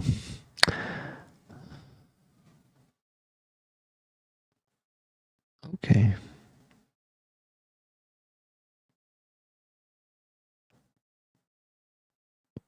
Okay, just got the donation from Nikki Hill. Tickets, please. Nikki, $50. So you have 5 tickets.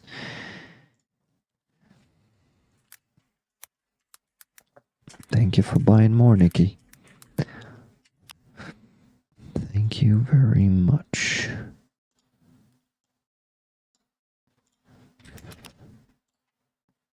So guys, we still need to raise, let me count. $468.23. Getting closer, closer and closer. Spock. I see you went back and purchased the flashy Vyshyvanka. It's not the one, it's the old one, remember? But I actually got back and I bought it. But this is not the one. I still haven't shown that one. And I actually didn't wear it anywhere yet.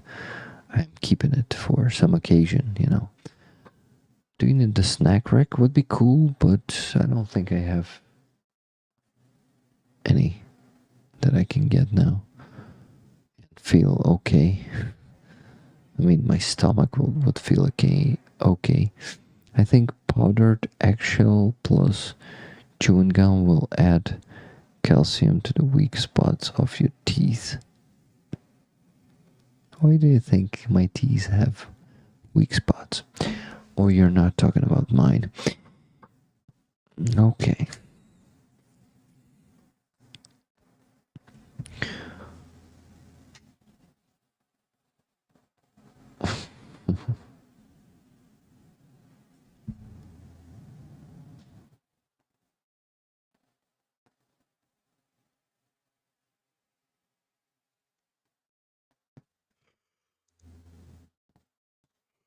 Sorry guys, I went silent because I was updating the PayPal, trying to see if we got more donations, but we need to donate money from Buy Me a Coffee from the previous week.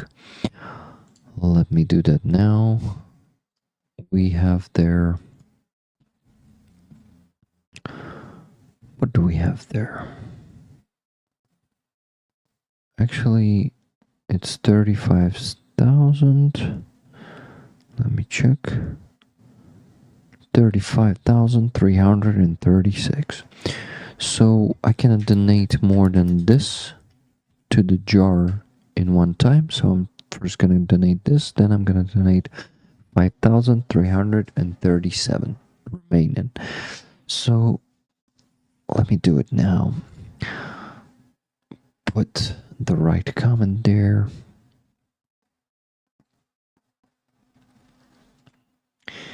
The comment will say from Rick, the Ukrainian's community. Героям слава.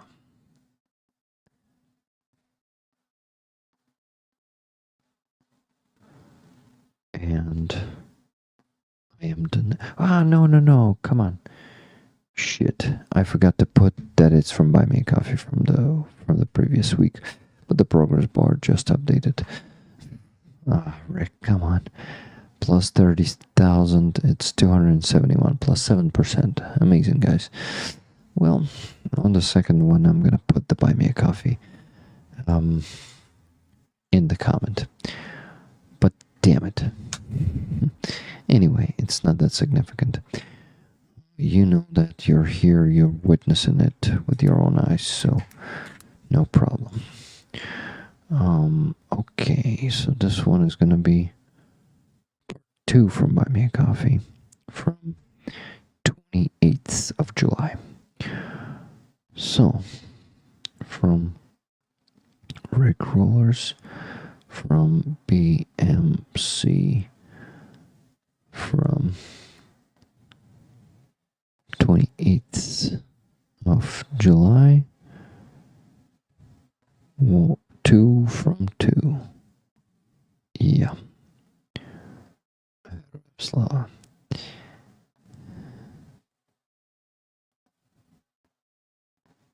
And the progress bar will update now.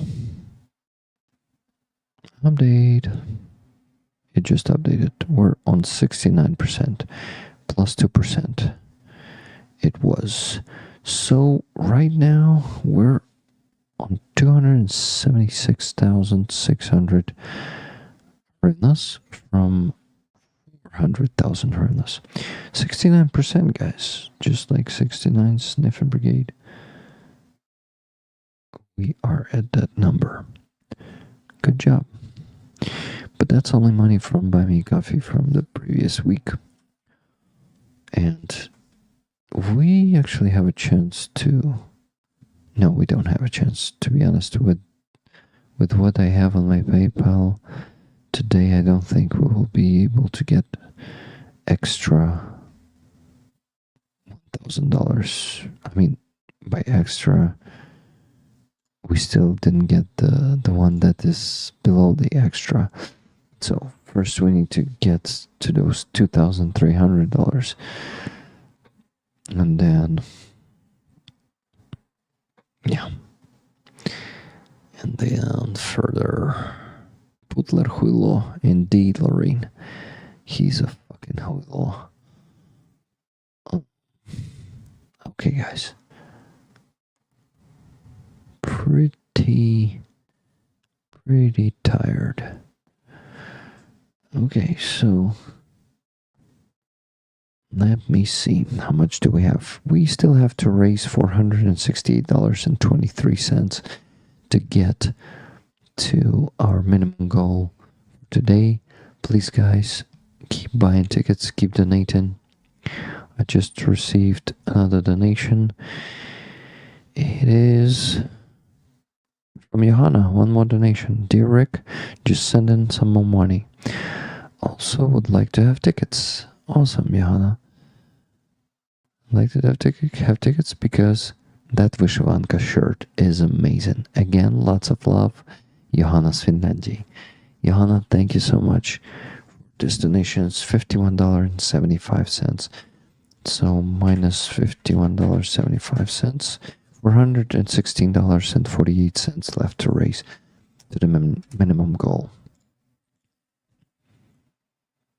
Awesome. Let me no, not do this. Let me put your tickets to the raffle. Wow.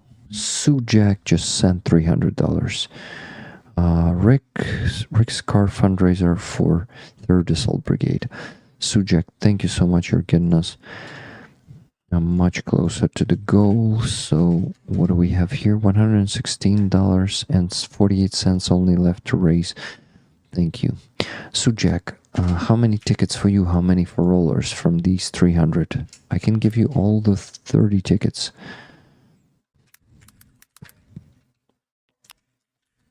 Johanna, 5 tickets for you. And Sujak, please let us know there in the chat. Thank you. How are you doing, Sujak?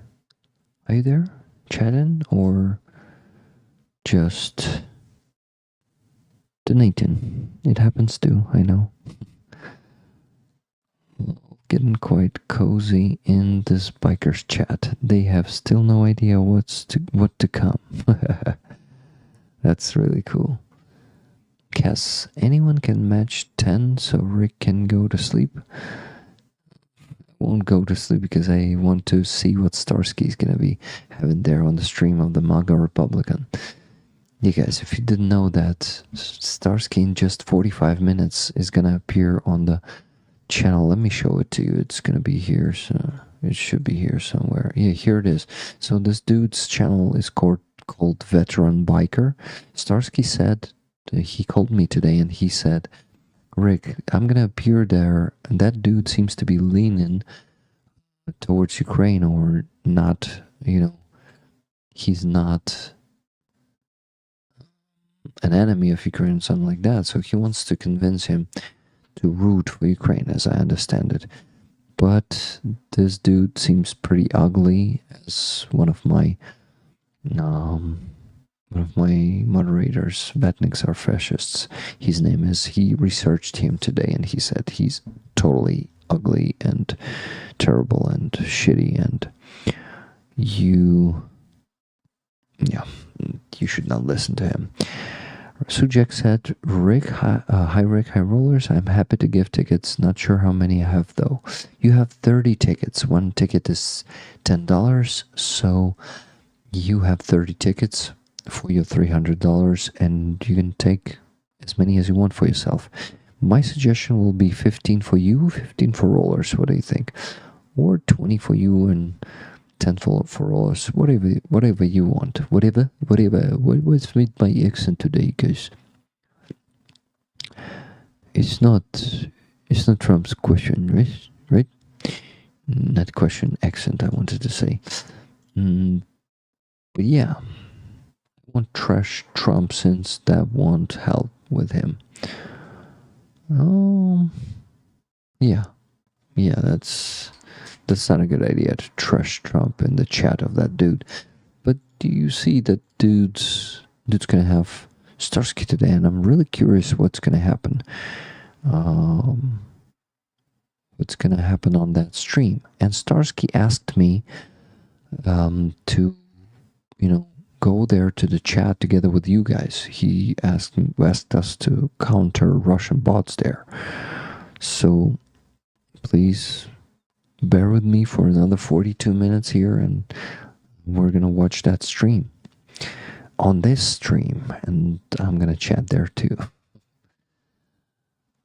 I'll take your suggestion, Rick. So 15 for you, 15 for rollers, okay? So Jack, do you like that beautiful Vishwanka? Let me show it to you once again, guys. By the way, Katie S donated $10 when she asked you to match her, guys.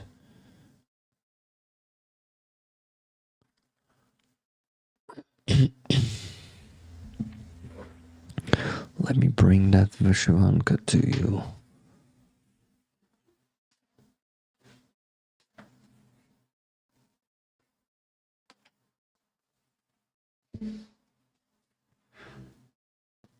It has HIMARSes. It has battle keys, bows here on the collar and here at the bottom.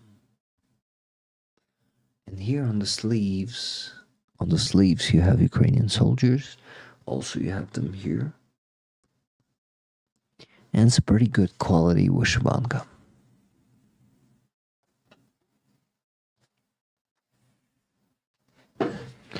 We've been raising money here since 2022, selling things on eBay and Dumptree apart from the Daimler for Donbass. So I can keep donating as long as our stuff sells. Amazing. Thank you. Thank you. That's very inspiring.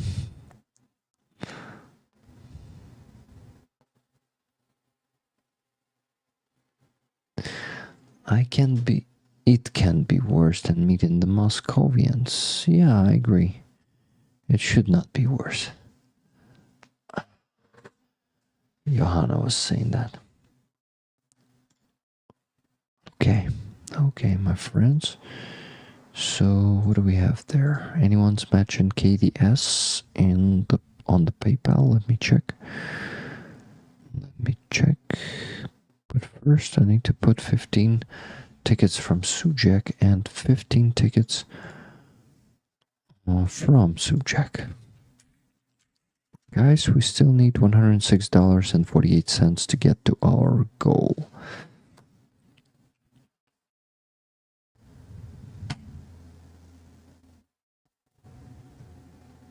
This shirt is pretty. It's almost impossible to wear it. What do you mean? Why impossible to wear it? A lot of them will be Muscovites on that chat, I'm betting. Yeah, this is why it's gonna be cool to be in the chat, and I would actually like to comment on it online right here on the stream. What do you think, guys? Is it a good idea? Because for me, I think it would. Yeah, for me, it's interesting, and yeah, I will be react here right away. That's some new experience for me. What do you think? Oh yeah, I wanted to look for a photo, and I think LJ Boone sent it to me. Yes, exactly. So guys, there's an item that LJ Boone created. And LJ Boone, I wonder if, can I show it the best way to show it? Like this. So LJ Boone wants to auction it. I will put it on the auction on our platform, my mini auction. It's not our platform, but the one that we're using. I'm gonna put it on the auction, and I'm gonna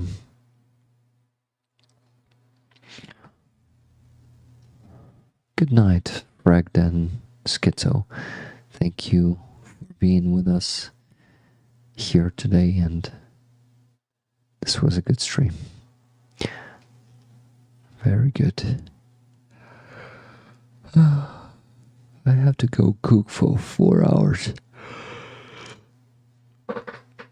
Not me, guys. Mac Pigeon said that. A lurk stream activated. Thank you for lurking. Thank you for keep listening to it. If you're talking about that. Ooh, my eyes. Candy says it's very beautiful. I know it's hanging on my wall. Wall. I can't believe that I made that. Okay, let me send it to myself here.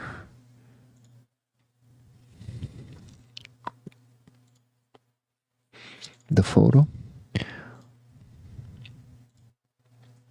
So, guys, behold, that's the tapestry made by L.J. Boone. And it's a Ukrainian tapestry. The size is impressive, guys. Let me actually read the... How do you call it?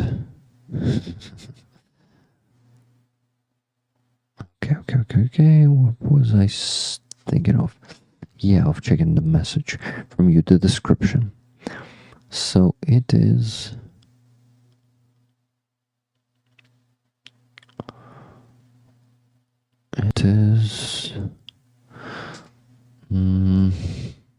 It is made with seed beads, size 11, 170 columns, 180 rows, hand bedded by L.J. Boone, pattern by Craft Pattern Shop. Awesome, Craft Pattern Shop. Width about 22.5 centimeters, 87 inches. Height about 30.06 centimeters, 15 by 37 inches. So basically it's like something like that. Yeah, it's about that size. It is beautiful. I really hope you enjoyed, guys. And this is going to be put on the auction. I would like to know what price would you like to set for it, LJ Boom? What do you think?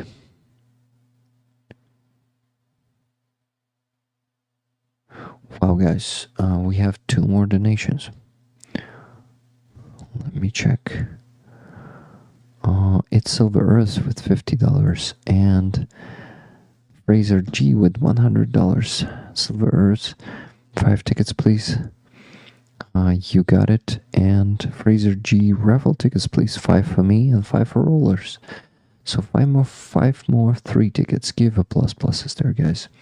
So the tapestry is beautiful, but we were thinking about, actually counseling with you rollers to give her a name. How do you think we should name her? About the price, guys. Should we maybe start with $100? What do you think? This is my guess. Okay, how do we get there? To the chat, I think like this. Yeah, the rollers to give her a name. Don't forget to like the stream, it helps with engagement.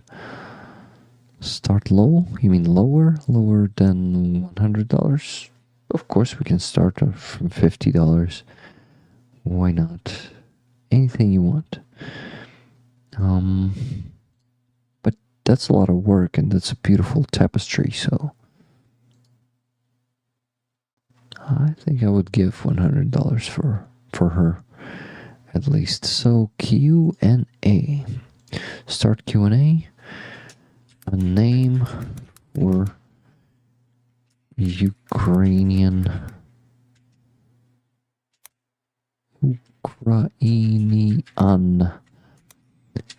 girl on the tapestry. Start Q&A. Guys, there's going to be a Q&A section here now on YouTube. Please go and give the suggestions of names there. You can see it on top of the chat now. You press it, you go there, you see the names there. Then we're going to make a poll from the best names. We see the pluses there. Awesome. Raffle is next week. Lisa Van Balen. Yeah, raffle for Vyshivanka is going to be happening next week. I want to raffle it for 2 weeks instead of 1. We're still raffling it for 1 week. Raffle is next week, exactly. So. Yeah, next week on the stream. On the stream, obviously. Guys, please like it. Like the stream if you forgot to do it. Thank you. Okay, I need to put tickets there first so Nikki could work on the pluses. So give me a second. By the way, there was someone singing Never Gonna Give You Up Again to buy tickets. Yes, I think I forgot to put the tickets of Ed Paskevich for rollers, right? Or, yeah, 74 rollers. Ed, it was, yeah, you told me I was right in that.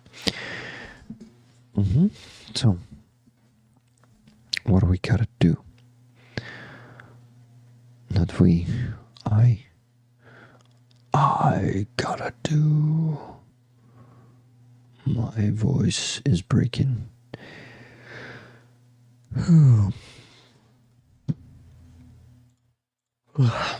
I'm sorry. And Paskevich.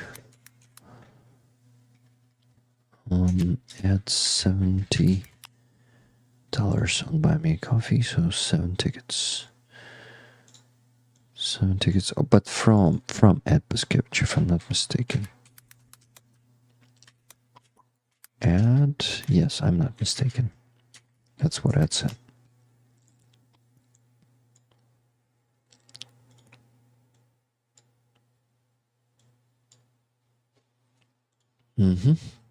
Nikki, now you have some free tickets to work on. Yeah, and I see Nikki's right away to work. Awesome. Okay, now PayPal. Let me get back there. So Johanna was put there, but the last ticket was for 11.75. After that, we had Sujak, 15 for Sujak, and 15 for rollers from Sujak. Is it? No, it's 16. So 16 is going to be from Sujak.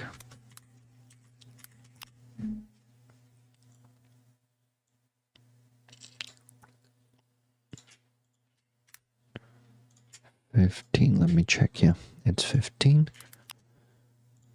So 10 bucks here. 300 from Sujak. Hey guys, more pluses in the chat, please, because we need more. Yeah, we have a lot of free tickets now. Can anyone match me $10? Kitty, was I putting you there?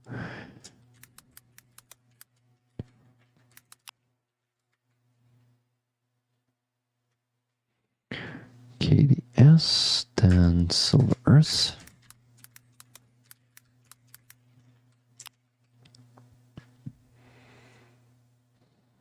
With 5 tickets.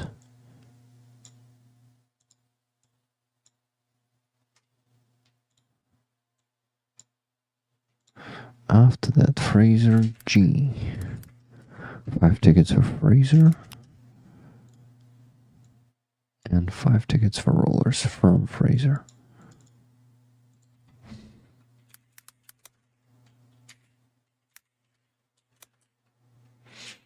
Thank you very much, Fraser. Okay, me friends. Let me check. What do we have there?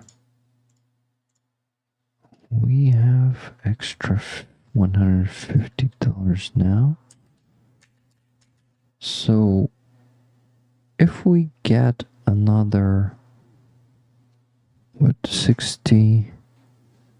57 bucks, we're gonna send Helena $400 as we usually do instead of $300. So guys, we can also raise that, I'm sure of it. Only like 57 bucks. If anyone is willing to send it, or have the means to donate, or maybe a few of you $10 or 20 or something, we can get to that. So let me go to the Q&A section and see what we have there. Where's the Q&A section? It should be here. So Lesa, like Lesa Ukrainka, I love this name. Vera, Kalyna, Sonyashnik Sunflower. Oh, Sonyashnik is a good idea. I like it. I also like Lesa Ukrainka, Kvitka Mria, Flower Dream. I like it. Who flowered it? Keith, sorry, but I just don't like the name Vera. For some reason, I don't know. So this is not my cup of tea. But to each his own, you know. And I think you will understand me in this. Now, Rick posts 2 new pics in rollers photos. Let me go check it out. Oh. Yeah, nice. Wow. Yeah, guys, so it's a different lighting. Changes her. Yeah. Canty posted it. Paul. I wanted to say Paul. Here. Yeah, here you can see how lighting is working on it, guys. You see the colors are becoming different on it. It is shining. It's really shining. Wow. I really like it. I like how it looks, but I'm not showing it to you. Damn it. Let me save the image there and then show it here.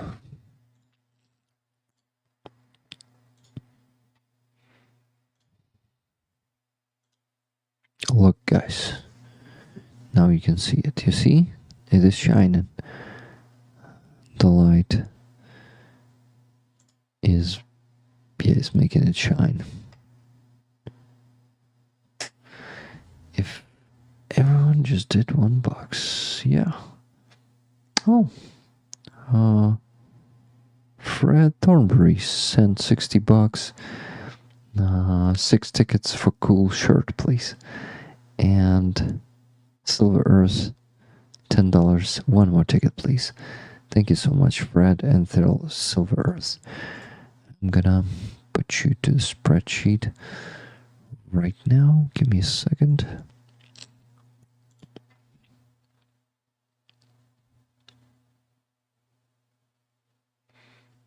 Okay. Never gonna give you up. Never gonna let you down. Never gonna run around and desert you. Never gonna make you cry. Never gonna say goodbye. Blah, blah, blah, blah, blah, blah, blah. Fraser G. After you, there was Fred Thornberry. 6 tickets for cool shirt, please.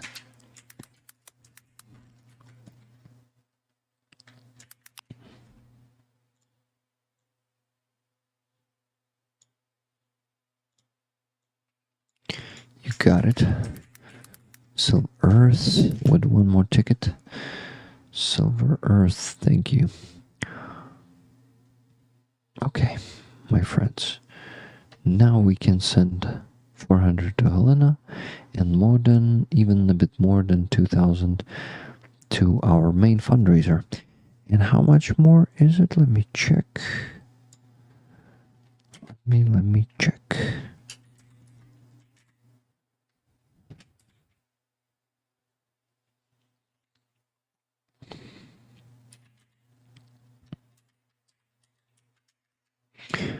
Okay, $2,013.52. Now we reached our minimum goal for today, 100%, like 3 minutes sub needed. Which one? Sub? What do you mean by sub? Subtitle? Subscription? Subway? Let's make him great. Світло України. Light of Ukraine. AJ Lahinsky, can you put it into this section? Into this section. Q&A section? Can you do that? Thank you. Oh, there's a Ukrainian Rick Ashley version. Wow, I didn't see that. Thank you, Nikki. Let's maybe listen to it. What do you think, guys? Let's try. I don't think we're gonna be banned or something.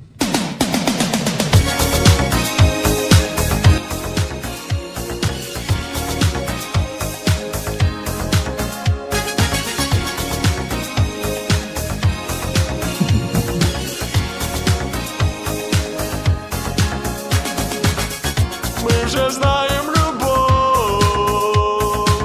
Ти чула правила, тож чув і я. Ти у безпеці, тож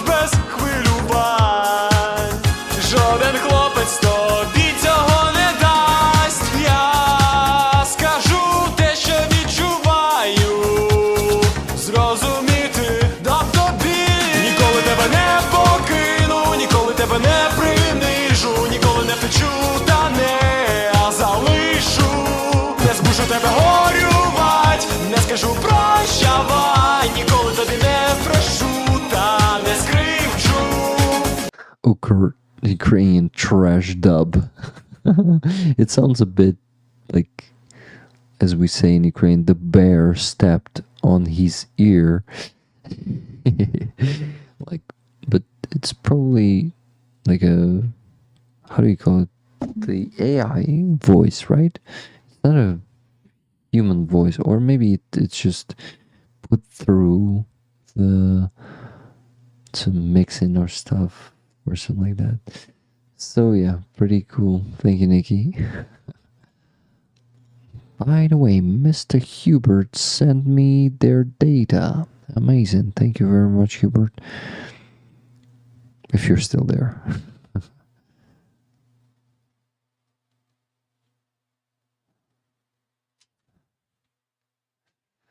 Okay. Okay, thank you. Thank you for that. Like an angel pissing in your ear. Yeah. Just like what I said earlier, since it is their stream, they can block and delete, just like what happens to trolls here. Being paged. I'm still recovering from surgery. Try to be back shortly. Okay, Kenty. But the lyrics was promising. Yeah, I agree. Better late than never. Yeah, Hubert. Putin Huilo is in the chat. Look, guys. Welcome, Putin Huilo. I doubt that you're real Putin because there's a word Huilo there. But that's who he really is. Where are you from, Putin Huilo? What should I ask in Ukrainian? Victoria. She should be Victoria. I like this idea, Cindy Orishuk. By the way, Cindy, I checked, I've noticed your message. I've noticed your message about that you were trying to buy coffees today, but you couldn't. Maybe you try to buy. Oh, sorry, not buy. Maybe you try to send money on PayPal. Will it maybe work? Some motorcycles are racing there during the curfew. Damn it. Zero Ohms just sent $100 donation. Tickets, please, from Zero Ohms. Zero, thank you so much for buying 10 tickets. I see you're in the chat also. WD Zero Jim. Thank you very much.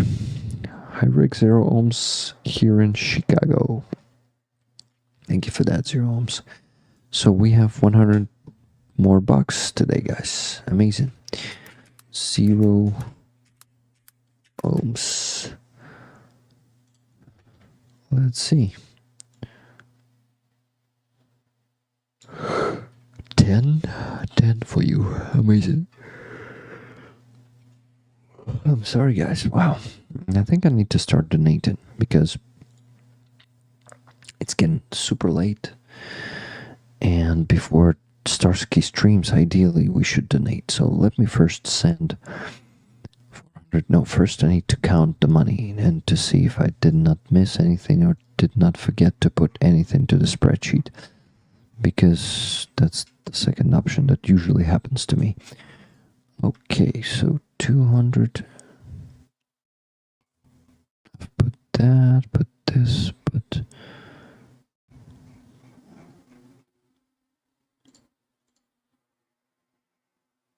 I think I still forget to put something in the spreadsheet as fucking always. As I always do. Ricky. Okay, so let me first check if I didn't forget to put any. First of all, that's, no, Canadian dollars. I actually made some US dollars out of it. Yeah. Well, I didn't make it. I simply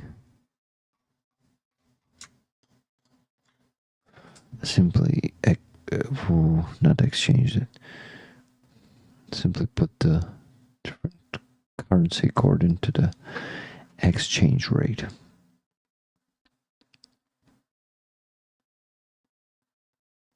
Okay, who did I forget to put to the spreadsheet?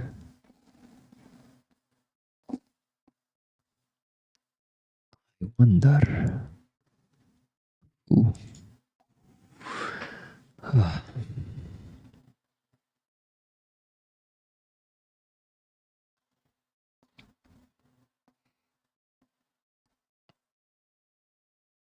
Okay, let me check first of all. Let me check how much am I missing there? Not missing, but having more.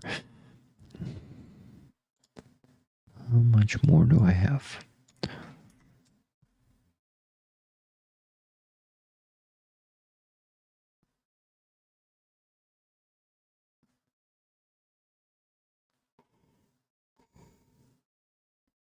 Oh, sorry guys. Really tired. Minus.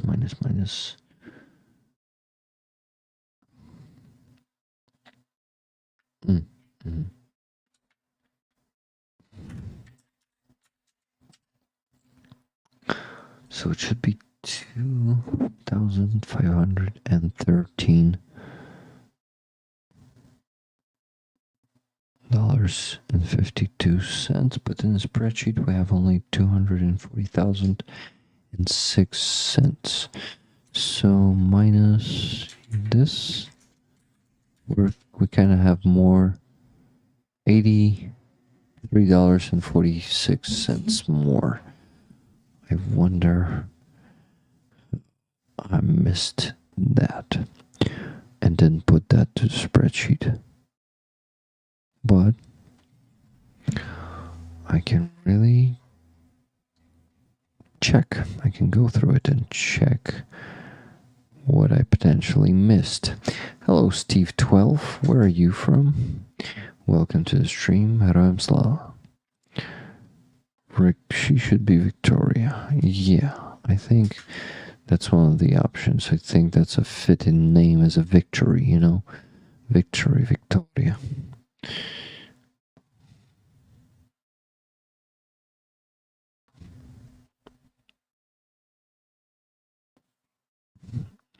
Okay.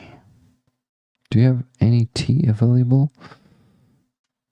I cannot boil the water because the oven is pretty loud, beeping, and it will wake up my wife. So, count the money, that's what I'm trying to do.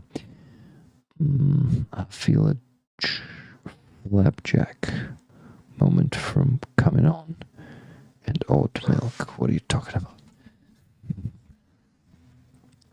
Okay. Let me focus. I know what it is, guys. I know what it is.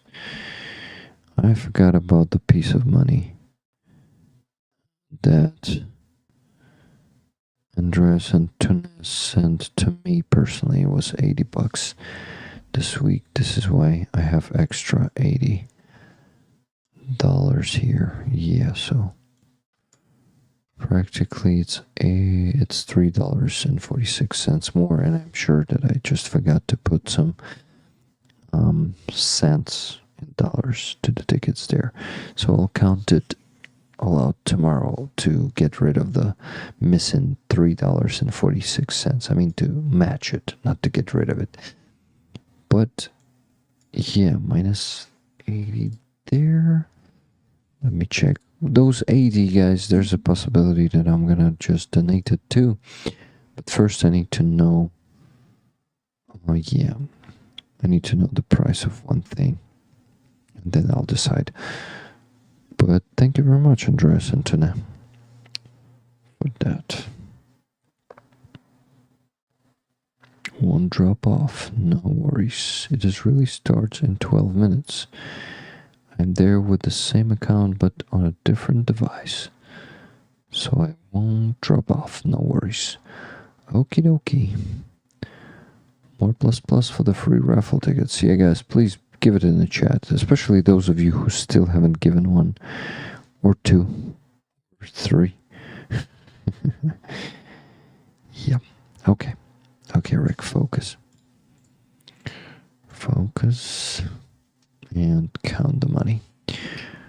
First thing I'm gonna do, I'm gonna count how much. No, first I'm gonna send 30 Canadian dollars to my card, to my voluntary card.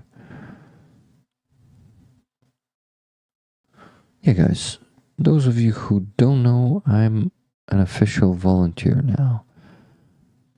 I pay taxes not from donations, but from my journalist activity. But yeah, they can officially check me at any point since I decided to go public and legal in terms of being volunteer.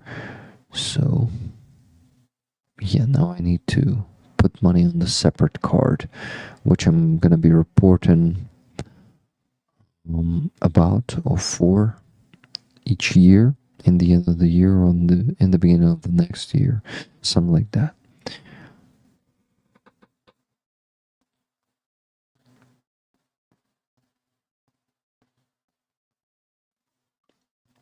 Yeah, plus for Sally Lou's is a great idea. May I ask you to give 2 tickets to Sally Lou's? Sally, thank you for your work. And all moderators, huge shout out to you. Thank you for all the hard work that you are doing. Okay, 30 Canadian dollars. In hryvnias, it's 890 hryvnias. I'm sending it now.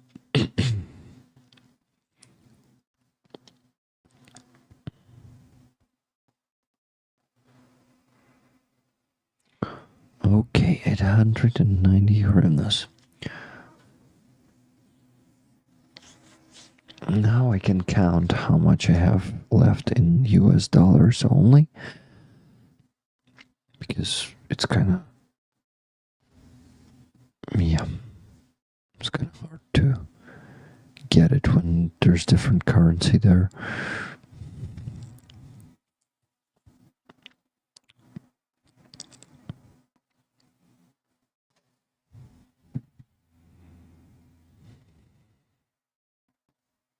Okay, let me count.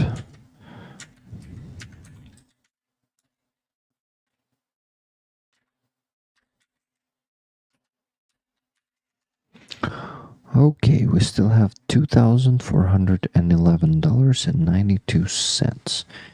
Let me send 400 to Anton, the husband of Kalyna. By the way, Kalyna was on Free Azov stream today, so if you haven't checked the Free Azov stream,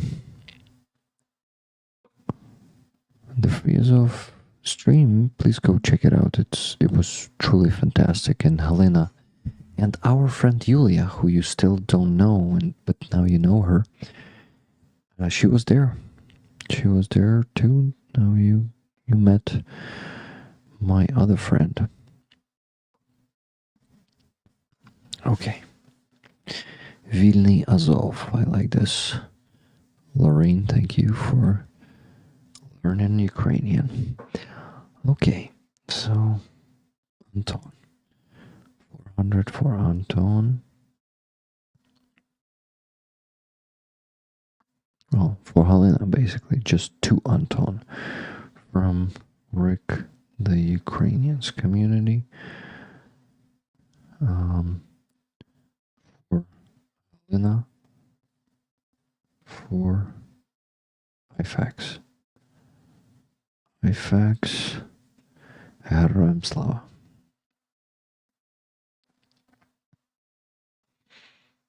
Mhm.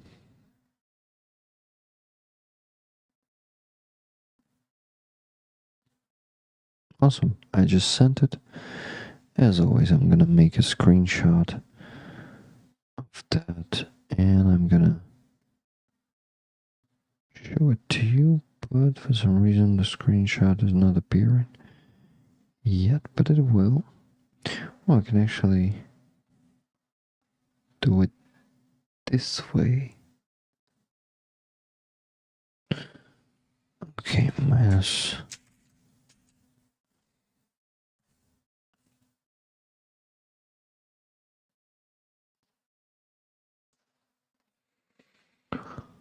Oof. Oof, hearted.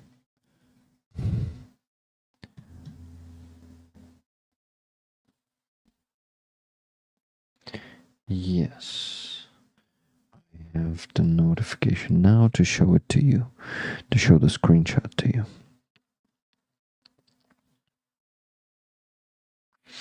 The stream with Starsky is getting close, really close, so I may be a bit late for it because I need to finish donating first, I think.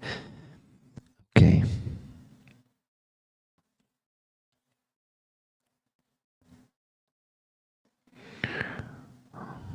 Lorraine, bless and keep safe all the defenders of Ukraine. Ah, for Sally. Yeah, so sweet. I agree. Okay. Send it here.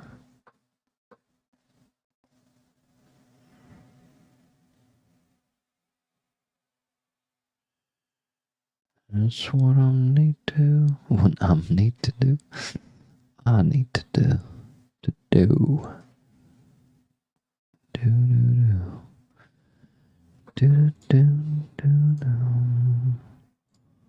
$400 to Anton Kristopin. It's 55 minutes past 1 a.m. Right now it's 57 minutes, but it was 2 minutes ago. So yeah, that one is donated. Next thing to do is to send $700, the first $700 from my PayPal to my card.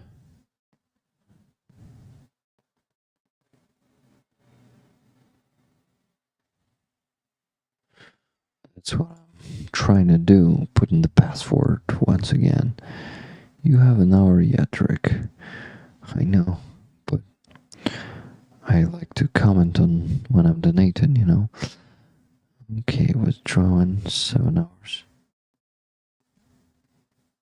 7 hours, $700. Wow, someone's tired. And that someone could be Rick. I mean, he is, yeah. Okay, guys, let's check the dub. How is it performing? 3.9k views. Not bad. Not the best, but not bad. 66 comments. 59 minutes ago, this so-called victim doesn't believe a word. So I think G.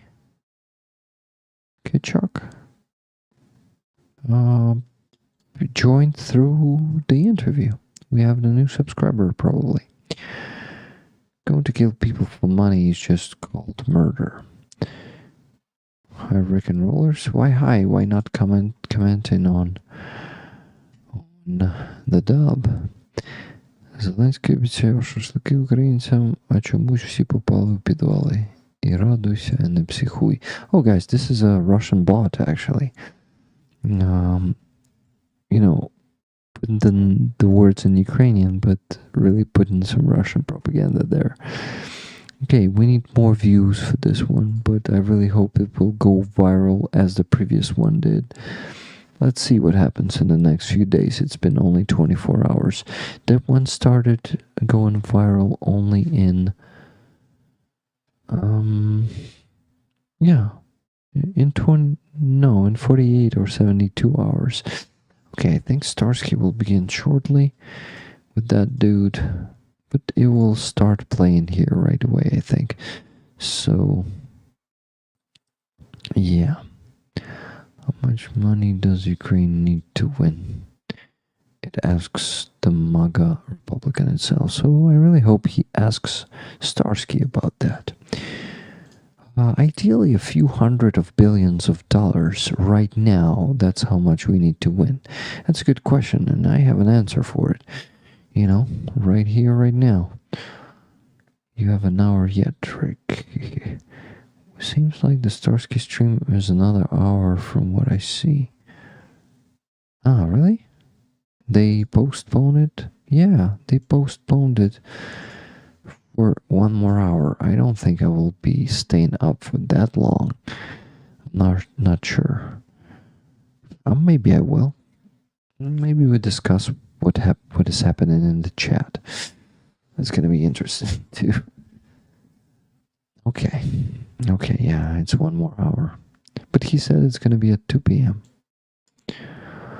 I don't know. It's 2 p.m. his time, I think. Yeah. So might be messed up there. Sorry, guys. Oh, fuck. You know, maybe we get some extra donations while I'm still up. It happens. Some people join the stream in the end after 5 hours of me streaming, and they like to donate. So, yeah, I will hope for that. Okay. What do we do? What do I do? I do donations. Rick, come on, go and withdraw those 700.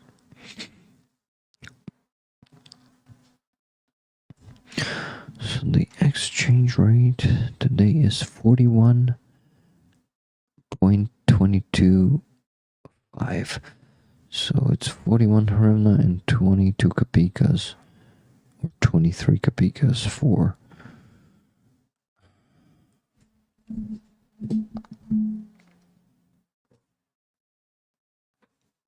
$1. I was yawning, sorry guys. I see more people are dropping off the stream, but that's understandable. It's been 5 hours. Rick, yes, 2 tickets to Cellulose. Thank you, Reb, for reminding me that. But Nikki's the one who put in tickets, so reminding her that. Okay, let me withdraw it. It's going to be 28,857 hryvnias. Okay, done. So I'm gonna donate it now, but first I gotta use bathroom. But guys, please go and watch the first minutes of Free as Over, where my friend Kalyna and Yulia are talking. This was an amazing 5 minutes, so please watch that. Okay, let's see if it works. Give me a ++ in the chat, please, if you can hear me and see anything. But usually it works only from the 20 gifted. Все. Тільки іноді через хвилину. О, працює. It works, guys. Amazing. Hello, and look who I have here. Галя and hello, guys. Yulia. So you now, I hope you don't see it mirrored. Can you please take the mic? It's mirrored. So Галя, Hello, guys. You're on Free as Of. It's not your first time, I know that. Кажи, що це не твій перший раз. I understand. Thank you. Well, I'm used to provide you with translation. So yeah, we have ++. People can see us, and Anton is also here, even if he doesn't want to talk much, but he's here. So, can you please say anything? Thank you for your support. Yeah. Yes. Yes, of course. Yulia. It's really, really great to feel all the support from your side, guys. And it's really important because, as you can see, like you will see, there are like lots of people and all the sounds to support this Free as All action. And yeah, we are here to support our guys who are still in prisoned in Russia. So it's not supposed to be like this. It's wrong. So lots of people supporting this action now. And we are Rally. I call it rally. Rally, yeah, Акція, да? rally. Маєш на увазі? Yeah, right. So, and also it's really nice and cool that it's next to the ex-Russian embassy. It is behind us, guys. Yeah, so it's like, actually I know that every embassy on the territory of the country, so this land counts like Russian land on the territory of embassy. Yeah. So I wonder if it's on that tile or this asphalt also, Yeah. or behind the fence. yeah, so yeah, we're really proud to be here and really grateful for you guys. Yeah, thank you for your support, rollers. Галя, you have a beautiful vishvanka on you today. Yes. You Today got it I only bought in the auction, yes, and all money go to helps to hospitalier. All the money raised goes Yes. to hospitaliere. Yeah. We help hospitalers a lot. A lot. We help them a These few people saved life our захисників. Defenders. Defenders' lives. Yes. So it's really important because like donation seems to be easy, like only donation. You send only the money for somewhere, to support people in Ukraine, to support militaries. But actually what you're doing is saving lives. You're saving lives, and it's really, really important. And we save lives too. Yes, you makes IFAC. And you are guys beautiful people and kind people and super people. Thank you. Yeah, we love you. So, beautiful vishvanka. Also, Thank you. Also, welcome everyone. So this is for the rollers. I bought 2 вишиванки. Hello, Kalyna and Yulia from Nikki Hill. Put some sunflower seeds in the garden of the Russian embassy. That's a good idea. It's a good idea. It's a good idea. Thank you for that. Yeah, we happy to see you Покажи, guys. як багато машин. I show it. The rally is on that side, guys. If I turn the camera around, so we better go to the road. But first, I want to finish our talk. Not gonna be torturing And you. we will go to. So I wanna read your signs. Let's begin with yours. Зроби голоси полонених гучними. Make the voices of the captive loud. Free Azov. And Russia wants you to stay silent. Speak up. So guys, Russia, don't. Please notice that that's how it should be spelled, with the smallest R possible. So. Awesome signs. You also have an awesome one. So, my friends, Yulia, if you want to tell us about yourself, just only if you want to tell us about yourself, because I usually interview people here, so people know Kalyna, but maybe. Yeah, she's I think she's the one who is most famous here. Where are you from? I am from Kyiv originally, and I spent all my life in this city. I'm working in wonderful German company, and they offered many times to relocate, but I prefer to stay here at home. It's not that safe, but it's really important to show the world that we are not that easy to kick off from our land, and we will stay here, we will develop our country, and with your support, guys, so that's what we do. Thank you, Yulia. I think rollers will be happy to meet you. They, so good. You're an amazing person, and they always love to meet amazing people. But thank you, guys. They hate vatniks, and they are always We hate vatniks too. Yeah, they are telling them to go fuck themselves and stuff like that. That's where they should be. Yeah. In hell. Exactly. They should be in hell, and let's keep fighting as we can to make them go to hell. Yeah, we wish them well in hell. So. And hell, So let's keep supporting our army. That's the most important thing. Yeah, thank you for your support, guys. Thank you for support, guys. It's really important. You can't imagine, everyone is super important for Ukraine. Thank you. Anton is being bored there, standing on the other side of the But I'm letting you go. Let me hug you guys, and I will say you goodbye and See you go. soon. Yeah, see you soon Take next care. week. Guys, while I was showing it on, we were hugging. Sorry, hug once again. Okay. We hug you too. Yeah. Bye, guys. Друже, бувай. Побачимось скоро. Bye guys. High five. Like this.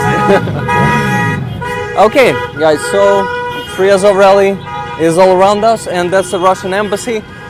As you see, they have metal sheets. Well, not sheets. They are. Yeah, I hope you enjoyed that. I just joined. Hello, Salt of the Red Earth. I'm watching Nick right now.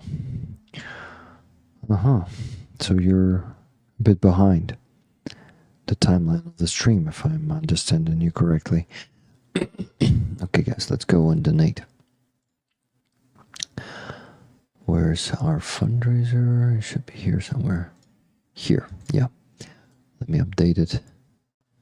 Yeah, that we see the current number. I mean, the current.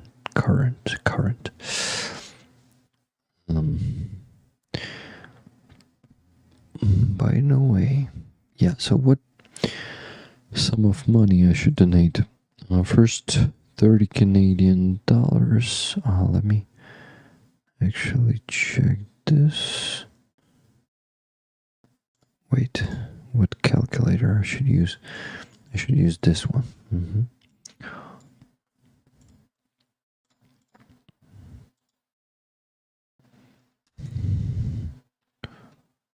Okay, minus. No. Let me close this one. Minus 700. Yeah. So, I need actually to donate everything I have there on the card, because basically 30 Canadian dollars plus 700 US dollars. I was about to say Ukrainian dollars. Okay, so we have 29,748. Let me donate it now. 48 or 49? Why? It seemed... No, 48. MonoPay.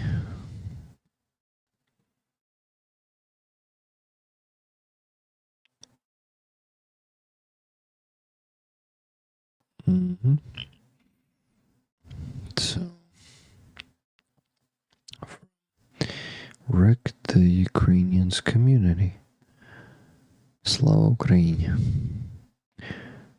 And I'm donating it, and the progress bar will update now from 69% to 76%. We're on 306,348 hryvnias out of 400, guys. 76%. I am sending next $700 now from my PayPal to my card.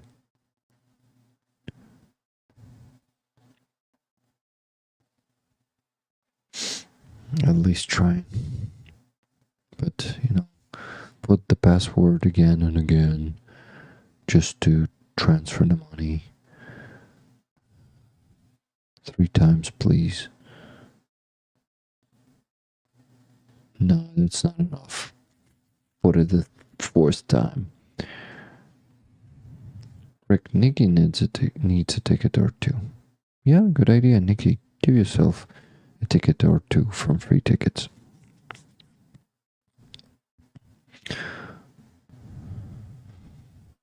I would like to see that.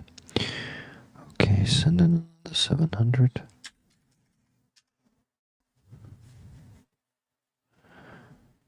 So, 28,857.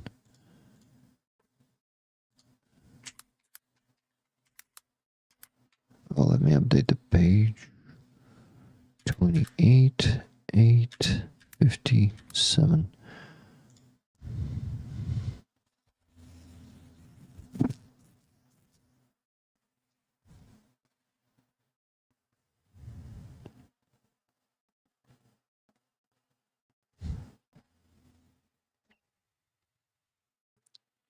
Okay, from Rick Rollers. Slava. Oh, by the way, guys, I forgot to tell you that Philip Orward has sent me the money for the painting, $450. But I will be able to get them to my PayPal because he could not use PayPal. So to get it, I had to ask Anton's help, and we're going to get it there only tomorrow. So that $450, they will be donated on the next stream. Yeah. Thank you, Philip. And I'll send you the painting. I'll ask Vadim Yudisky to send it next week. Yeah. Okay, so the progress bar just updated, right? I did not tell it, but yeah, it updated about, 2 minutes ago. We're on 83% now. Yeah, when I donated, I didn't say in the progress bar will update now, but it just updated. So now it's 335,205 hryvnias. And we still have $611.96. No, sorry, no, 92 cents to be donated.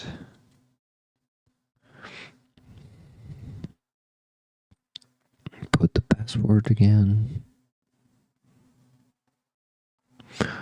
Doing that. Oh, it was on my end. I somehow went into slow mode. I thought Rick had done something he's in. No, Rick got really tired and he started to talk. Sorry guys, I know it's a torture.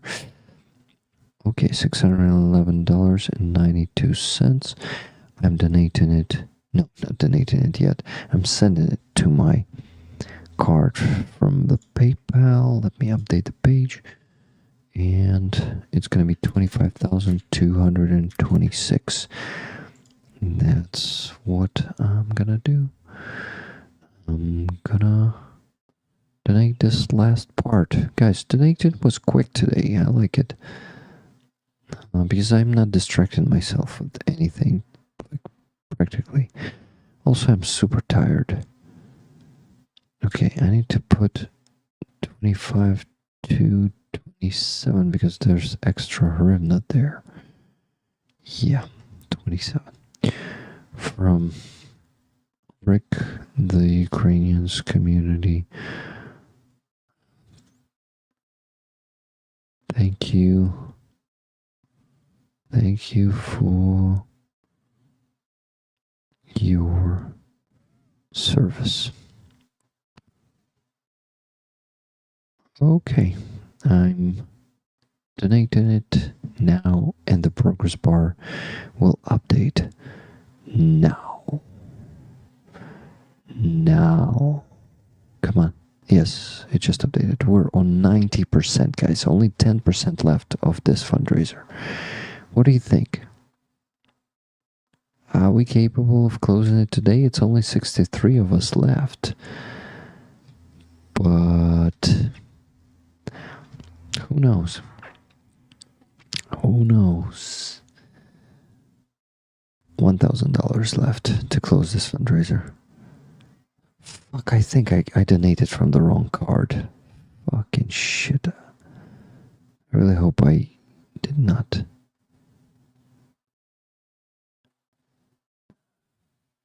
No, I think I did not. I just... Yeah, wow. Yeah, nice. Yeah, guys, only $1,000, even a bit less than that. Let me check, like, the current exchange rate. With the current exchange rate, what do we have here? Okay, we have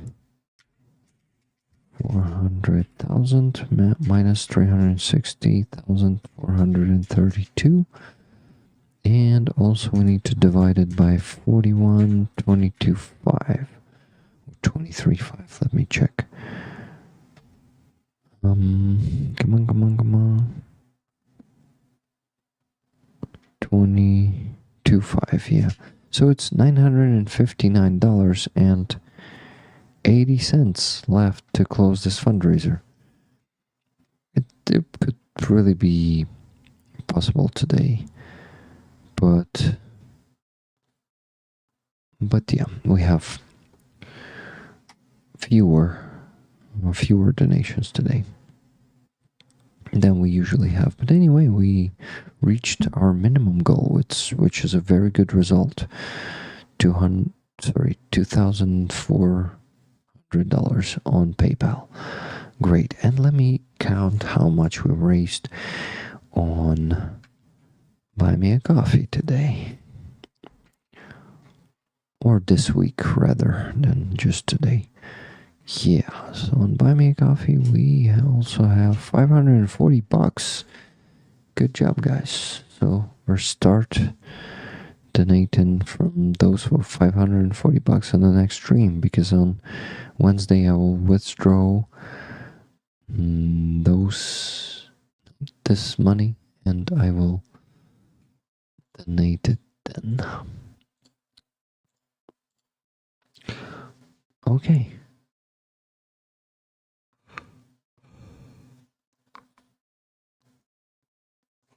Sally Luz, says, thanks Rick for the awesome new dub. Please everyone watch that dub, like, comment, and please share it widely. Rick and others put in a lot of work. Yeah, guys, first of all, that's a big dub. It's 1 hour and 27 minutes. Secondly, it is shadow banned for now. I really hope it will go viral sooner or later.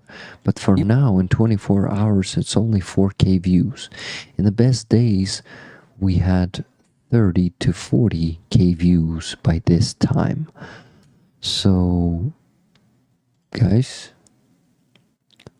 please share it everywhere. Please comment. That's important. Please comment, because I think a lot of you still haven't commented yet. Yeah, I don't see many rollers here. Many rollers, of course, and I don't see many random people here, so that means it is still shadow banned. Thank you. I tried to watch the automatic dubbed versions, but understood maybe 80% of the conversation.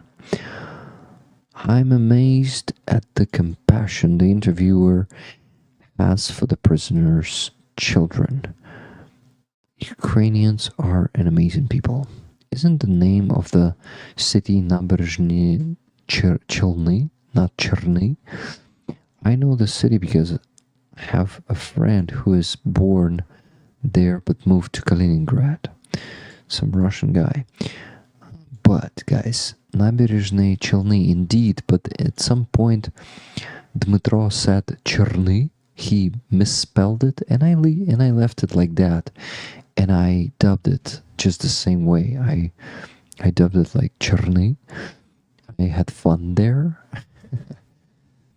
I have yet to comment. We'll do that. Thank you, guys. Thank you. Please don't forget to comment. Great job from Rollers. Comment and keep it up, guys. Thank you, guys. Sir Garrick. Nikki Hill, just civilized discussions. They're on the chat. Awesome. I like it. Thank you, guys. Where is it? Where's that chat? Yeah, here it is. Let's see. Who of these guys are Russian bots? Misha? Yeah, I think Misha is a Russian bot. Where's Misha's messages? Let me find it, or try to find it. But no messages from Misha lately. Okay. Akiva Banshee. Ukraine would also like all the left over and defunct equipment that is sapping out resources to maintain. If we aren't going to use old systems that are economic burden, why not give them to Ukraine? Yeah, nice fucking argument. Misharu, so he's actually Russian, yeah. Christina W. Free Arthur Morgan, who the fuck is that? Alliances that America needs. Jeroen van Haren, one of the rollers. Misty is there from Starsky's community. Subscribers only mode, so I really need to subscribe. Whatever, I'll subscribe and then unsubscribe. That means now wait for 3 minutes or longer to send the messages. I also want to chat there. So yeah, I needed to subscribe to that channel. Misha actually said they are a troll, oddly. You know, guys, a lot of them are stupid. I mean, Russian trolls. So, Rick, it's the Trumpers that will be fun to play with. Okay. Someone should teach them about Maidan. Starsky would be an awesome guy to teach them about Maidan. That's what I did. We need to become subscribers, unfortunately. But who knows? Who knows? Maybe Guy will turn into Ukraine supporter. You know, and his chat, we're gonna be supporting him, bunking, and debunking the Russian trolls. People choose what to believe. I sincerely don't think they can be taught anything. You're right, man. It's really hard to, it's impossible to teach vatniks anything. It's insane how much success Russians are gaining on the front line right now. Yes, Starsky will, hopefully. I think so too. I think they are just number 45 sheeple mostly. What's a number 45 sheeple? Okay guys, what do you think? Any of you still want to send a donation? Because I will donate it right away and see how we get closer to closing this fundraiser. So, my friends, my dear friends, I call you to send a donation if you still have the means or you still haven't donated today. Join the stream but still haven't donated. Maybe, yeah, but if you don't have the means, that is totally understandable. Yes, Starsky will hopefully. Number 45 is Trump. Number 45 president. Got it. Rick, Vet Biker said he would like to learn about Ukraine. We will see. Awesome. Would be cool. Meaning Trump supporters. Got it. You're never too old to learn. Some people just need the proper motivation to learn sometimes. Lol. Yeah, Reptile, you're right. That biker person wants to know why it should send its tax money there. Tempting to say pay in money now or pay in blood later. Yeah, that's what Starsky will teach him. You know, guys, we need to talk to MAGA. We need to talk to MAGA influencers and to really try to, you know, show them the truth. That's one thing. Secondly, we need to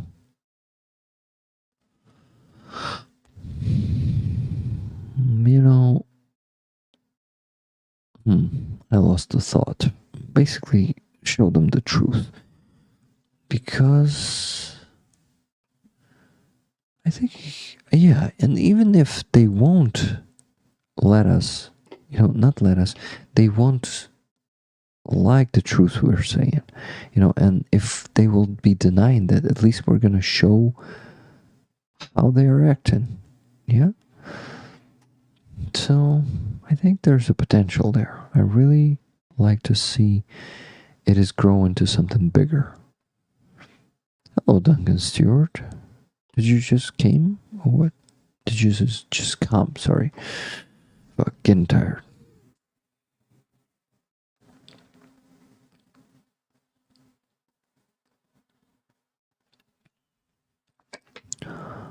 Okie doke. Yeah, Wizard of Oz is there.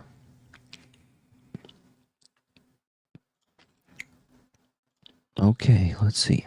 What do we have there? Carpathian. I think the Carpathian is from...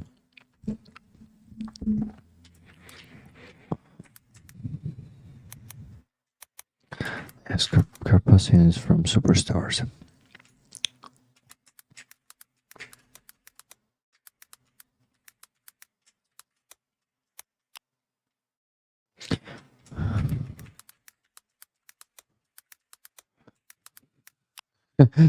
I said I'm streaming this chat.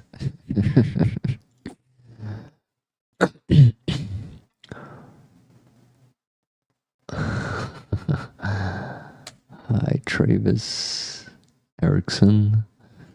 Hello, Kristen B. Guys, I'm starting to talk to someone else's chat right now. Do I have my chat? Talk to Maga? You getting delirious, Rick? Well, Merzi, I just want to see what comes out of it, That's what Starsky's gonna do. So if you missed that Howie, Starsky, in half an hour, he's gonna be on the stream of MAGA Republican guy. And he wants to talk to him and see if he's able to show him the truth. Sorry, the truth about Ukraine. Or is it just a trick of the MAGA? Let's see. GG. Hey, good to see you here, Newman. That means no trolls, Christine B says. You shall find a shovel and sign a contract. It doesn't appear to be on. Tuna, hello. Hey, Rick, good to see you. Prepper Nation H. Hey, Rick, Tuna. Yay, Rick, in the chat. Some truth about Ukraine will ensure. Ensue. I don't know the translation of the word ensue, by the way. Damn, I need to learn it. Let me go and learn it. So it's vypливають. Aha. Vypливати. I got it now. Okie doke. So the dub. Guys, the dub is awesome. I worked hard on it for the last 2 weeks. 965. But not just me. Also 4 volunteers of mine, actually, who were helping a lot with subtitles. We don't know what's really happening in Ukraine. Bullshit. They are aware of everything is going in Ukraine. Yeah, they are. But to be honest, not a lot of them really don't. Hey, Mr. Dawson in our chat. Hello, fellow babies. I'm watching this one for sure. That's awesome. We're watching it too. Or are you talking about our stream or the recording of it? Huh? Or you're talking about the Starsky stream? 100% you're talking about the Starsky stream. Stream of the Starsky. The one and only. The Starsky, Okie doke, who else do we have there? Why did Russia invade Ukraine? Because Putin is an imperialist and he wants to conquer territories. Akiva Banshee. Reading is no issue for me. bring on the chat. What is she talking about? If it's she or him, I don't know. Christina W.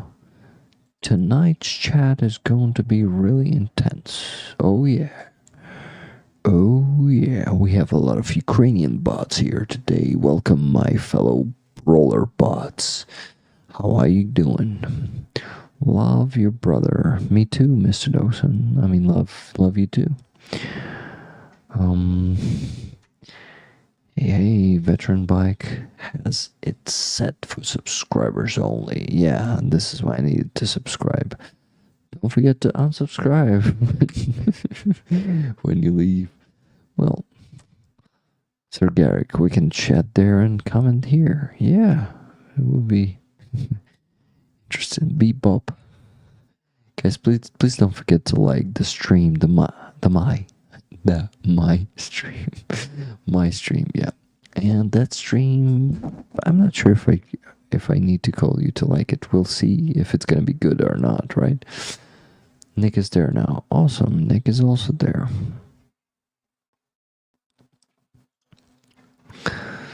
Hello, Ellie. Wow, I've been sitting here waiting and literally watched the chat go black and my notification on turn off to notify me. What the fuck? YouTube sucks. Okay, I'm gonna state in the chat. I lived in Russian occupation for 4.5 years. I know what Russian world is, yeah. You won't like it when it comes to you. Believe me.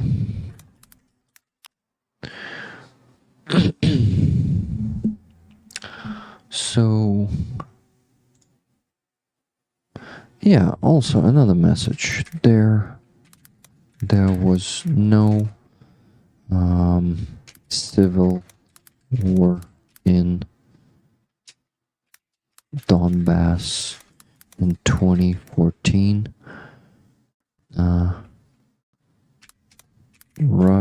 Russians just sneaked in and invaded us. This is gonna be a great chat, exactly. Hello, End Time. Hello, Annie Wilk.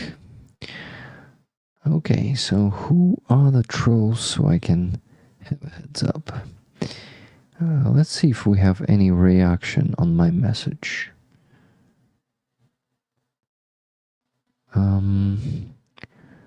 We can unsubscribe after the stream, no big deal.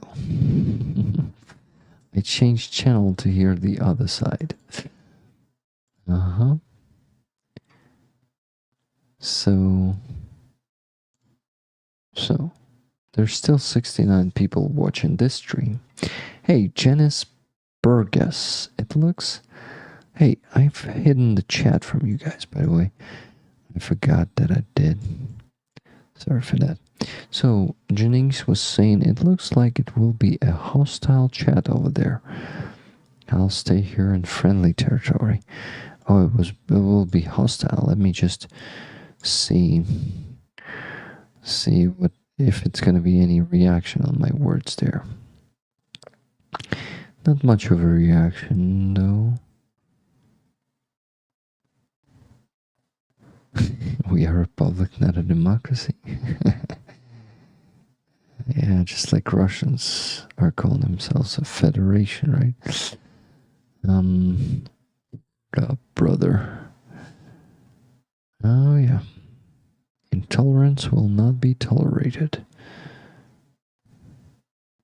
Speaks facts. Proven facts. Yeah, proven. Exactly. Good to see you too, Haji. There. Oh, we have Neferpatch there. Neferpatch of Frank Wilde. Nice to see rollers and shields here to see Starsky. K. Mainhold. Michelle Ferguson. We are a representative democracy. Haha. Oh, guys, this is gonna be... I vote that we all ignore the trolls tonight. Think of it. All they want is attention and try to irk us. That's pissed them off so bad. Are they calling Ukrainians and Democrats and some Republicans that are not MAGA Republicans trolls, guys? Really? Like... Me too. I'll stay here. Thank you, guys. I'm reading our chat. Of course, don't worry about that. It will be hostile. That's why it should be open to all, not to subscribers only. Yeah. If it's really hostile, I may have to hide mouse and keyboard so they don't fly through TV screen. Laughing my ass off. Not as off, ass off. Okay, guys. So, if you still want us to donate today, please do it. I mean, please send some donations, buy more tickets, because the stream is still going, and I really wonder if I should go to sleep now and really miss the stream and just, I don't know, just rest, because I really need to rest now. Oh, by the way, we forgot about the name for the Tapestry. So let me go back to our chat. It should be here somewhere.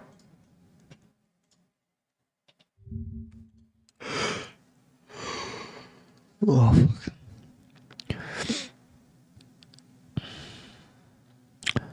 Where's our chat? It should be here. Oh, by the way, we forgot about the name for the Tapestry.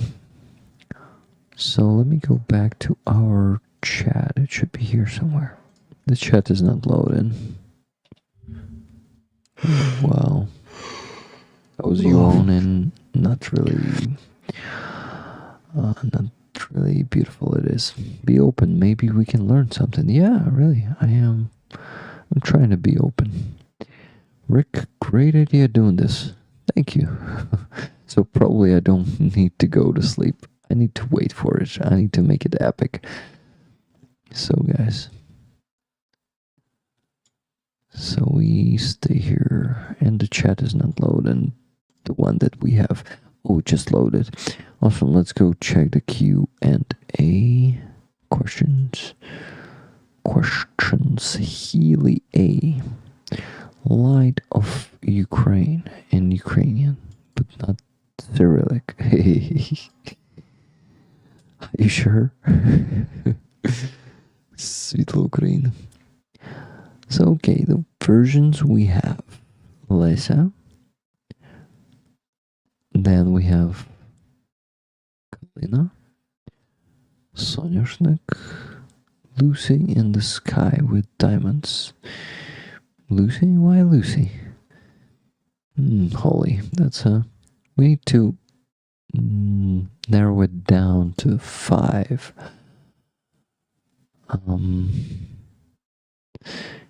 Rick, what would be the most authentic Ukrainian girl name? I would say Kalyna.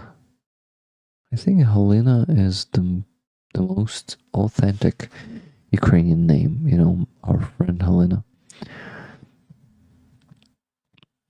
Yeah, let's call her Kalyna, guys. Hello, just James Randon 7080. Welcome, and if you have the means to donate to our fundraiser, we're only 10% away from closing it. Well, it's almost $1,000, those 10%. But yeah, but that's what we need to get. So guys, if any of you still have the means to donate today and still haven't donated today especially, please do this. Please buy tickets for this beautiful Vyshavanka behind me. It is It has HIMARS on it. Look at this. Like, oh my. HIMARS. Drones. Battle geese. Ukrainian soldiers. Evil, savage look, as Lilia Trochemets once told me. Being called a troll is overrated. I've been called a troll by the Biden enders and the mega types. It's not easy being green, says Anodyne. So you're from the Green Party? Interesting. I've only been called a troll once that I can recall. I don't think I have been called a troll yet. Let's see if someone will call me a troll in that chat. How's the electricity in Ukraine? That's a good question, guys. I forgot to mention that we don't have power outages anymore again, like at all. For the last week, we didn't have even a single one. And I think it has begun the previous week, by the way. So, pretty good. Pretty good. And that's because we don't have such a heat, and the consumption has decreased, but we also have one of the energy blocks of the nuclear power plant, even two of them, going back from the repair and functioning again. That means we have more energy being produced, which gives us no power outages. So just amazing. Nah, just unaffiliated. I'll be voting for Harris. The green part was a Kermit the Frog reference. Okay. I didn't know that Kermit the Frog was unaffiliated. That's cool. Okay. That chat is busy. This one is not that busy. But anyway, Lucy, Victoria. I think Victoria is it should definitely be an option. But the chat. Oh shit.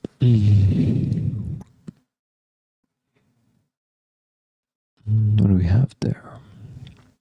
Mostly supporters of Ukraine. Rollers, shillers, or the shills. And who else? Superstars, of course.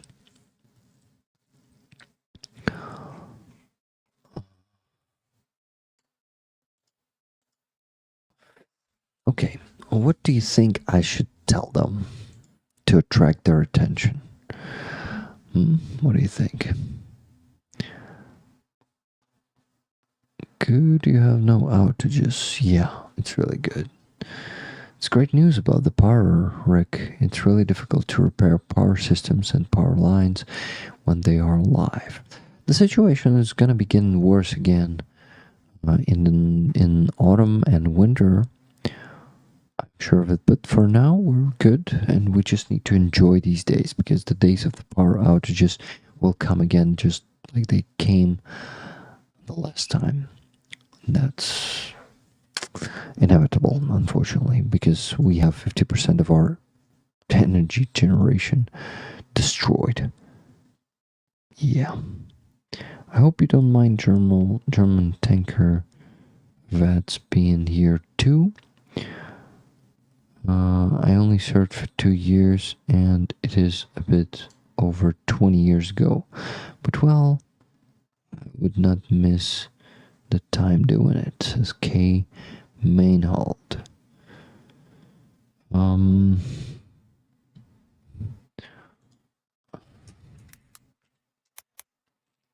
Time to pick a maiden. at a snack bar. It says red dog, whatever that means. Sweet love, we are suffering so badly right now with a roof over our heads and food on the table and not worrying about merciless strikes. Yeah, exactly.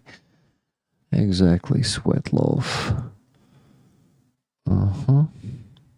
In time, independent news. Hello again. Hello, Sir Garrick. Yes, I remember you. CF, why does Misha have a pig flag behind his name? Is it there? Like I don't see this Misha-ru. There, I don't wanna look at him. I'm gonna see Russia. It tells everything about the person. The Shills and Rickrollers. Yep. Proud to be an American, written by a man never served. Well, then I'll say proud to be a Ukrainian.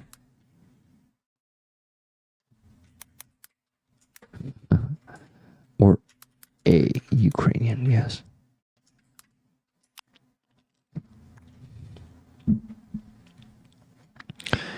Okay. Okay, Rick, I could tell you something to say, but it would be instant ban. Yeah, I know. No bans today. 8 minutes until Starsky arrives. Well, let's hope they will start in time. Are there still points of invincibility, Rick? The West needs to flood Ukraine with generators, EcoFlow, and solar panels to help mitigate power problems. Of course, there are invincibility points. They keep functioning. Yes, it does, Rick. Cover your eyes or it will turn you to stone. What are you talking about? I missed the point, sorry. Proud to be a roller, says Annette. Amazing. Hey, everyone. So where's that Rick the Ukrainian? Here it is. I'll be home in 20 minutes and join in. Oh, Sakai is here. That's good. Rick, thank you. Thank you.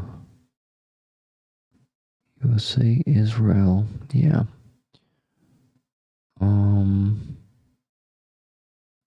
You're in good company. Dunk. Oh, Dunk is here.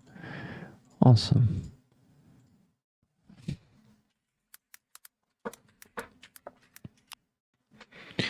Good to see you all. Holy Oblation's there, Keith Kane, every roller is there, I think.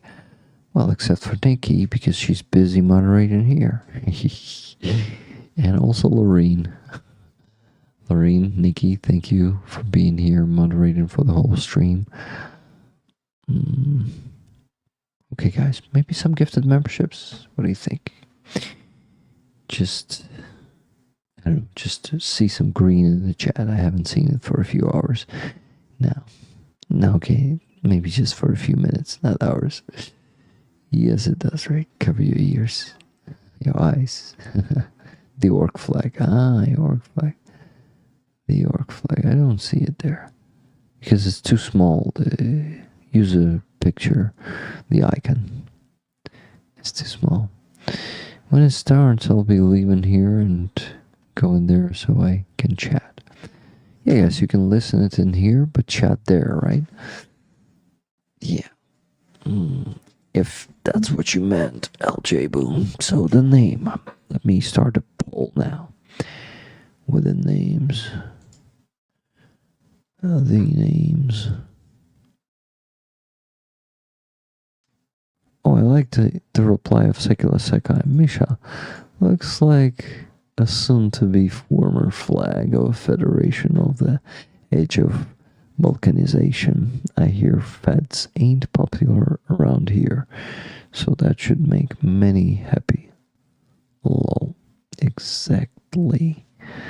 Kane KGG, by the way. is also there. Why not just give them some of our acres and stored mostly out west? Good idea. Hey, Nikki Hill, thank you for 10 gifted memberships. You made it rain green. So...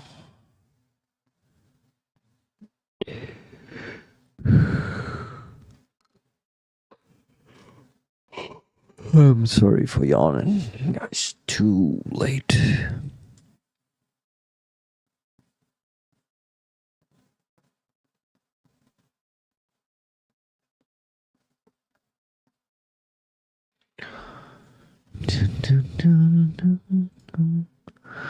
So, start a poll. Maybe 2 trillion for the final winner. Air scan, what's that?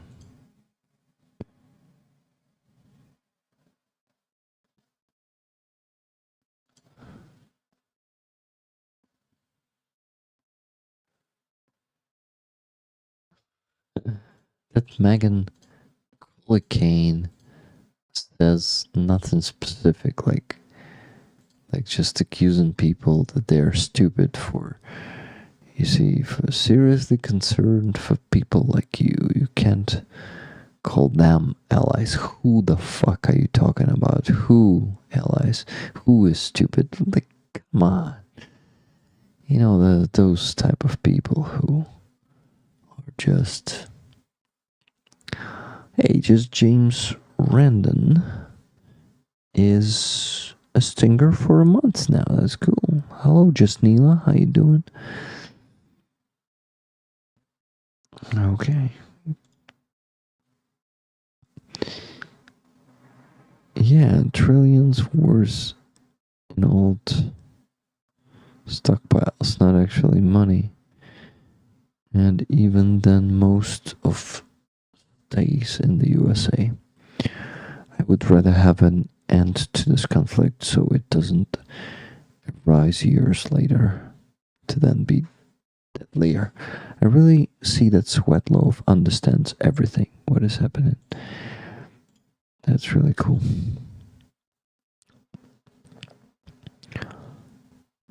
Dr. Red Weasel. Megan, the US signed an agreement to allies and support Ukraine. Budapest Memorandum. Do some reading. Yeah, I remember Starsky asked us to have a level head and be kind. We are here to support him. Yeah. But Putin is huilo, exactly. I think, is it okay to say it in front of MAGA, guys? What do you think? Good progress on Fundraiser. Thank you so much. I see people are dropping off from here, so...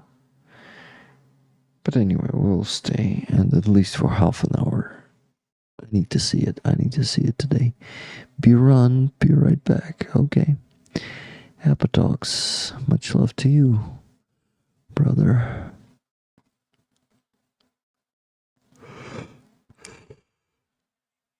Oh, I'm sorry, guys. I'm sorry. What am I doing? I wish I could live in my mom's basement. It would be a lot cooler in there. Yep. Nice one. Let's go, says Arthur Morgan. Is it beginning or what? Because it's still not being launched in here. If we only give them another 500 billion, the problem would solved and the presidency can retire with more US cash. See Panama Papers. What a bullshit. Those people don't know what they're talking about. Okay. It should have started already. But it's still not working. I mean, they're not live yet. The Muscovy mob and others.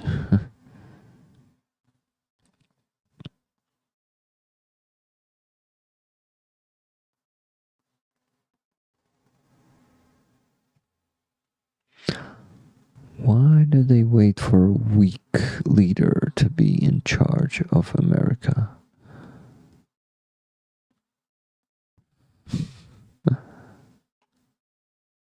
So instead they will choose a child? What? There's an option right now between a weak leader and a child. It's fucked up. I mean, child in his brain being almost 80 years old or already 80 years old, I don't know.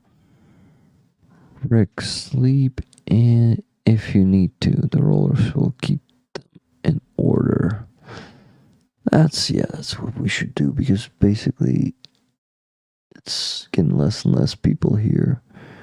We already donated, so just, like, come on, I've been waiting for it for the last half an hour, so I spent half an hour for nothing to just go to sleep now. Damn it. Ukrainian shill here.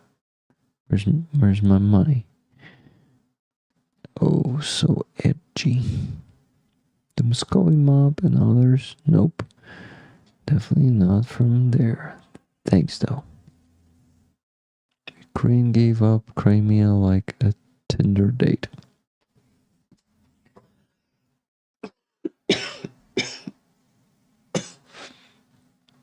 What's like a Tinder date phrase? Their own people won't fight for their country. That's total bullshit. Our people fight for our country. Big time. So that asshole, that Jameson's Travels, he is the main Russian bot here, guys. Jameson's Travels. That dude spreads Russian propaganda. You need to bunk them. Bunk that asshole, please. For me. I hate to see what he's saying.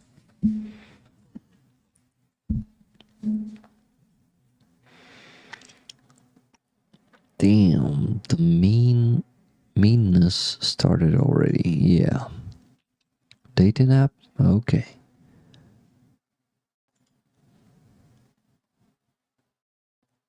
Hey, Kenny Hansen, how you doing?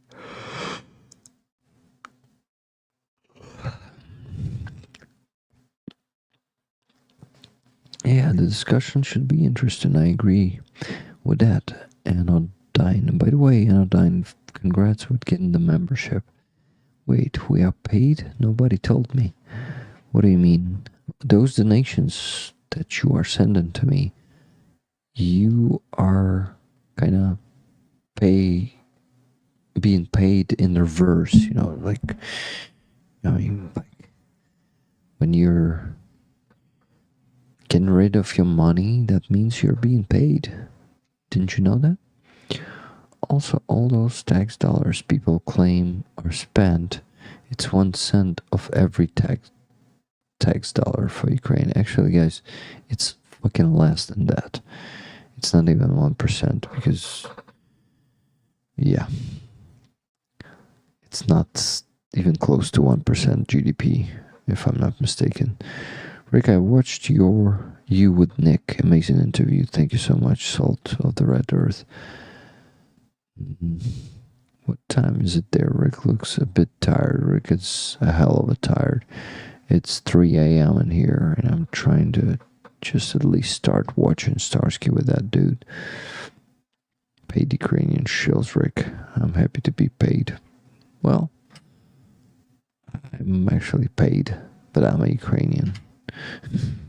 Paid by you guys. Thank you for that. Thank you for becoming a member of my Buy Me a Coffee.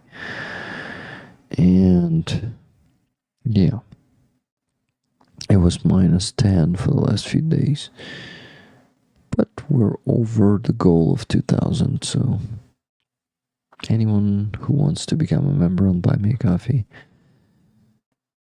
it will be very much appreciated, but it's not like a necessity now, so I'm grateful for any support, guys. Thank you. Or maybe South Africa. What branches, sir? Okay. It's our National Guard. It's under the Ministry of Interior. Basically, National Guard in Ukraine is it's similar, but at the same time, it's different from the National Guard in the U.S. It's a military force with law enforcement functions. Law enforcement functions. Okay. All right. That's one of my questions on here. How many different branches of service does the Ukraine military have? Like here we have Army, Navy, Air Force, Marine, Space Force. What do y'all have? Basically everything, but except for Space Force. We have National Guard, which is like, it's a military force. However, it is attached or supervised by the Ministry of Interior. In the Ministry of Defense, we have naval forces, but they kind of exist and don't exist at the same time. We have Air Force, we have what else we have? We have Marines as well. Okay. So basically the same. Okay. Now, let's just jump right in. So your National Guard, you said you're not activated right now. Is that right? You're kind of on a hiatus. Is that how that works? Taking small break after 9 years of serving my country. I had 5 deployments. Currently, I'm on a reserve. So basically, we have this application called Reserve Plus in Ukraine. It's where you put all of your like data and whereabouts and stuff. And as soon as you're called, immediately you go back to Ukraine and join the armed forces, whatever they told you. So when you say deployed, do you leave the country or are you still in Ukraine? Currently, I'm in Germany. You're living in Germany, I guess. Okay. Now I talked to Eugene with United 24 Media. He's the one that kind of reached out to me and wanted to know if I was interested in I think learning a little more about Ukraine, because me personally, and I'll just put it right out there, being a United States citizen, United States military veteran, I am all about here. I am a take care of my own first. And I would agree that you're probably the same way. Would you consider yourself a nationalist? I would call myself nationalist probably like in 2004, 2010. Maybe. Okay. Not now. And, you know, the more you communicate with people from around the world, and I have absolutely amazing community of more than 400,000 people, beautiful people from all around the world. The more you communicate with them, the more you learn from other people, from other countries, other cultures. And it's something that, you know, if you are open to people from different countries with different opinions and cultures and histories, the less nationalistic you become. And one of the reasons I have my YouTube channel, for example. What stream is this? It's in the description. You can go and check there. People around the world Salt of the Red Earth. It's on my YouTube the channel of Gotcha. Okay. Now, with what's going on in Ukraine, I've watched a lot of your videos. I'm a subscriber. I'm one of those guys. I watch a lot of your videos. You show a lot of what is actually happening or what we're being told that's happening. And I think there's a lot of people out there that maybe aren't aware of what's happening. But more importantly, here in the United States, I am over, you said you're in Germany. Germany to Ukraine is about how many kilometers? 1,500 kilometers? It's approximately 2,000. 2,000 kilometers. Okay. So I am about, I would say 5,000 kilometers away is what I would guess in the United States. So my big question is the countries that surround Ukraine. You've obviously got Russia to the east. You've got Belarus, Poland, Romania, Moldova, all these other countries around there. Why has the United States given more money than all of those countries combined to President Zelensky and to the Ukraine effort? Why are we funding something that is It's tomorrow there, right? You're in the future. You're on Monday. I'm still on Sunday. Why are we sending that much money to you?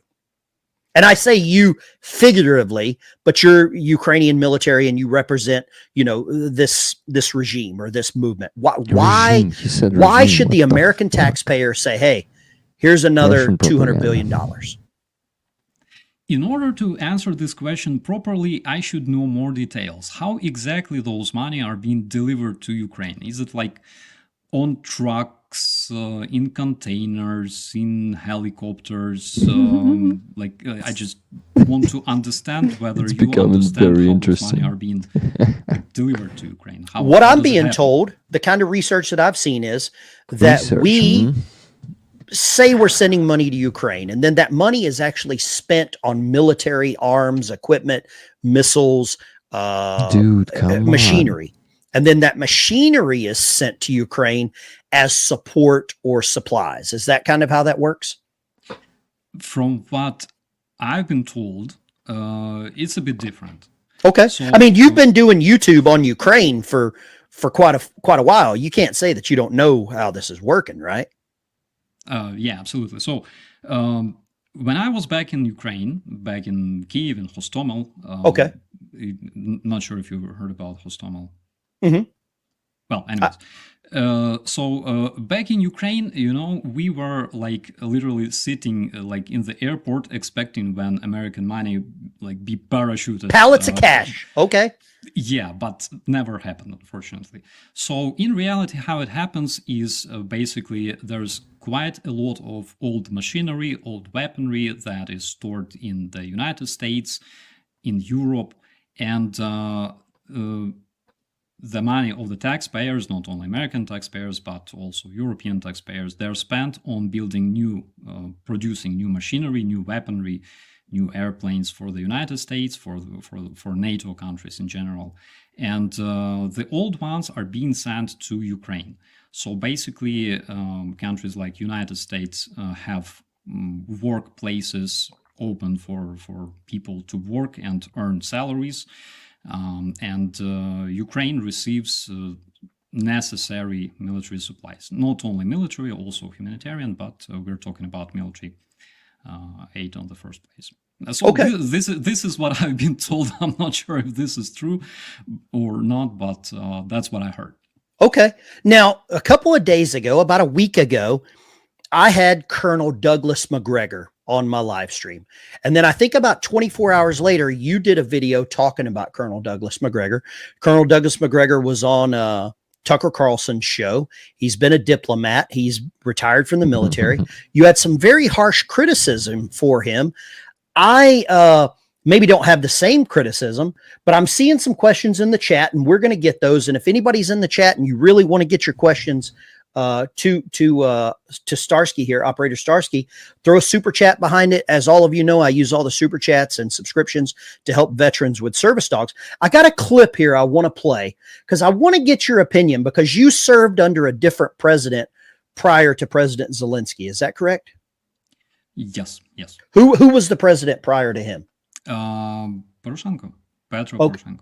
Poroshenko. Okay. Now, Poroshenko, I think he might have had a little different diplomacy type thing, but I'll say this is kind of what we're seeing here in the United States and we're hearing in the United States. Let me play this clip here. Zelensky is maybe the greatest salesman of any politician that's ever lived. So that's your guy there, right? With the piano? Yeah, that's the one. That's the guy on the left. Who's the guy on the right? Is he of any prominence? Not sure if he's one of our ministers. I just figured he was like a general or something. Doesn't look like one. Okay. Yeah. Okay. He had this comedy group called 95th We Take Your Quartal. Cash. Yeah. 95th Quartal. Okay. And basically that's one of those guys. Okay. Let's see here what we got else. Every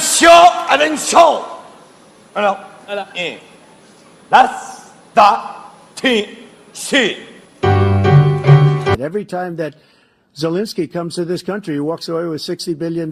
He's the greatest salesman ever. They pay us back. Loan them the money. Give it to them as a loan. Let them be a little bit like they have to be a little nice. Loan them the money. Don't just hand them a check for $60 billion.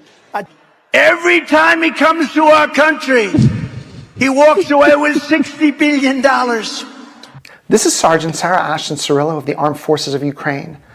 Did you serve with Sarah Cirillo? I didn't serve with her directly, but I know her. So Sarah Cirillo, ex-American soldier, obviously transitioned in more ways than one to the Ukrainian army. And this is who I saw a lot on TV of. I saw a lot of this person on TV. And I mean, this is ridiculous. I don't know if this person connects with the American people or not. I don't know about that. And I'd like to thank the X social media platform for carrying this exclusive message from Kyiv. There has been much discussion recently related to my role within the Armed Forces of Ukraine. Before answering some of the questions put forward by Senator Vance of Ohio, on a farm right now in formerly occupied part of Kharkiv Oblast. How did Sarah's voice change so quickly? Like, this is just a clip from a couple of days ago. Ukraine is a land of mystery. There's all kinds of crazy shit happening here. Trust me. So Ukraine is like San Francisco, basically, is what I'm guessing. Apparently. I've never been to San Francisco. Maybe one day. Then we're going to talk about that because Eugene lives in San Francisco. I got a clip with Eugene, too. And I can tell you all these discussion that it is a major offensive taking place on the border zone between Ukraine and Russia in Kharkiv Oblast is clickbait. Russia hates the truth that their obsessive focus on a Ukrainian volunteer is simply allowing the light of the Ukrainian nation's honesty to shine brightly. So that clip, couple of things. Donald Trump, and I am an America First guy. America First. Before I send money to anyone, I want my family taken care of. I want my border closed. We've sent a lot of money to Ukraine to help you secure your border. You did not send and yet our border is wide open, is rampant. There are military veterans that are sleeping on the street. Meanwhile, we're sending a lot of money over there. I want to know more about why I and everyone watching should send money to Ukraine. I want to know that. And Sarah Cirillo, I don't think is the spokesperson for Ukraine anymore. I hope not. I think she might be in the Olympics and in the boxing. I'm not sure about that. But what is going on with why we should send money to Ukraine? Like he's Sarah was a really interesting case, actually. Because you could say that again. Yeah. Do you know who is considered like the worst, I don't know, the worst nightmare for Russian people in Russia? Worst nightmare for Russian people? Like literally, worst nightmare you can imagine. I would say gay people. You are correct. So, do you know Conchita Wurst? No. Like lady with the beard, the one. But Starsky is doing great. Okay, you don't watch Eurovision. I'm not sure if I watch Eurovision whenever I lived in the UK. It's a political song contest. That's what I thought. Kinda, yeah. Sometimes good songs though. So when Russians see Conchita Wurst on a TV, they literally have you seen like vampire that was like rinsed with holy water? That's exactly I love what it. happens to them. That's what happens to liberals when you laugh at them. It's like throwing holy water on a demon. Could be, I don't know. But regarding Russians, that's like literally true because in Russia, gays, as far as I remember, they're already proclaimed like extremists, terrorists. Okay. Okay. So basically, from what I remember, Sarah, like she was exactly like that, like holy water for Russian vampires. So it was a whole big troll thing to the Russians by like satire, Saturday Night Live. Starsky, can you turn up your audio a little bit? They're saying turn it up just a little bit. Oh my god! Does it work? I think that's better. I think I'm wearing earphones, so it's probably hard for some. If you're watching, turn up your damn TV. There you go. Go ahead. I'm sorry. Yeah. So as for trolling, you probably noticed that here in Ukraine we have kind of twisted sense of humor. Oh yeah. It's like Ukrainian national feature for centuries. When I see a president playing a piano, supposedly with his penis, that's a weird level of sense of humor. And I'm not saying what we got here is amazing. We got Joe Biden. He's a tombstone. We got Kamala Harris. She is word salad. She doesn't even know what race she is. We've got Donald Trump. A lot of people don't like him. I think a lot of people don't like him because he says the quiet part out loud. But I mean, I ran the numbers and stuff, and we have given over $200 billion to Ukraine.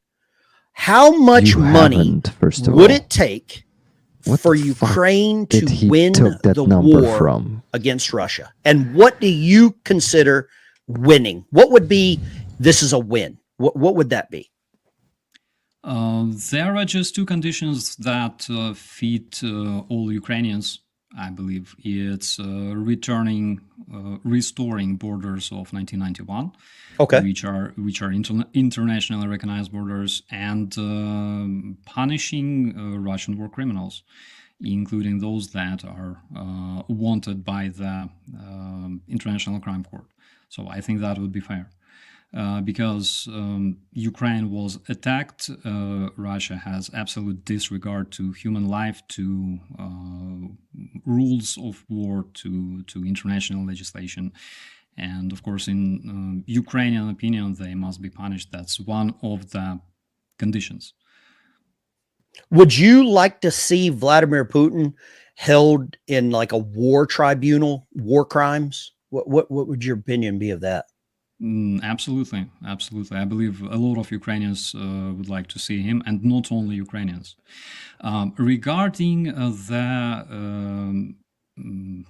financial aid to Ukraine, because again, two conditions for Ukraine to win is military supply and financial supply, of course. Okay. So regarding financial supply, unfortunately, I'm not a magician. I cannot predict how many years this war will continue. Like rough estimates, and that's just my estimates, the war can go on probably for the next 8 years. Next 8 years? Yeah.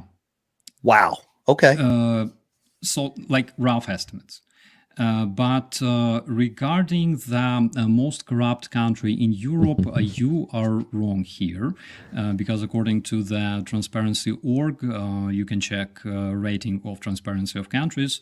Ukraine, as of 2023, was at 104th place, which is for corruption, for transparency. Oh, so transparency. Like, okay. So like the smaller number, the better for the country. America. Gotcha. America was on 24th, 20-ish, which is still way to go to level of Denmark, for example. It's on the first place. But Russia was on 141st, making it like literally the most corrupt country in Europe. Wow. 104th place in the rating of transparency is basically around Poland and Slovakia shortly before they became members of EU. That's why it's like literally not related. Okay, I got you. Now, a couple of questions I've seen pop up here in the chat. Let me grab this. Oh, here we go. Quick thing here. We're streaming on multiple platforms, so that's good. Question that I've got regarding the money. How much money do you think it would take to win? How much money, if Zelensky came back to the United States, goes to Congress, goes before Congress, says, I need this amount, how much would it take? How much? I'm a wrong person to ask this. Unfortunately, I'm not a strategist. I'm just a humble captain of the National Guard. Unfortunately, I from my level, I cannot answer this question. Really? Okay. Yeah. Now, really, like, because my so guess is it would take trillions of dollars. Because I think Russia has a lot of resources. Trillions, yeah, definitely. I think about $100 Russia has trillion vast yeah, partnerships. I'm not a fan of Russia, and somebody will call me a Russian stooge, Putin puppet, whatever. I've heard all that, and it's not that I am anti-Ukraine, anti-Russia, pro-Russia, pro-Ukraine. I'm neither of those. I'm pro-America, but at the same time, we have a saying here in the United States, is the juice worth the squeeze? At what point because it seems like Zelensky took a playbook out of not even Russia's playbook, out of like Venezuela. You were supposed to have an election in March, and you didn't have that election. That would have possibly changed the democratic capability there in Ukraine. Why did they not allow that election to happen? In all his it's easily because questions, it's according to Ukrainian constitution. According to Ukrainian constitution, in case there is wartime and country is attacked, then it's impossible to conduct elections. So if we want to have fair elections, we have to make sure that Ukrainians that were kidnapped and held on the Russian territory can vote, that millions of refugees around the world can vote, Ukrainian prisoners kept in the Russian prison can vote. Can we make this possible? Unfortunately not, because if we're talking about Ukrainian prisoners kept in Russia, Starsky forgot about the soldiers. They cannot vote from the front line. Bogdan, my buddy, who spent 7 months in the Russian captivity, he was captured at the territory of the Chernobyl power plant in the first days, and he said, "I have never seen neither me nor my buddies. We have never seen representatives of the Red Cross in prison." Really? So, yeah. So that is disturbing. He forgot to say that's disturbing. They're being Somebody tortured. said, "What is a war hipster?" That's in your YouTube channel description. What is that? I don't know what that is either. It's kind of joke. My friends were always very, very tactical in my brigade. Okay. Because my brigade is known for first of all, it's a good PR because I was a press officer. On the other hand, my brigade was created according to Western experience, and my guys were always very, very tactical. They were buying themselves all kinds of tuning. Yeah, Russian weapons, propaganda. He spits it. Plate carriers and stuff. I mean, the vet. I always was wearing like whatever I was issued, and in most cases it was like olive uniform, and that's why my friends were calling me war hipster because I wasn't tactical. Yeah. So that's like whenever you're going out to bars and stuff like that, I guess. Kind of. Yeah. Now you talked about prisoners and people being arrested. Now, from what I've seen recently on the news, people trying to leave the Ukraine are being apprehended, detained, prevented from leaving. Is that right? But for conscription, I'm assuming? Yes, it is true, because we have ongoing mobilization, and people are requested to stay in the country unless they have reason to leave the country. So if they're going to the border, they have to have reason. It's either health conditions or family conditions or some other reasons. Wow. Okay. So if they are trying to escape the territory of Ukraine and illegally cross the border, of course, they're being caught either by Ukrainian border guards or our neighbors Slovakia, Hungary, Welcome everyone Poland, who's joining the stream. Now, you said you live in Germany. How are you allowed to go? I had health conditions. Health conditions? What? Yes, okay. That seems to be pretty common. It seems to be pretty common. That is the reason why I really left and took this small break. Okay. But regardless of that, there is partial service, so-called. So if I'm called to return back to Ukraine, that's what I will do. Now, I got a clip here I want to show you, and this is from Eugene. He's the one that put us together. I want to show you this clip because Eugene brings up a couple of things that really made me like scratch my head and really made me like think about like, because you said you live in Germany and Eugene lives in San Francisco. Like you said, you don't live in Ukraine itself. Is that right? Yeah, I moved to the United States 2 years ago. Okay. Why did you move to the United States? Why wouldn't you stay and fight for your country? Boom. Why wouldn't he? Why wouldn't he? Why is he living in San Francisco?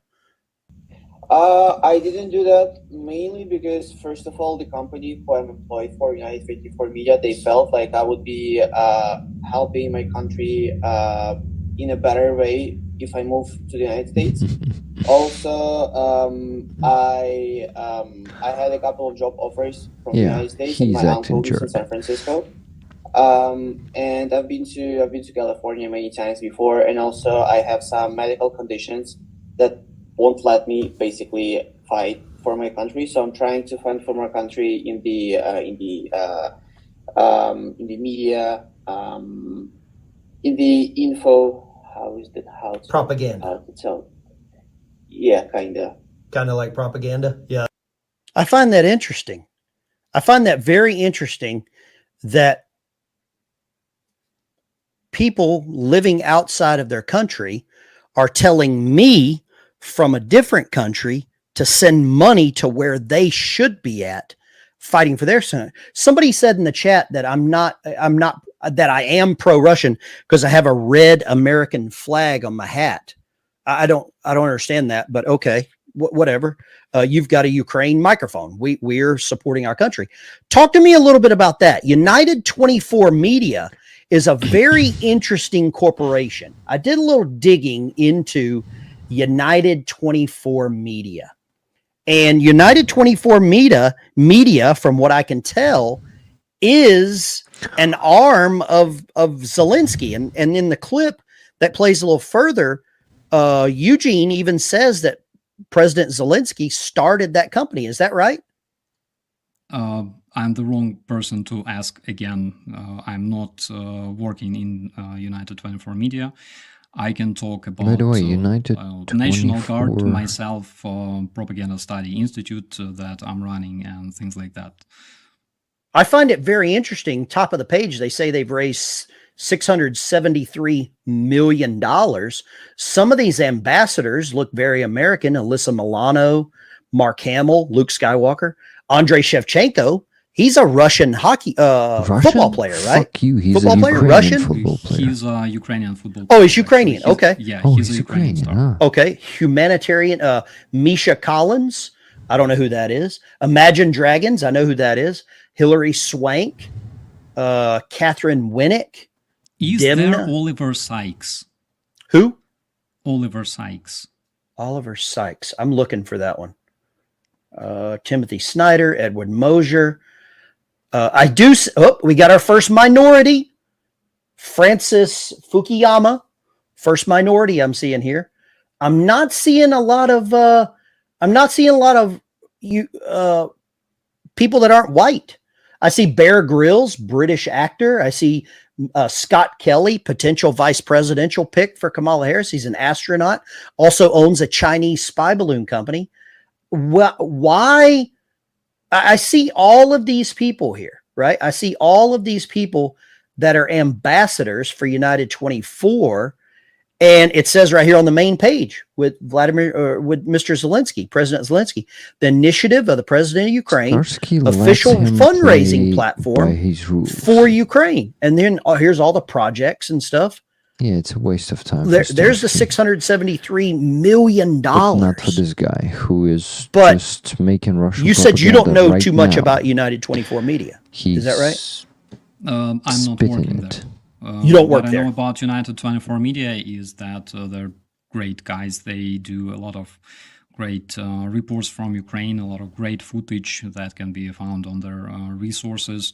And basically, they are good in terms of communicating with the international community. Okay, that is what I do. That is something very, very important, again, because communication is important things. A lot of problems we can easily solve through Starsky's all kinds of problems, start except for when your neighbor comes to your house breaking and tries to kill the line of conversation that he everything built. besides that can be solved. It's easy for me to say I'm not on Starsky. Somebody said in the chat, I started watching them. I'm a subscriber to United 24. Says United 24 has excellent news on YouTube.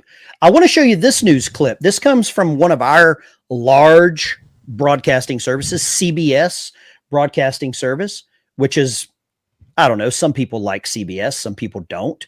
CBS can whatever. They have a Sunday morning show, and this says Ukrainian nightlife is thriving. Now, this is just like 2 months ago. And So this what the hell? clip really got me by surprise because I thought Ukraine was this war-torn, I did not expect this. Despite the rockets, Ukraine's nightlife is rocking. The bars and clubs are full. The place is jumping, music pumping, drinks flow freely, and they dance like there's no tomorrow. And it's not just here. Fun fact, there are now more bars and restaurants in the capital than before the start of the invasion.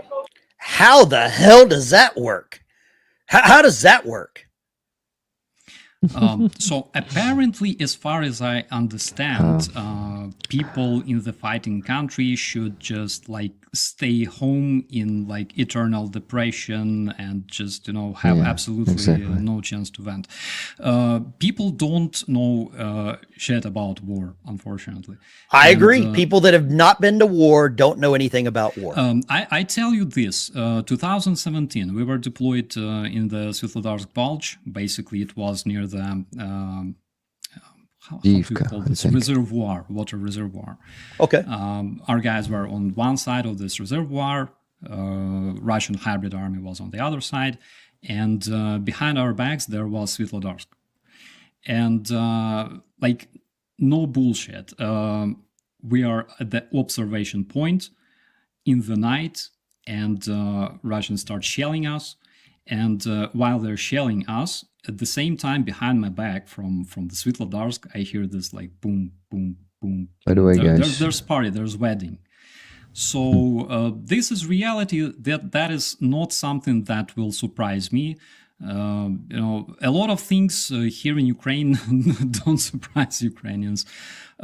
President who plays with his dick on a piano, it's kind of cringy for people who only discovered Ukraine like 2 years ago.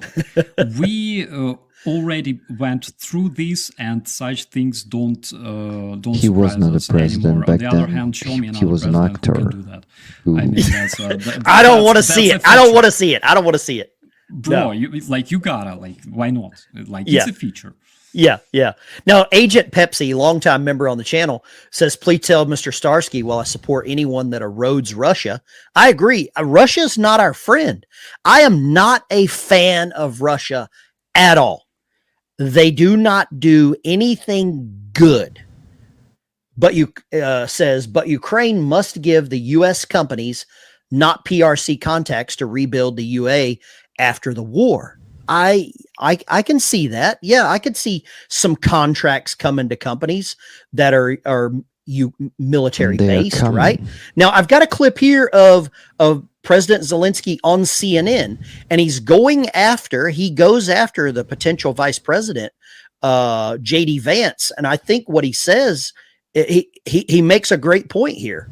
I think Zelensky, very well spoken. Senator J.D. Vance, who was in Munich at the security conference but didn't meet with you, he said that even if you got the $60 billion in aid, it is not going to fundamentally change the reality on the battlefield. What's your response to that? I'm not sure that he understands what's going on here. And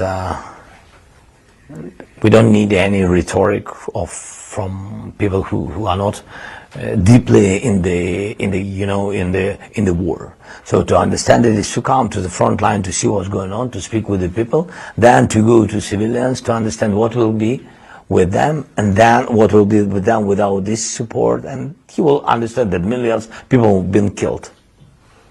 be killed. So he doesn't understand it. Because he doesn't understand it. Of course, God bless, you don't have the war on your territory. President Zelensky, did he ever serve in the military? I don't think so. Huh. Because the guy that he's talking about did serve in the military. He was a Marine. He was over in Iraq. So what the fuck? How can he... yeah, he was in Iraq. It's totally how can he... the same. I don't know where that comes from. I don't know how you do that. You and I have both been on the battlefield. I was in Iraq and Afghanistan. You've been numerous deployments. But this guy was an actor before he became the president. Is that right? And I'm wearing my Ronald Reagan shirt. A lot of people have said Ronald Reagan was an actor. Absolutely. He's the commander, absolutely. supreme commander. But I can say this. I think Ronald Reagan years, might be responsible for getting rid of a little wall that they had. Remember that? That wall, East Berlin? Mikhail Gorbachev, another Russian, probably very hated by many Ukrainians. But what is going on with Zelensky? How did he become president? How did that happen? I'd love to know the backstory behind that. It's a really interesting story, and by the way, Reagan is probably one of the few Republicans that are very, very much respected in Ukraine. John McCain, for example. John McCain, I'm not a fan of, not at all. But go ahead. We are. Okay. I believe we even have like a. Why do you like McCain? Why do you like McCain? He was a great supporter of Ukraine. He always called to provide Ukraine with enough weapons and support and opportunities to return the occupied territories of Donbass. And I remember his phrase when he met Putin, and he said, I saw in his eyes only 3 letters, KGB. I agree with that. I agree with that. Absolutely. Yeah. So regarding Zelensky, again, like, I'm not a fan. I voted for Poroshenko. Okay. Really? I'm not the guy. I'll edit this out so he doesn't see that. I'll edit it. Okay. But like, I don't care. But at the same time, he does his job. And the job of Ukrainian president is basically communicate with other leaders around the world, deliver information about what happens to Ukraine, and unite countries around supporting Ukraine, because this is the right thing to do. Okay. There is this repeating question, like, why should United States support Ukraine if it's like far away on another part of Earth? It's not our business.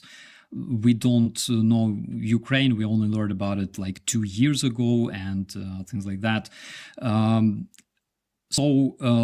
In 1994, remember, like, Putin in his interview to Tucker Carlson, like, 800 years ago, Mongolian Han.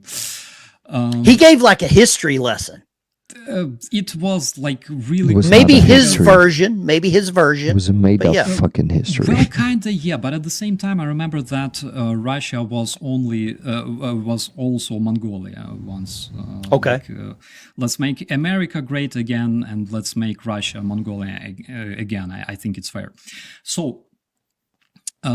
In 1994, Ukraine, I'm not sure if you know about it, Ukraine possessed world's 3rd largest nuclear arsenal.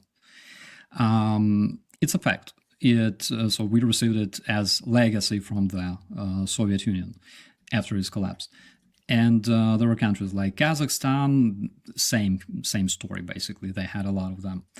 So Ukraine had quite a few ICBMs that were aimed at, I believe, every major city in the United States.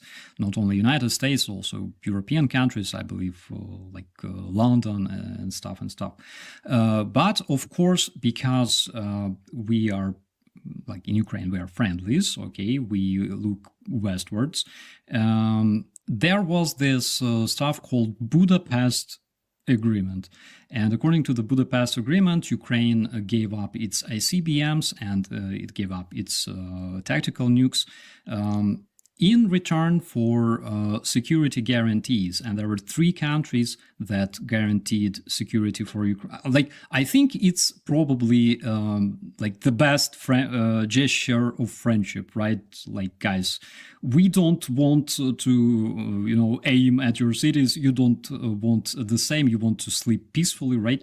Bathroom break. So it's really Ukraine interesting. gave up its nukes. They were brought to Russia. And 3 countries guaranteed its security. There were the United States of America. They were... it was the UK, and it was Russia. As a result, Russia violated this agreement, and America like there are still debates whether we should support Ukraine or not. At the same time, Ukraine was always a friend and partner with the United States. It's not a secret. We have like long story of cooperation after the collapse of the Soviet Union, because Ukrainians are not Russians. We are absolutely different breed, right? And we always were more pro-Western. We always wanted to be friends with beautiful people from Europe and the United States as well. A lot of people unfortunately forget that unlike Russia, who always wanted to see demise of the United States, Ukraine was your friend and partner.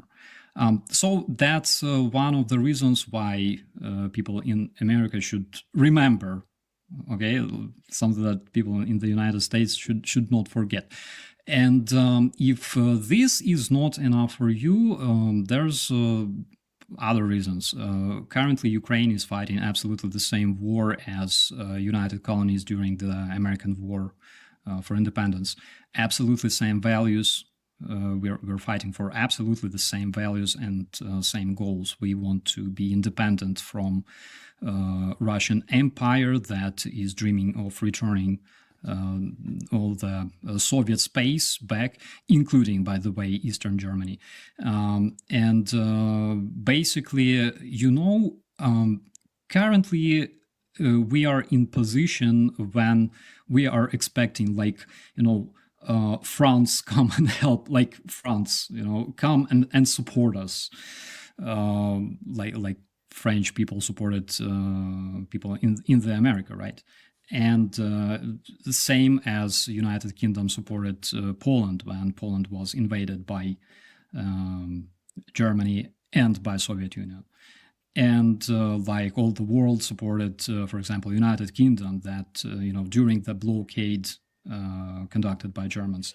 So currently we are there, and I hope that you understand what we're talking about. And if you want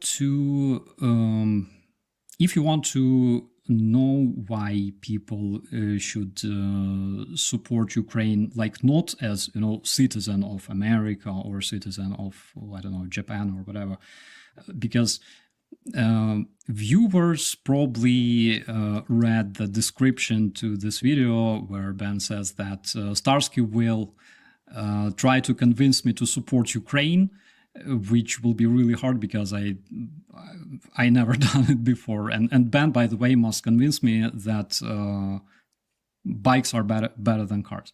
Harley Davidson, baby. And they're woke, and I can't stand it. I'm tempted to sell mine because they're starting to support the LGHT, and they're going very woke with, and I think Jochen Zeitz, no, he's Jochen Zeitz. He might be German, the new CEO of Harley Davidson. I'm not sure. German or Austrian. Both of them don't sound like an American CEO.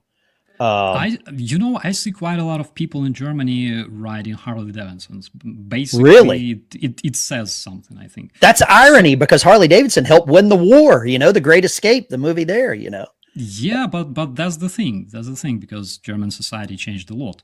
And I think a lot of people must look at them, especially Russians.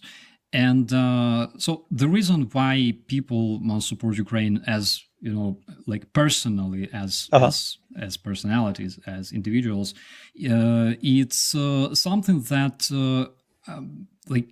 it's really hard to convince somebody who doesn't want to do something. Sure. To do it, it's obvious thing. I think it's good to have a conversation and find out from.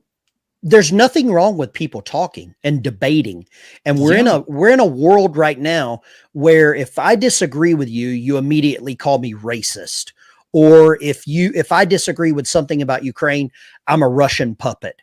Or if you disagree something about Donald Trump, then you're a Biden supporter. And it doesn't have to be like that. We are allowed to disagree about shit. Like that, that's the beauty of the world. That's the beauty, right? Yeah, I completely agree on that.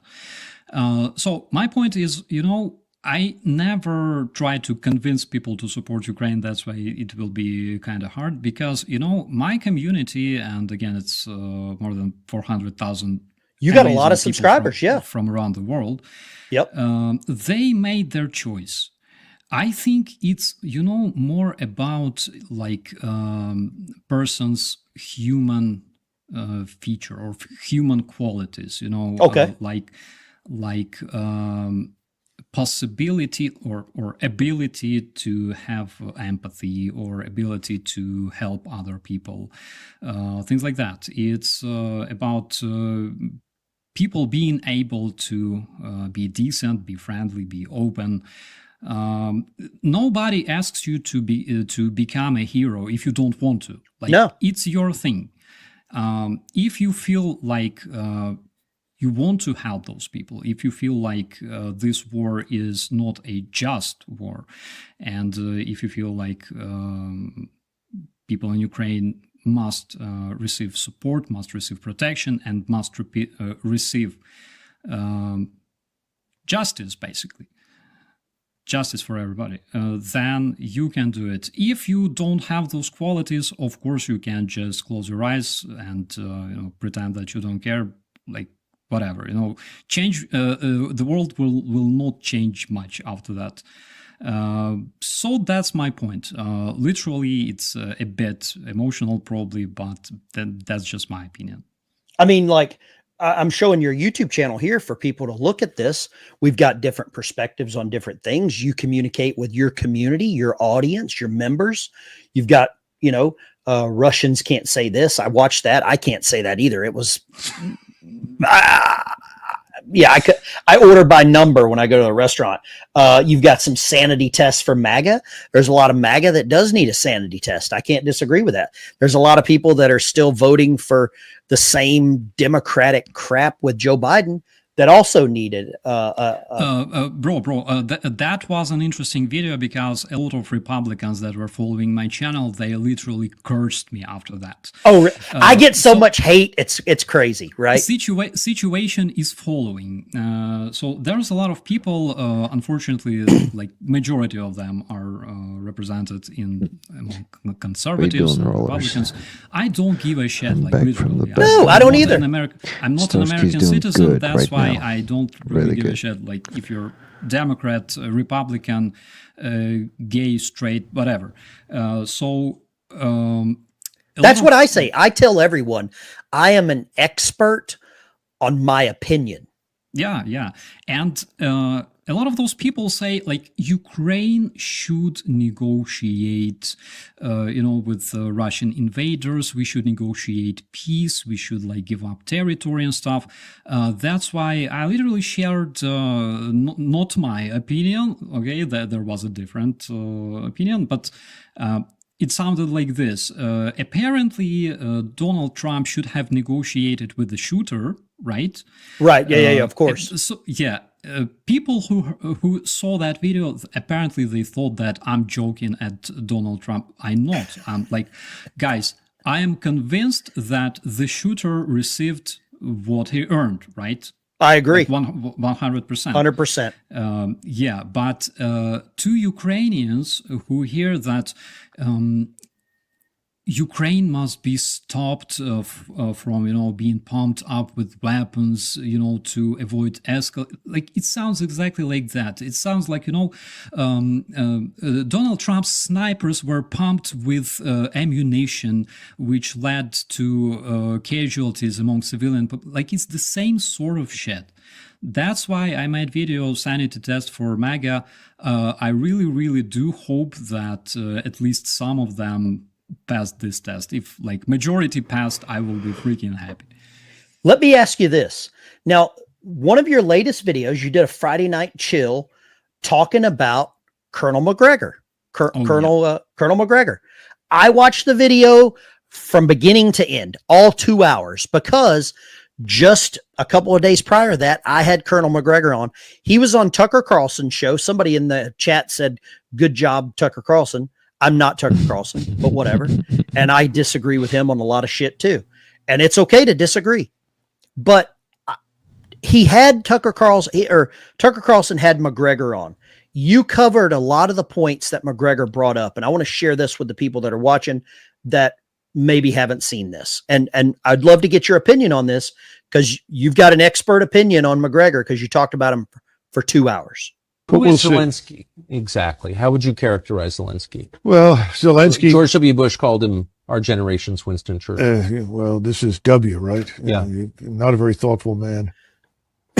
George Bush is crazy. He was a comedian who made a living acting on stage, frequently pretending to be a trade, doing things with various body parts that I won't go into. And he was picked up by an oligarch named Kolomoisky. Kolomoisky is the individual who's probably more responsible than anybody else for funding this atrocity we call the Azov Regiment that runs around gear and so forth. And he was picked and then blessed by Victoria Nuland and the State Department as their man. Now, when he originally ran for office, he ran on a peace platform, and he was overwhelmingly elected. Is that true? He was overwhelmingly elected? He received huge support, huge advantage over President Poroshenko, actually. Yeah, I looked it up. It was like 68% of the vote. Something like that.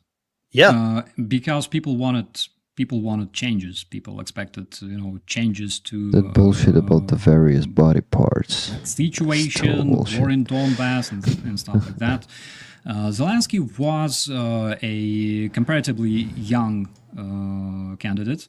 Okay. And there were a lot of people in his team that would unite all kinds of people with different political opinions, which was kind of cool. There were pro-Russian people in his team as well.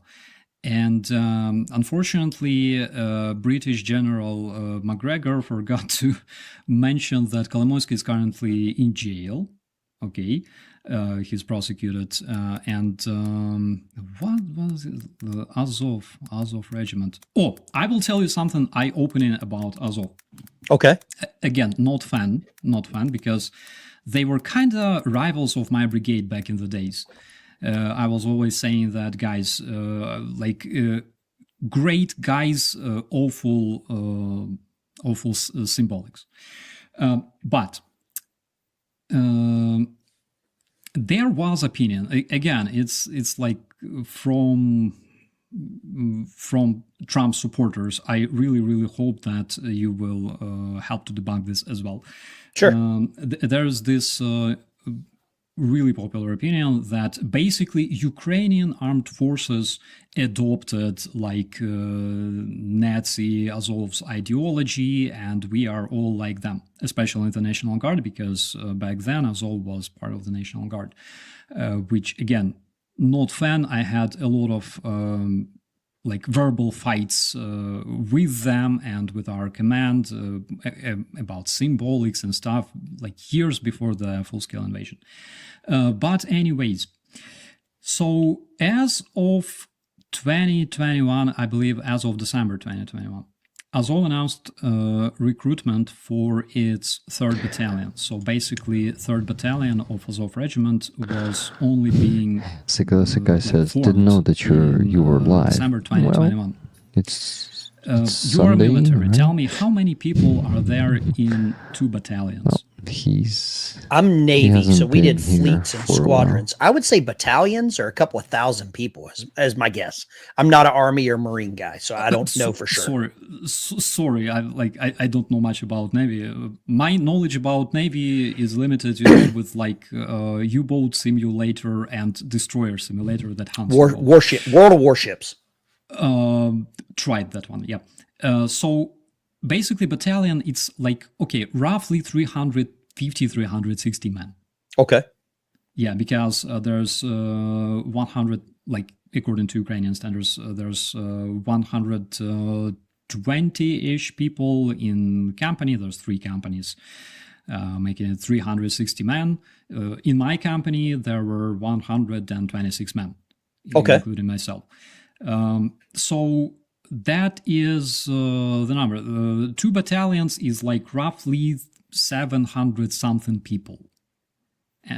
okay, that's infantry. If we're talking about brigade, there's of course artillery, there's armor battalion, there's anti-air battalion, and reconnaissance company and things like that. But it's not like 100,000 people. So eye-opening facts, like this scary Azov that is used like everywhere to scare the shit out of people. Its infantry consisted of less than 1,000 men in 2021. It was before the full-scale invasion. Something that people probably don't know, or they don't read the media. So just that's pretty interesting information. Yeah. Now I want to play a little bit of your video here talking about Colonel McGregor, and I thought this was pretty interesting. Let's see here. Same microphone, same shirt. I love it. Same necklace. I like it. You got a uniform. You're military. You got a uniform. I watched just before that. There was a kick-ass concert of Taylor Swift in Germany. I didn't see the concert, unfortunately, because you're a Taylor Swift fan. She has some good songs. My girl is her fan. Gotcha. Okay, that's always a good answer. I was about to say. Okay, let me get to the part where you're talking about. Oh, here we go. Here we go. The Battle of 73. My God, my English sucks today so much. 73 Eastern during the Gulf War, facing an Iraqi Republican Guard opponent. He was part of 19th Abrams. I won't bore everyone. What is your problem with McGregor? Is he wrong on some of the stuff that he says? Like literally, bro, everybody who says shit about Ukraine and retranslates pro-Russian narratives, like in Ukraine, we hate them. Okay. Like, seriously, like there are enemies, and it's not just about we disagree with them. Right. It's because what they say can result in Ukrainian people like losing lives. Okay. That's why, unfortunately, I like, not that I laugh at whatever happens at the Mexican border right now, but at the same time, Ukrainians don't understand this shit. No, they don't. We don't understand because I don't believe that some of the American border guards died from like artillery fire, right? Like, a lot of them are corrupt.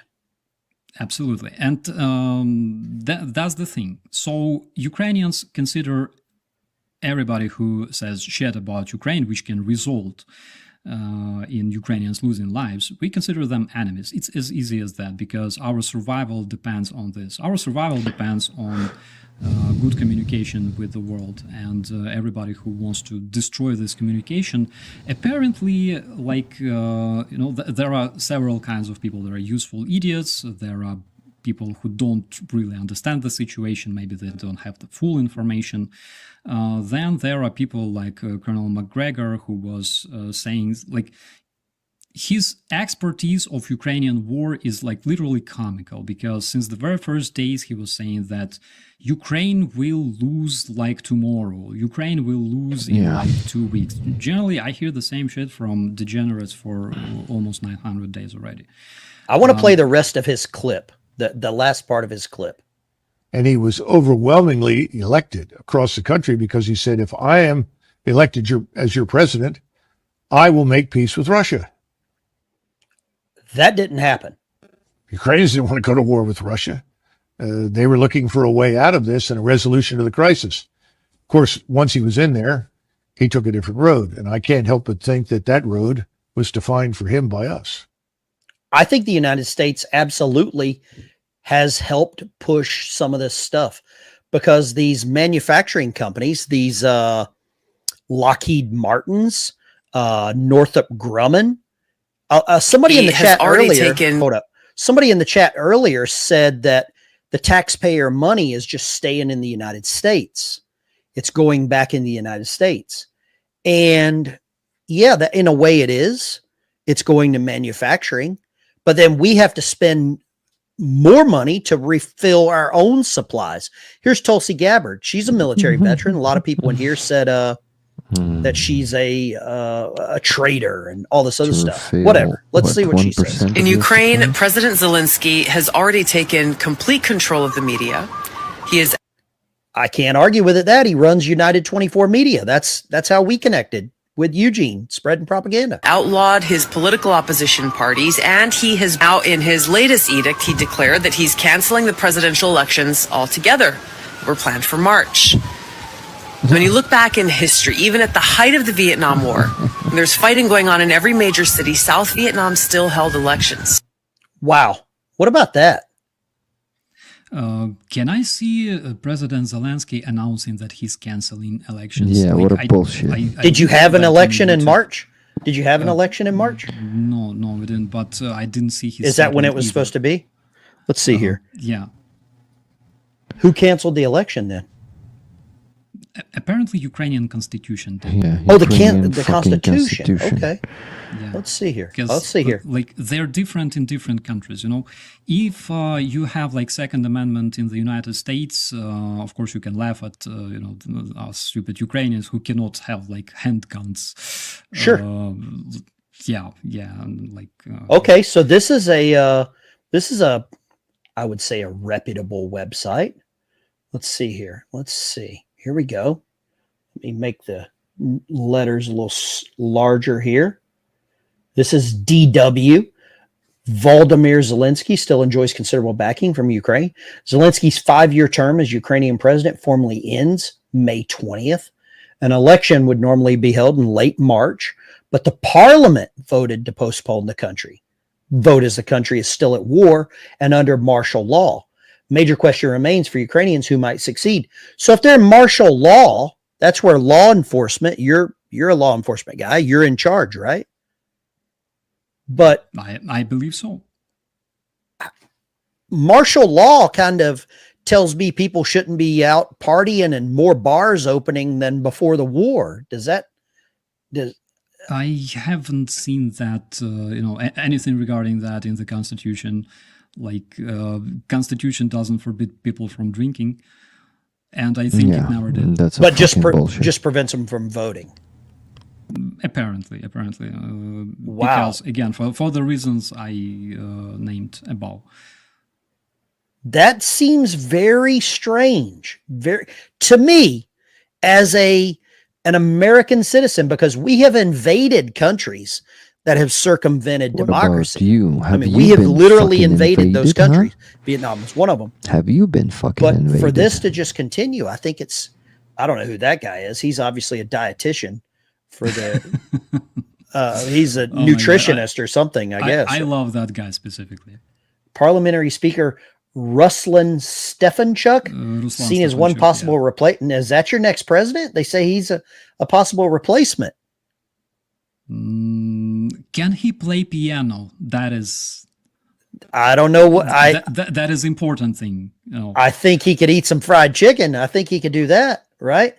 Could be. So he's here's another interesting article. Nice. This came out 4th of August. This came out today. Today. New York Times. War shatters the dating scene for women in Ukraine. While the pursuit of love might seem secondary to dealing with the horrors and privations of the war, Ukrainian women say there's not enough men. Hey, all you single dudes in the chat, go to Ukraine. There's some Ukrainian women that are apparently a little lonely. Is that right, or what? What's going on here? Well, in reality, I know a lot of cases when foreign fighters fighting for Ukraine found their love and married Ukrainian women.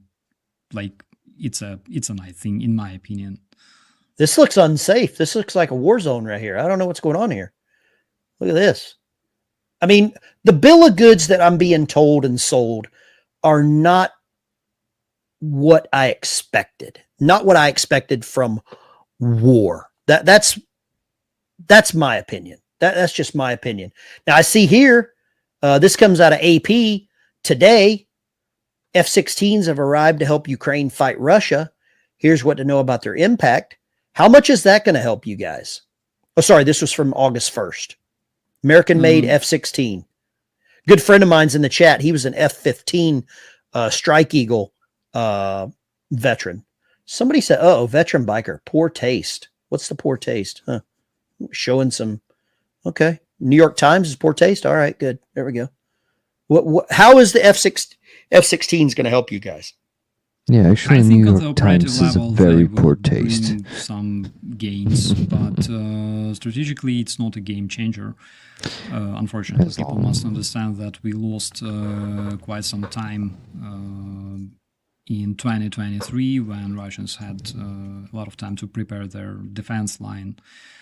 South Ukraine, places like Robotyne and south of Robotyne. So those were needed there then. Currently, they will be used in order to intercept Russian missiles. We know that they will be used for air defense in general, but I'm not a pilot. Again, my experience is limited to playing Microsoft Flight Simulator. So I got so you. that's the thing. Do you play any computer games? None at all. I don't. I just don't. It's not my my shtick, I guess. You know. Let's talk about this CNN story. Russian submarine sunk in Crimean port. Here's the other question. Crimea was taken over multiple years ago. What prevented Ukraine from pushing back and going to war during that time frame? What stopped No that? army, no I army. believe things like Minsk agreements, because there were quite a lot of missions from United Nations actively operating on the territory of Ukraine. There was OSCE that was present not only on the territory of Donbass, but also in Crimea. Those guys did a lot of good things, not really good things, because a lot of things they didn't do, unfortunately. But that's the thing. The reason So why rulers, President you think. Zelensky, who promised that he will end the war in Ukraine, like again, my honest opinion is that he did it for to benefit his presidential campaign. Everybody would say that. Trump does that too. But, Sure. Why wouldn't they? Yeah. Mhm. yeah, That's an like easy it's answer. obvious. Mhm. But at the same time, what happened next is, I believe the problem was that Zelensky didn't really realize that you cannot talk to Putin. There's no agreements that he would not violate. For example, in 2003, which is like literally 11 years before they annexed Crimea, Putin himself signed a memorandum with Ukrainian President Yanukovych, because It's Putin never interesting, changes. guys. Russians, You're right. It's die interesting or why get Starsky born, is but the not president is the same. actually given the facts of the so war he signed crimes of memoranda Putin. with Ukrainian president that both countries recognize each other's borders, Not given and facts. Putin recognizes basically Crimea as part of Ukraine. There were absolutely no talks about Crimea being like natively Russian land. Nothing like that. Yeah, this veteran but biker we is. see what we see, and later Zelensky I realized understand that why you're laughing, like Nikki. you cannot have agreements with Putin. They will not be kept. He doesn't stick to his word. He doesn't. He's not a reliable opponent. Let's call it this way. So that's the thing. A lot of things were discovered by Zelensky and his team back in the days. Again, he made a big bet on rather pro-Russian members of his team. There was this guy who said that he was a comedian as well, by the way. He called basically Ukrainian soldiers fightful minority. Like Ukrainian people want peace, but only soldiers that are like doing some kind of shit at the front line, they want war. And it was 2019. And we all, like us soldiers, were like, what the hell is happening? Like, are you serious? So that's the thing. We're like, what the hell is happening? Like, are you serious? So that's the thing. I hope I answered some of your questions regarding Absolutely. Now, this Russian submarine that was hit in port, there's multiple stories that came out yesterday. I'm not seeing anything new about this. What do you know about this? What do you know about this Russian submarine? It was in a dry dock up on some blocks and got hit by a missile. It had already been hit by a missile before. Is that correct? I believe that it was docked. I'm not sure if it was in the dry dock itself. I believe that it was docked and it was undergoing repairs. So it was hit by a missile. I believe it was either Storm Shadow What is he or expecting? Ukrainian Neptune. Okay. Like Hey, those that were random used to username destroy 2004. Russian I'm not flagship bad Moskva in these days. 2022. Ukrainian Neptunes are being modified. They're modified to carry more This guy's such a explosives, vatnik. like Well, warheads. Also, they're modified to strike at longer range. I cannot provide you with the details, like he how many believes the you bullshit. can build on a daily basis and stuff. He but hears that's from what we know. Russian So they're propagandists and also stuff. modified to strike like naval and land targets. So one of those two types, in my personal opinion, were used to destroy this submarine. Yeah, veteran, go visit Again, Ukraine. I believe that the strike was coordinated. Come the fuck Crimea is a big place, and there's plenty of reconnaissance Go see it for guys yourself. can be located in the area.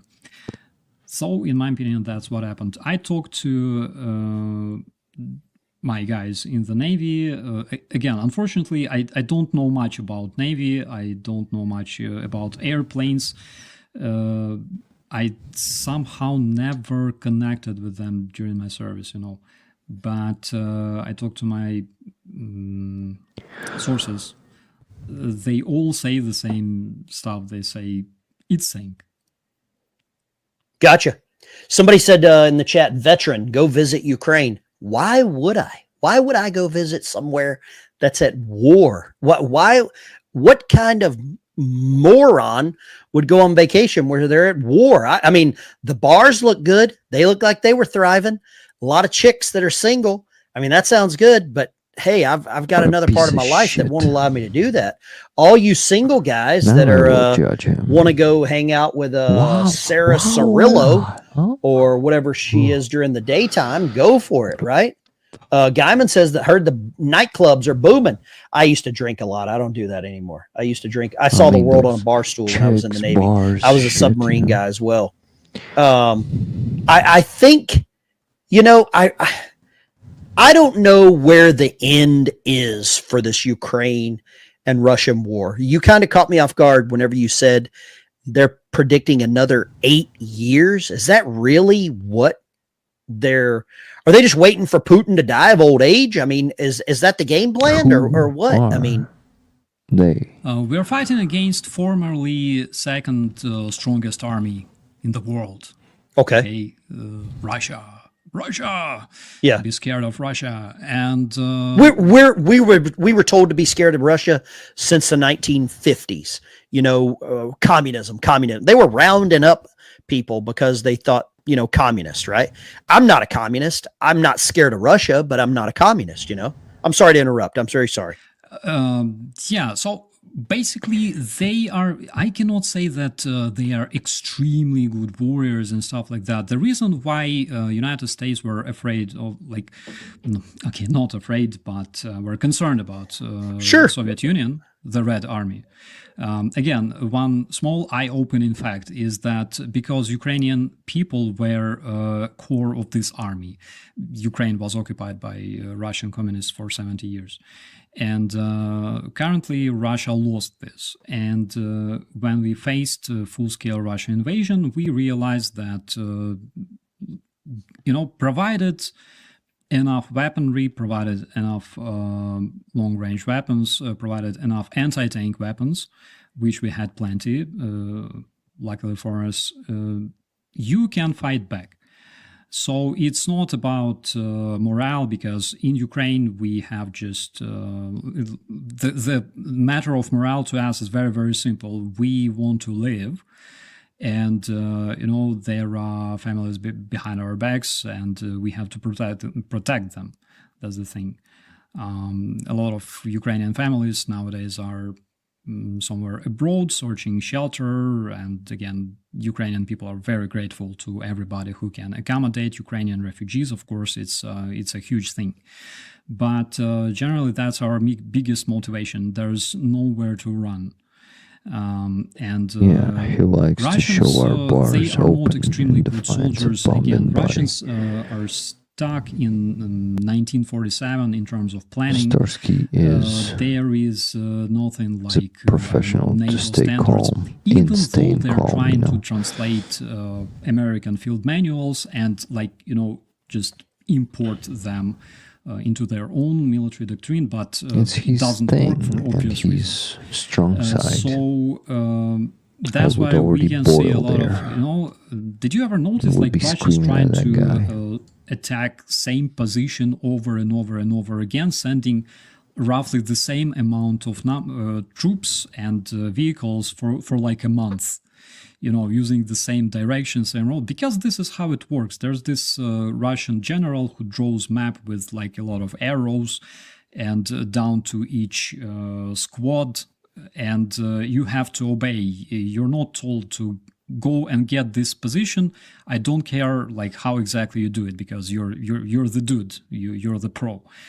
You have to go straight, no step left, no right, and back in 2023, for example, when Russians would take some position, looking at it, even without having any satellite imagery or drone reconnaissance, drone footage, we could tell exactly where they would put their trenches, their positions for their mortars, for example, secondary positions for their mortars, because they do everything according to book, like literally everything. They're that stupid. Wow. That's reality. But it sounds like Ukraine is now on the offensive rather than just defensive. Is that right? Because Russia bets a lot on its manpower, and unfortunately it brings results, because when you say thousands and thousands of men into a meat grinder, eventually either your enemy runs out of ammo or just gets buried under the bodies. Right. For example, take a look at cities like Bakhmut. If you can Google and show it on the screen how Bakhmut looks nowadays. Battle for Bakhmut took, Of course, he won't be Googling that, right? half a year, I believe, even more. Wow. Basically, the city is destroyed. Because they used to destroy city block after city block after city block, because this is how Russians fight. And right. Is that why it's such a trouble? Is because Ukraine just doesn't have the manpower? You just don't have the people. You don't have the amount of soldiers. Is that why? Is Russia just playing the long game because they have the people?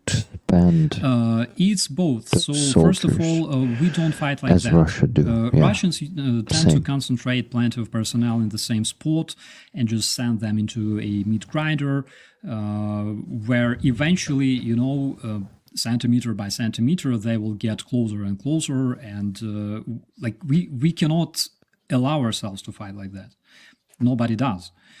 For example, Ukrainian counteroffensive in 2023, that was one of the examples that, we attempted to do something that none of the NATO armies would risk of doing, which is basically attacking fortified positions without air support, without proper artillery support and things like that, and then some of the degenerates would laugh that it failed. On the other hand, it showed tremendous heroism of Ukrainian soldiers, in my opinion. So that is one thing. Another thing is Russia is playing the long game, right? Yeah, long run. And long run, is it from baseball? Long run. Long game is just waiting out your opponent, letting your opponent just run out of gas, run out of fuel, run out of people, run out of materials, run out of ammunition. I got it. A long run. Is it like home run is baseball. Home run. Yeah, that's home the one. run. I tried to learn the rules and I failed. But anyways, they are much better at planning for a long-term perspective. Yeah. And they will outsit anybody. That's the way China is. China's got a 100-year plan. 100-year plan. Bell End Road. Cindy, Got a comment here. Veteran biker people bring humanitarian aid from abroad. Many countries do. I agree with that. That should be there. I personally don't send a penny of my own money outside of the United States. There's too many people here that are suffering. There's people in the Appalachians, Kentucky, West Virginia that don't have running water. I'm an America first kind of guy, right? I'm sure I am just that. Combat Mosquito said, Starsky, we got your back. Y'all go and follow Starsky if you're not following his channel. Starsky, I'm really glad we had you on the channel, dude. I think I know a little more about Ukraine.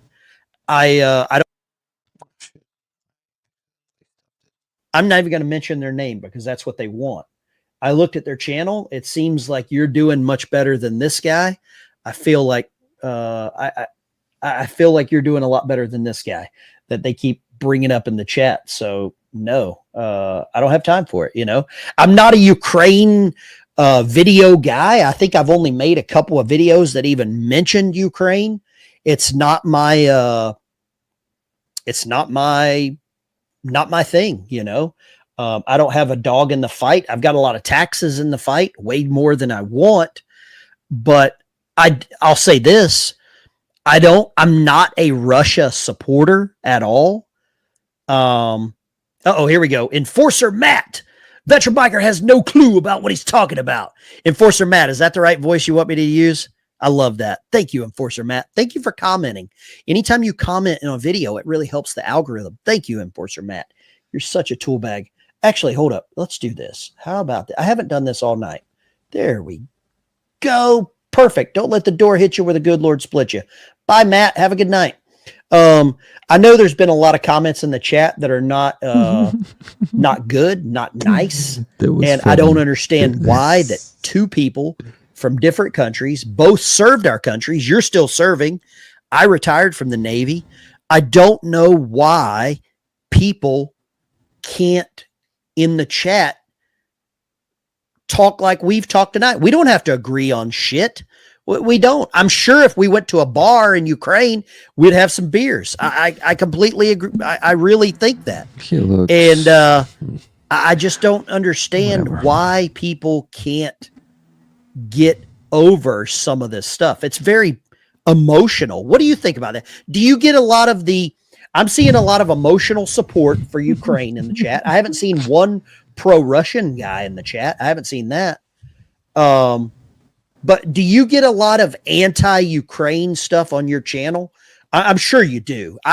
Joe Rogan, I watch Joe Rogan. Joe Rogan says never read the comments. And sometimes I really, really wished I didn't. But what's your take on that? I tell you this, if you're trying to get loved by everyone, eventually you will have like mental disorder. My grandma told me that. She's a wise lady. Absolutely. But at the same time, again, I believe that everything can be solved, like every single problem, besides fuckers who want to kill you, can be solved through communication, and this is what we have tonight, right? We have like a proper discussion. Yeah. I believe that you learn more about Ukraine. I believe that your viewers also learn more about Ukraine, and I really hope that we will have like another chance to do this. I'd love to anytime. Absolutely, because again, as I said, you learn a lot of things by just communicating with other people from other parts of the world. Sorry, I'm a bit slow tonight, and English is not. What time is it in Germany right now? It's like 2 o'clock in the morning. 3:28, but I'm charged with caffeine and positivity. Anyway. Hey, here's what you need to do. You need to email me your address. I'm going to send you some good coffee. I'm going to send you some good. Are you a coffee drinker? Absolutely. I have. You're military. You got to be a coffee drinker, right? I'm going to send you some good coffee. I got a couple other things I'll throw in the bag for you. It'll all make it through customs. I promise. Oh my God. Okay. I will send something back. So that's the thing. How do you... Okay. I think I should ask some questions. Yeah, go for it. Let's do it. How do you think why Russia conducts informational warfare in the American society? They want to fundamentally cause change. They've been doing it since I would say since the 70s. And it's nothing more than mind warfare. There's a very good interview with an ex-KGB guy where he talks about just little minor changes of people's thought, their people's daily lives. I think TikTok does it with the dopamine hits and the likes. I think people with TikTok on their phones don't really realize what they're giving access to on their phones. I think Russia is really good at disinformation. I firmly believe that. And I'm assuming because you're a neighboring country, the disinformation where you're at is magnified 1,000 times. 1,000 times. I completely agree with that. Completely. Absolutely. We had that chat since, I believe, 2008. Like big time. It started around that time. And I'm really happy that you saw the interview of this man. I know who you're talking about. I think I can't remember his name. It was Sergey. It's easy to find. It's a great video to watch. Yeah.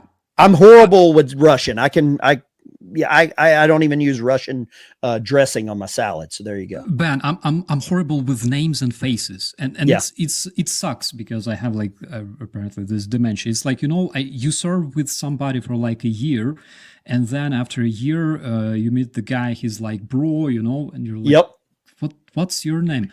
Yep. Like, I remembered birthdays of my guys. I remembered like names of their like wives and kids and everything as a company NCO, and I lost it. But it's really good that you saw that video and that you understand that Russia's not your friend. I don't care who you are. Unless you're China or North Korea, they're not your friend.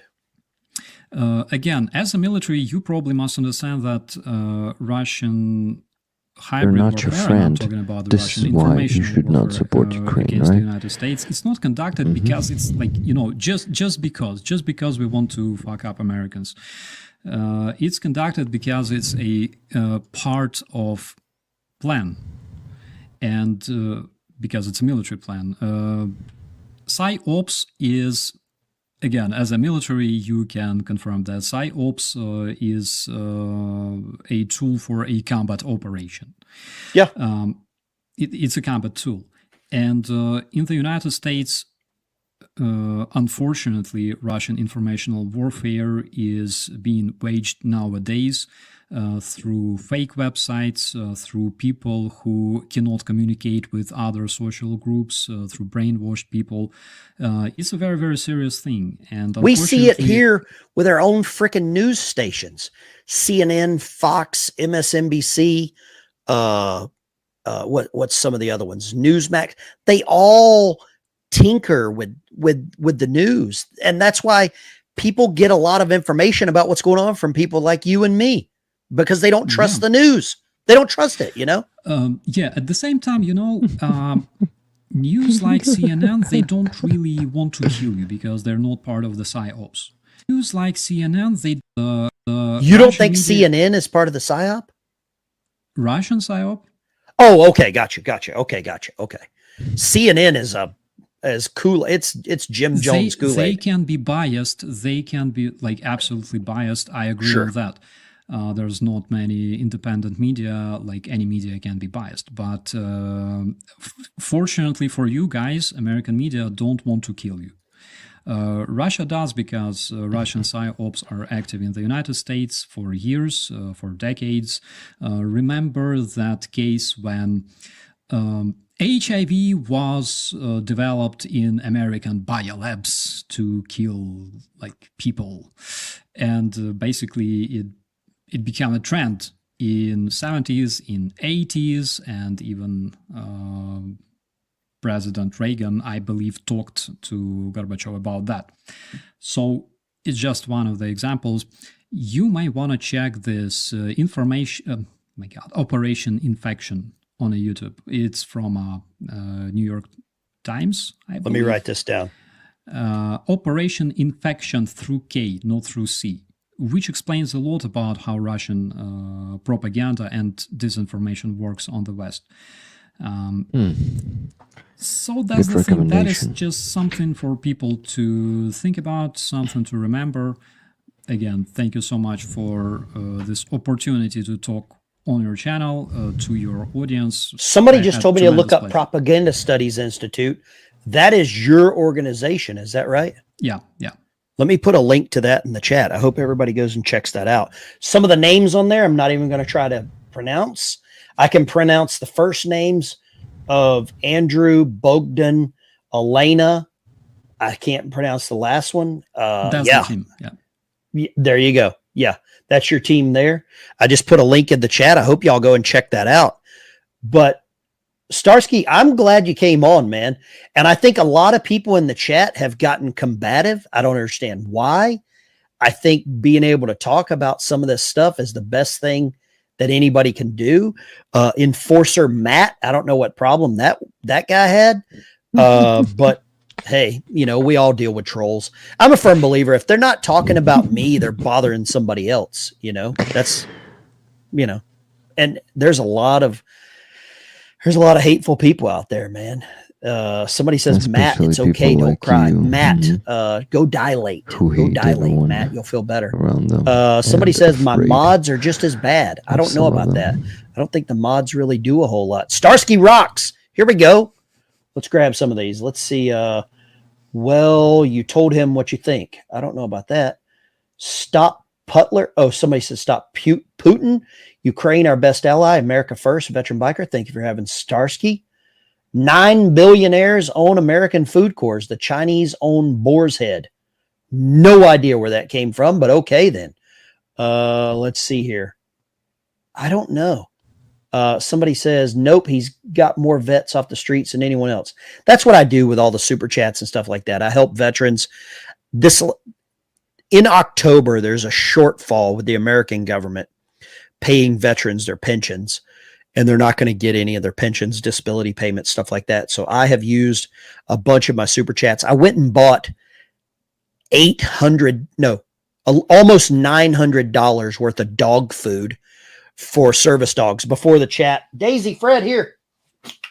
Before we got in the chat, I showed you my service dog, and this is just like my little shit eater named Fred. He lays on, it literally keeps my feet warm. And then my service dog, come here, Daisy. Come here, Daisy. Come here, Daisy. This is my service dog here for nobody that knows. Fred, chill out. He hates it whenever I pet her. But that's what I do with all the super chats. And you said you had a dog. I wish I could show the picture of your dog because you rescued a dog too. You know what? Dog people, I don't like a lot of people, but I like dog people. You know what I mean? I kind of trust dog people, you know. Somebody said, Starsky, is this something that Ukraine has deployed? Transgenic mosquitoes? Is this some tactical warfare you guys got? What is this? Yeah, absolutely. That sounds scary as shit. It's a secret Ukrainian weapon. So, are you serious?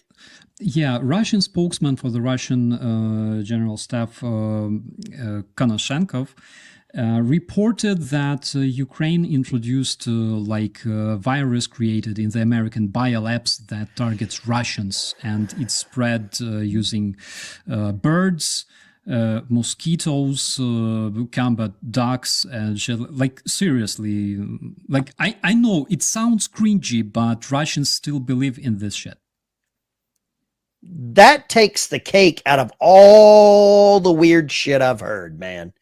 That takes transgenic mosquitoes. Let's see here. Man, nobody likes Enforcer Matt. Enforcer Matt, you're getting no love in here tonight, man. Mongrel Marco, single men go to Ukraine. Plenty of widows. That's not nice. That's not nice.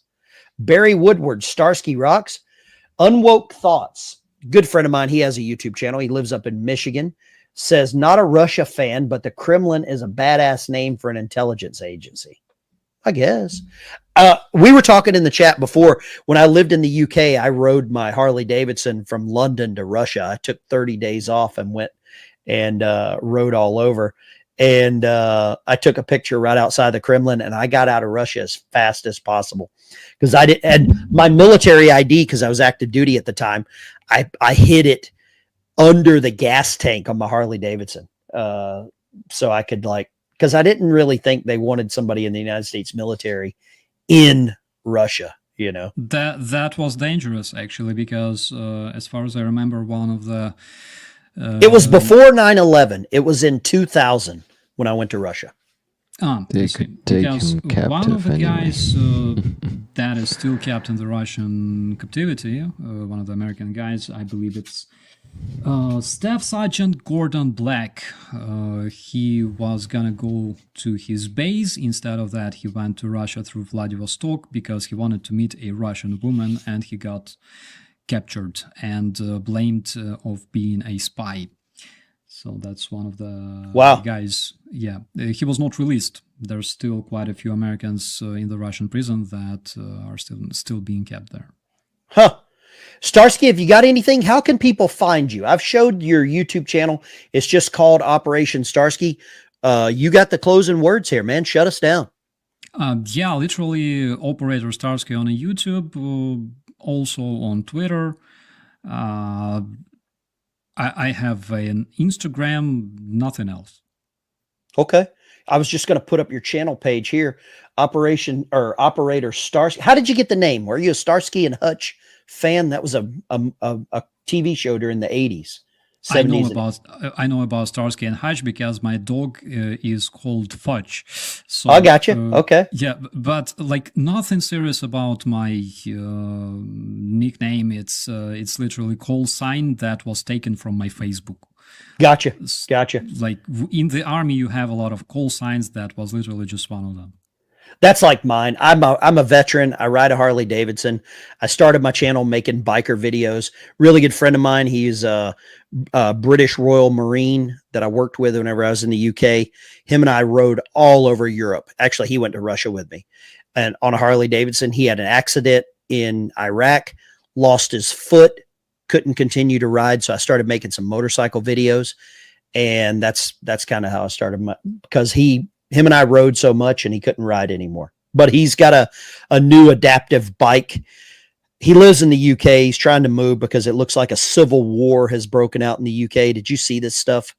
Did you see what's going on there? Not really following this one. My bad, but not really. It seems like the people that say Aloha Snack Bar have started attacking the British nationals, the British locals. I don't know what's going on. Some young people have lost their life. It doesn't sound good. Nothing sounds good. I don't support sending money down to the whole Gaza fiasco. I don't support. I want to fix problems here. I got too many problems here. Before I fix somebody else's fence, I want to fix my own. Thank you. Guys. We're gonna finish again. soon. I completely agree on that. I think they are finishing up, so we're gonna finish after that too. I just need to mention one donation from Johanna. Straight away. It's up to you whether you have absolutely empathy or not. It's completely up to you. Yep, I agree. Starsky, I really appreciate you tuning in, man. You take care. Have a night. Thanks for staying up so late. You let me know anything I can do, help. But I tell you, email me your address. I'm going to send you some American stuff. I'll send you some American stuff. Gotcha. I'll think about that. Thank you so much, Ben. Thank you, dear viewers. It was a pleasure. I really, really do hope that you learned some more information about Ukraine, and hope to see you next time. You take care, buddy. Have a good night. I really appreciate you.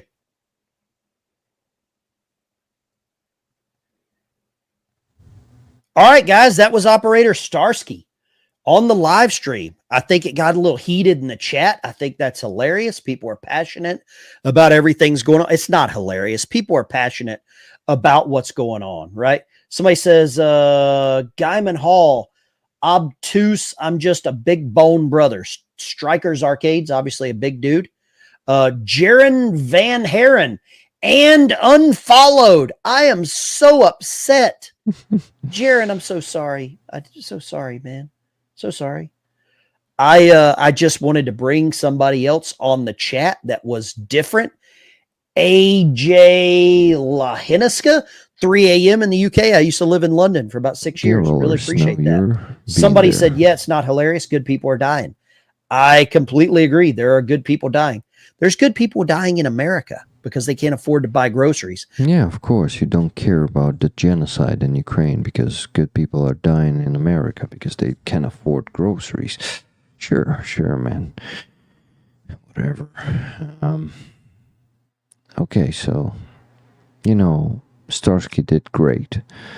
Unfortunately, that dude is trying to deceive people by saying, you know, by saying, why couldn't we just get over stuff? I mean, like, the dude is just not admitting what he's doing, and I think it's for a reason.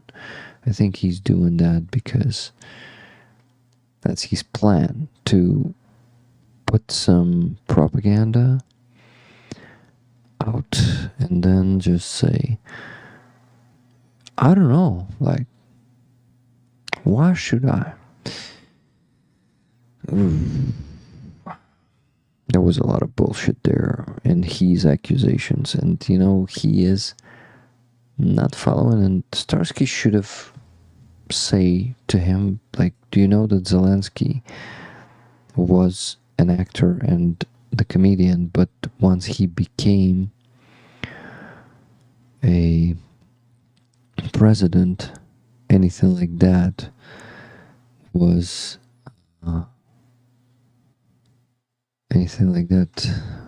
happening. What he was doing, anything like that, he was doing stuff as a comedian, as an actor, before he became a president. Like, the dude is just like pushing the Russian narrative. I don't know if he realizes that, or he just thinks that. And that shit about the bars and making fun, having fun, you know. I thought this country is torn by a war. You know, Starsky could also explain it to him, but Starsky has his own style. But he could explain that, you know, the country's huge, and even though the front line is like 1,500 kilometers long, there are a lot of rear cities where people will have fun, and a lot of those who are kind of having fun and drinking could be soldiers who are also having some PTSD and trying to calm their minds somehow. So, though I am happy that Starsky came to the stream, I don't know, for some reason it feels like he should have done that. He should have at least tried. He was pissed off because we took over his chat. Oh yeah, he was. It was really funny and ironic that the one troll he banned was Enforcer Matt. And of course he didn't notice any Russians in the chat, you know. But they were there. There was at least 2 accounts who were spreading Russian propaganda there. Of course he didn't notice them, and he did not notice a lot of messages that we should not support Ukraine. And, you know, this dude is a hypocrite. He will try to show that right there. You know, he is focused on really making a dialogue, but he's going to be pushing Russian narratives when he has something to say, saying that Zelensky canceled the election. What the fuck are you talking about, dude? Starsky told you that it is the constitution, Ukrainian constitution, that doesn't allow that. And then he goes to the article, and it's written there that it was actually so-called cancelled, in brackets, quotations, right? And it says that it's Parliament who made that, not the decision. It's more like, I don't know, a law based on constitution. Not even a law. How do you call those things? Like a... Okay, good night, Irma Westerback. By the way, guys, the donation came from Johanna 2 hours ago, but the stream was already going a bit less than 2 hours ago. $51.75 from Johanna. Hi, Rick. This is a very late night donation. Hope some others will follow. Enjoying your stream and following the other stream via your channel. Maybe also tickets for me. It may be easiest as such a late an hour. Yeah, tickets for you, Johanna. Once again, lots of love. Johanna's Finlandia. Johanna, thank you so much for that donation. And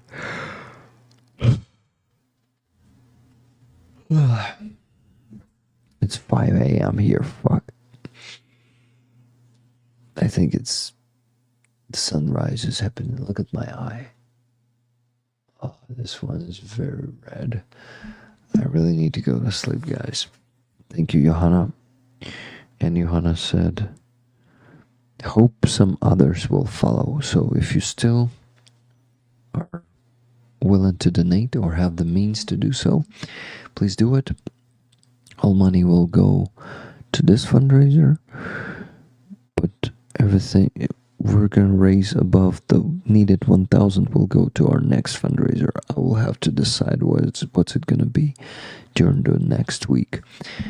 All the money for tickets for this beautiful Vyshyvanka will go to that fundraiser. One ticket is $10, and you have the chance to get Vyshyvanka with HIMARSes, Ukrainian drones, and some bottle geese. Also, some embroidered in on the sleeves.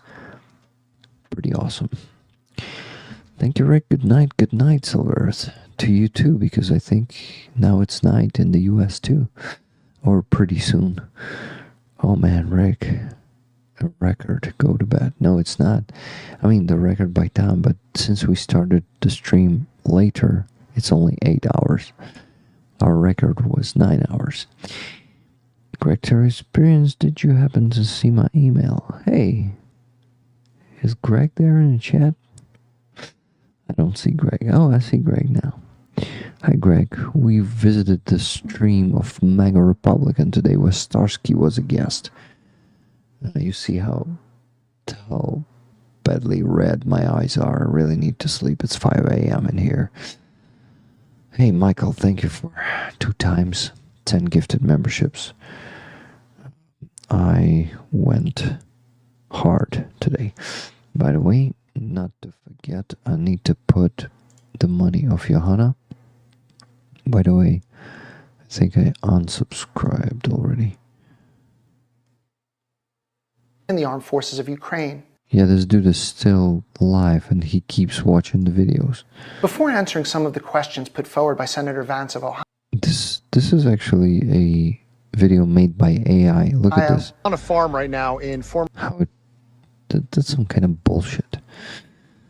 And yeah, dude is homophobic. Obviously, he is fat shaming people. In a lot of moments, he was a total douchebag. Talking about, can we get over stuff? And people hate me. What about your hate for people, The chat on that channel was a nightmare. I try to focus on them, but I was reading chat time to time, and I didn't like what I've seen there. So that dude is, yeah, he's not tolerable at all, and I think he keeps doing that. Hopefully, not hopefully, luckily, I already unsubscribed. He was summoned. Why would I go? Why would I go to Ukraine? You'll never get that, man. You will never get that. Why people would come to Ukraine. Good night, my friend, Jerome's. Good night, my friend. I'm talking to Starsky now, telling him how great he did. His restraint, his patience, yeah. We're going to take it to a new level now.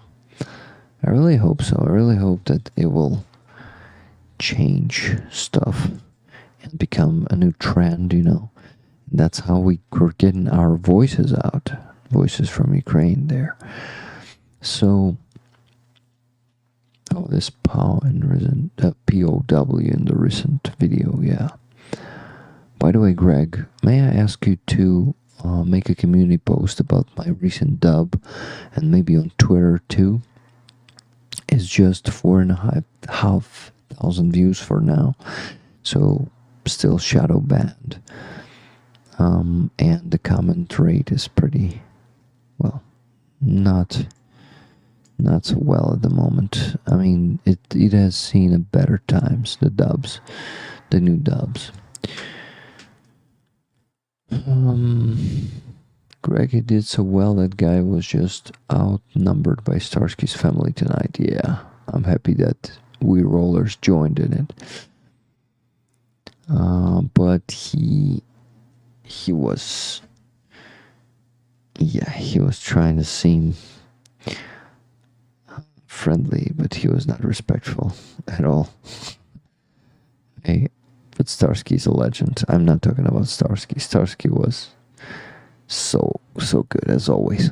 I need to tell this to him. Okay, my friends. I can't even begin to express what the widow comment did to me. I am so angry. Yeah, that dude showing the videos about that dude was really trying to make it uncomfortable for Starsky, but he messed with the wrong guy. Okay, my friends. Yeah, his volume was too low, I agree.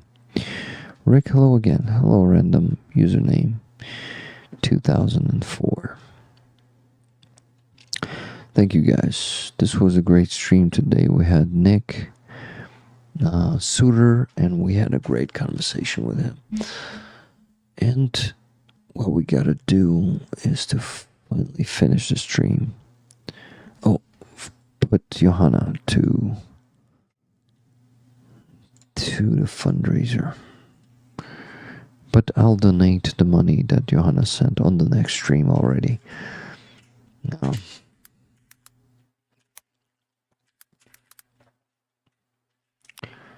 Johanna, 5 tickets. Thank you very much, guys, for donating today. It was a bit harder to raise the needed sum. I mean, like the minimum sum. The needed sum is still not raised. We're $950 approximately short right now. But we'll get there on the next stream. We're gonna finish this one and gonna already donate to the next one. Okay, that's it. Johanna is on the list too. Next week we're gonna raffle the fundraiser. You're a champ. Thank you, Jonesy. Thank you, everyone, guys. I'm happy to see you. Huge shout out to the moderators, Nikki Hale, Lorene. You guys are fantastic. Thank you for moderating today. By the way, as you can see, Greg is also a moderator on his channel. on this channel. Random username, thank you for £1 super chat without any text. Rick sleep, that's what I need to do, yeah. Did you happen to see my email? Good question.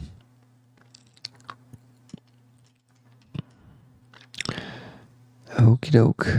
That biker was as much personality as a doctor. He's like, yeah, he's not our type of person, 100%.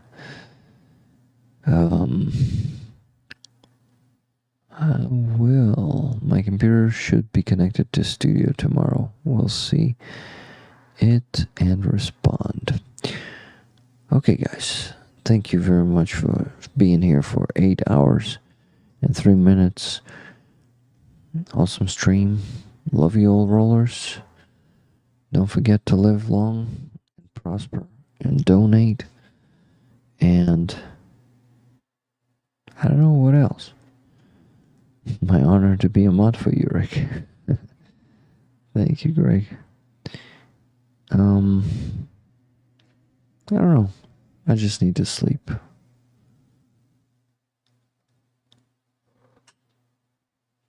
Thank you, Rick. Well, guys, I try my best. My head starts aching, so I'm gonna go to sleep.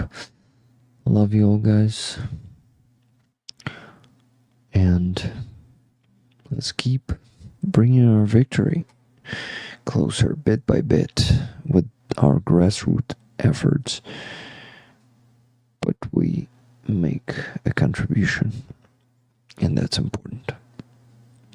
Rick, 8 hours of streaming, bro. Get some rest, man. That's what I need to do. Exactly. And I'm fucking falling to sleep, yeah. Okay, my friends.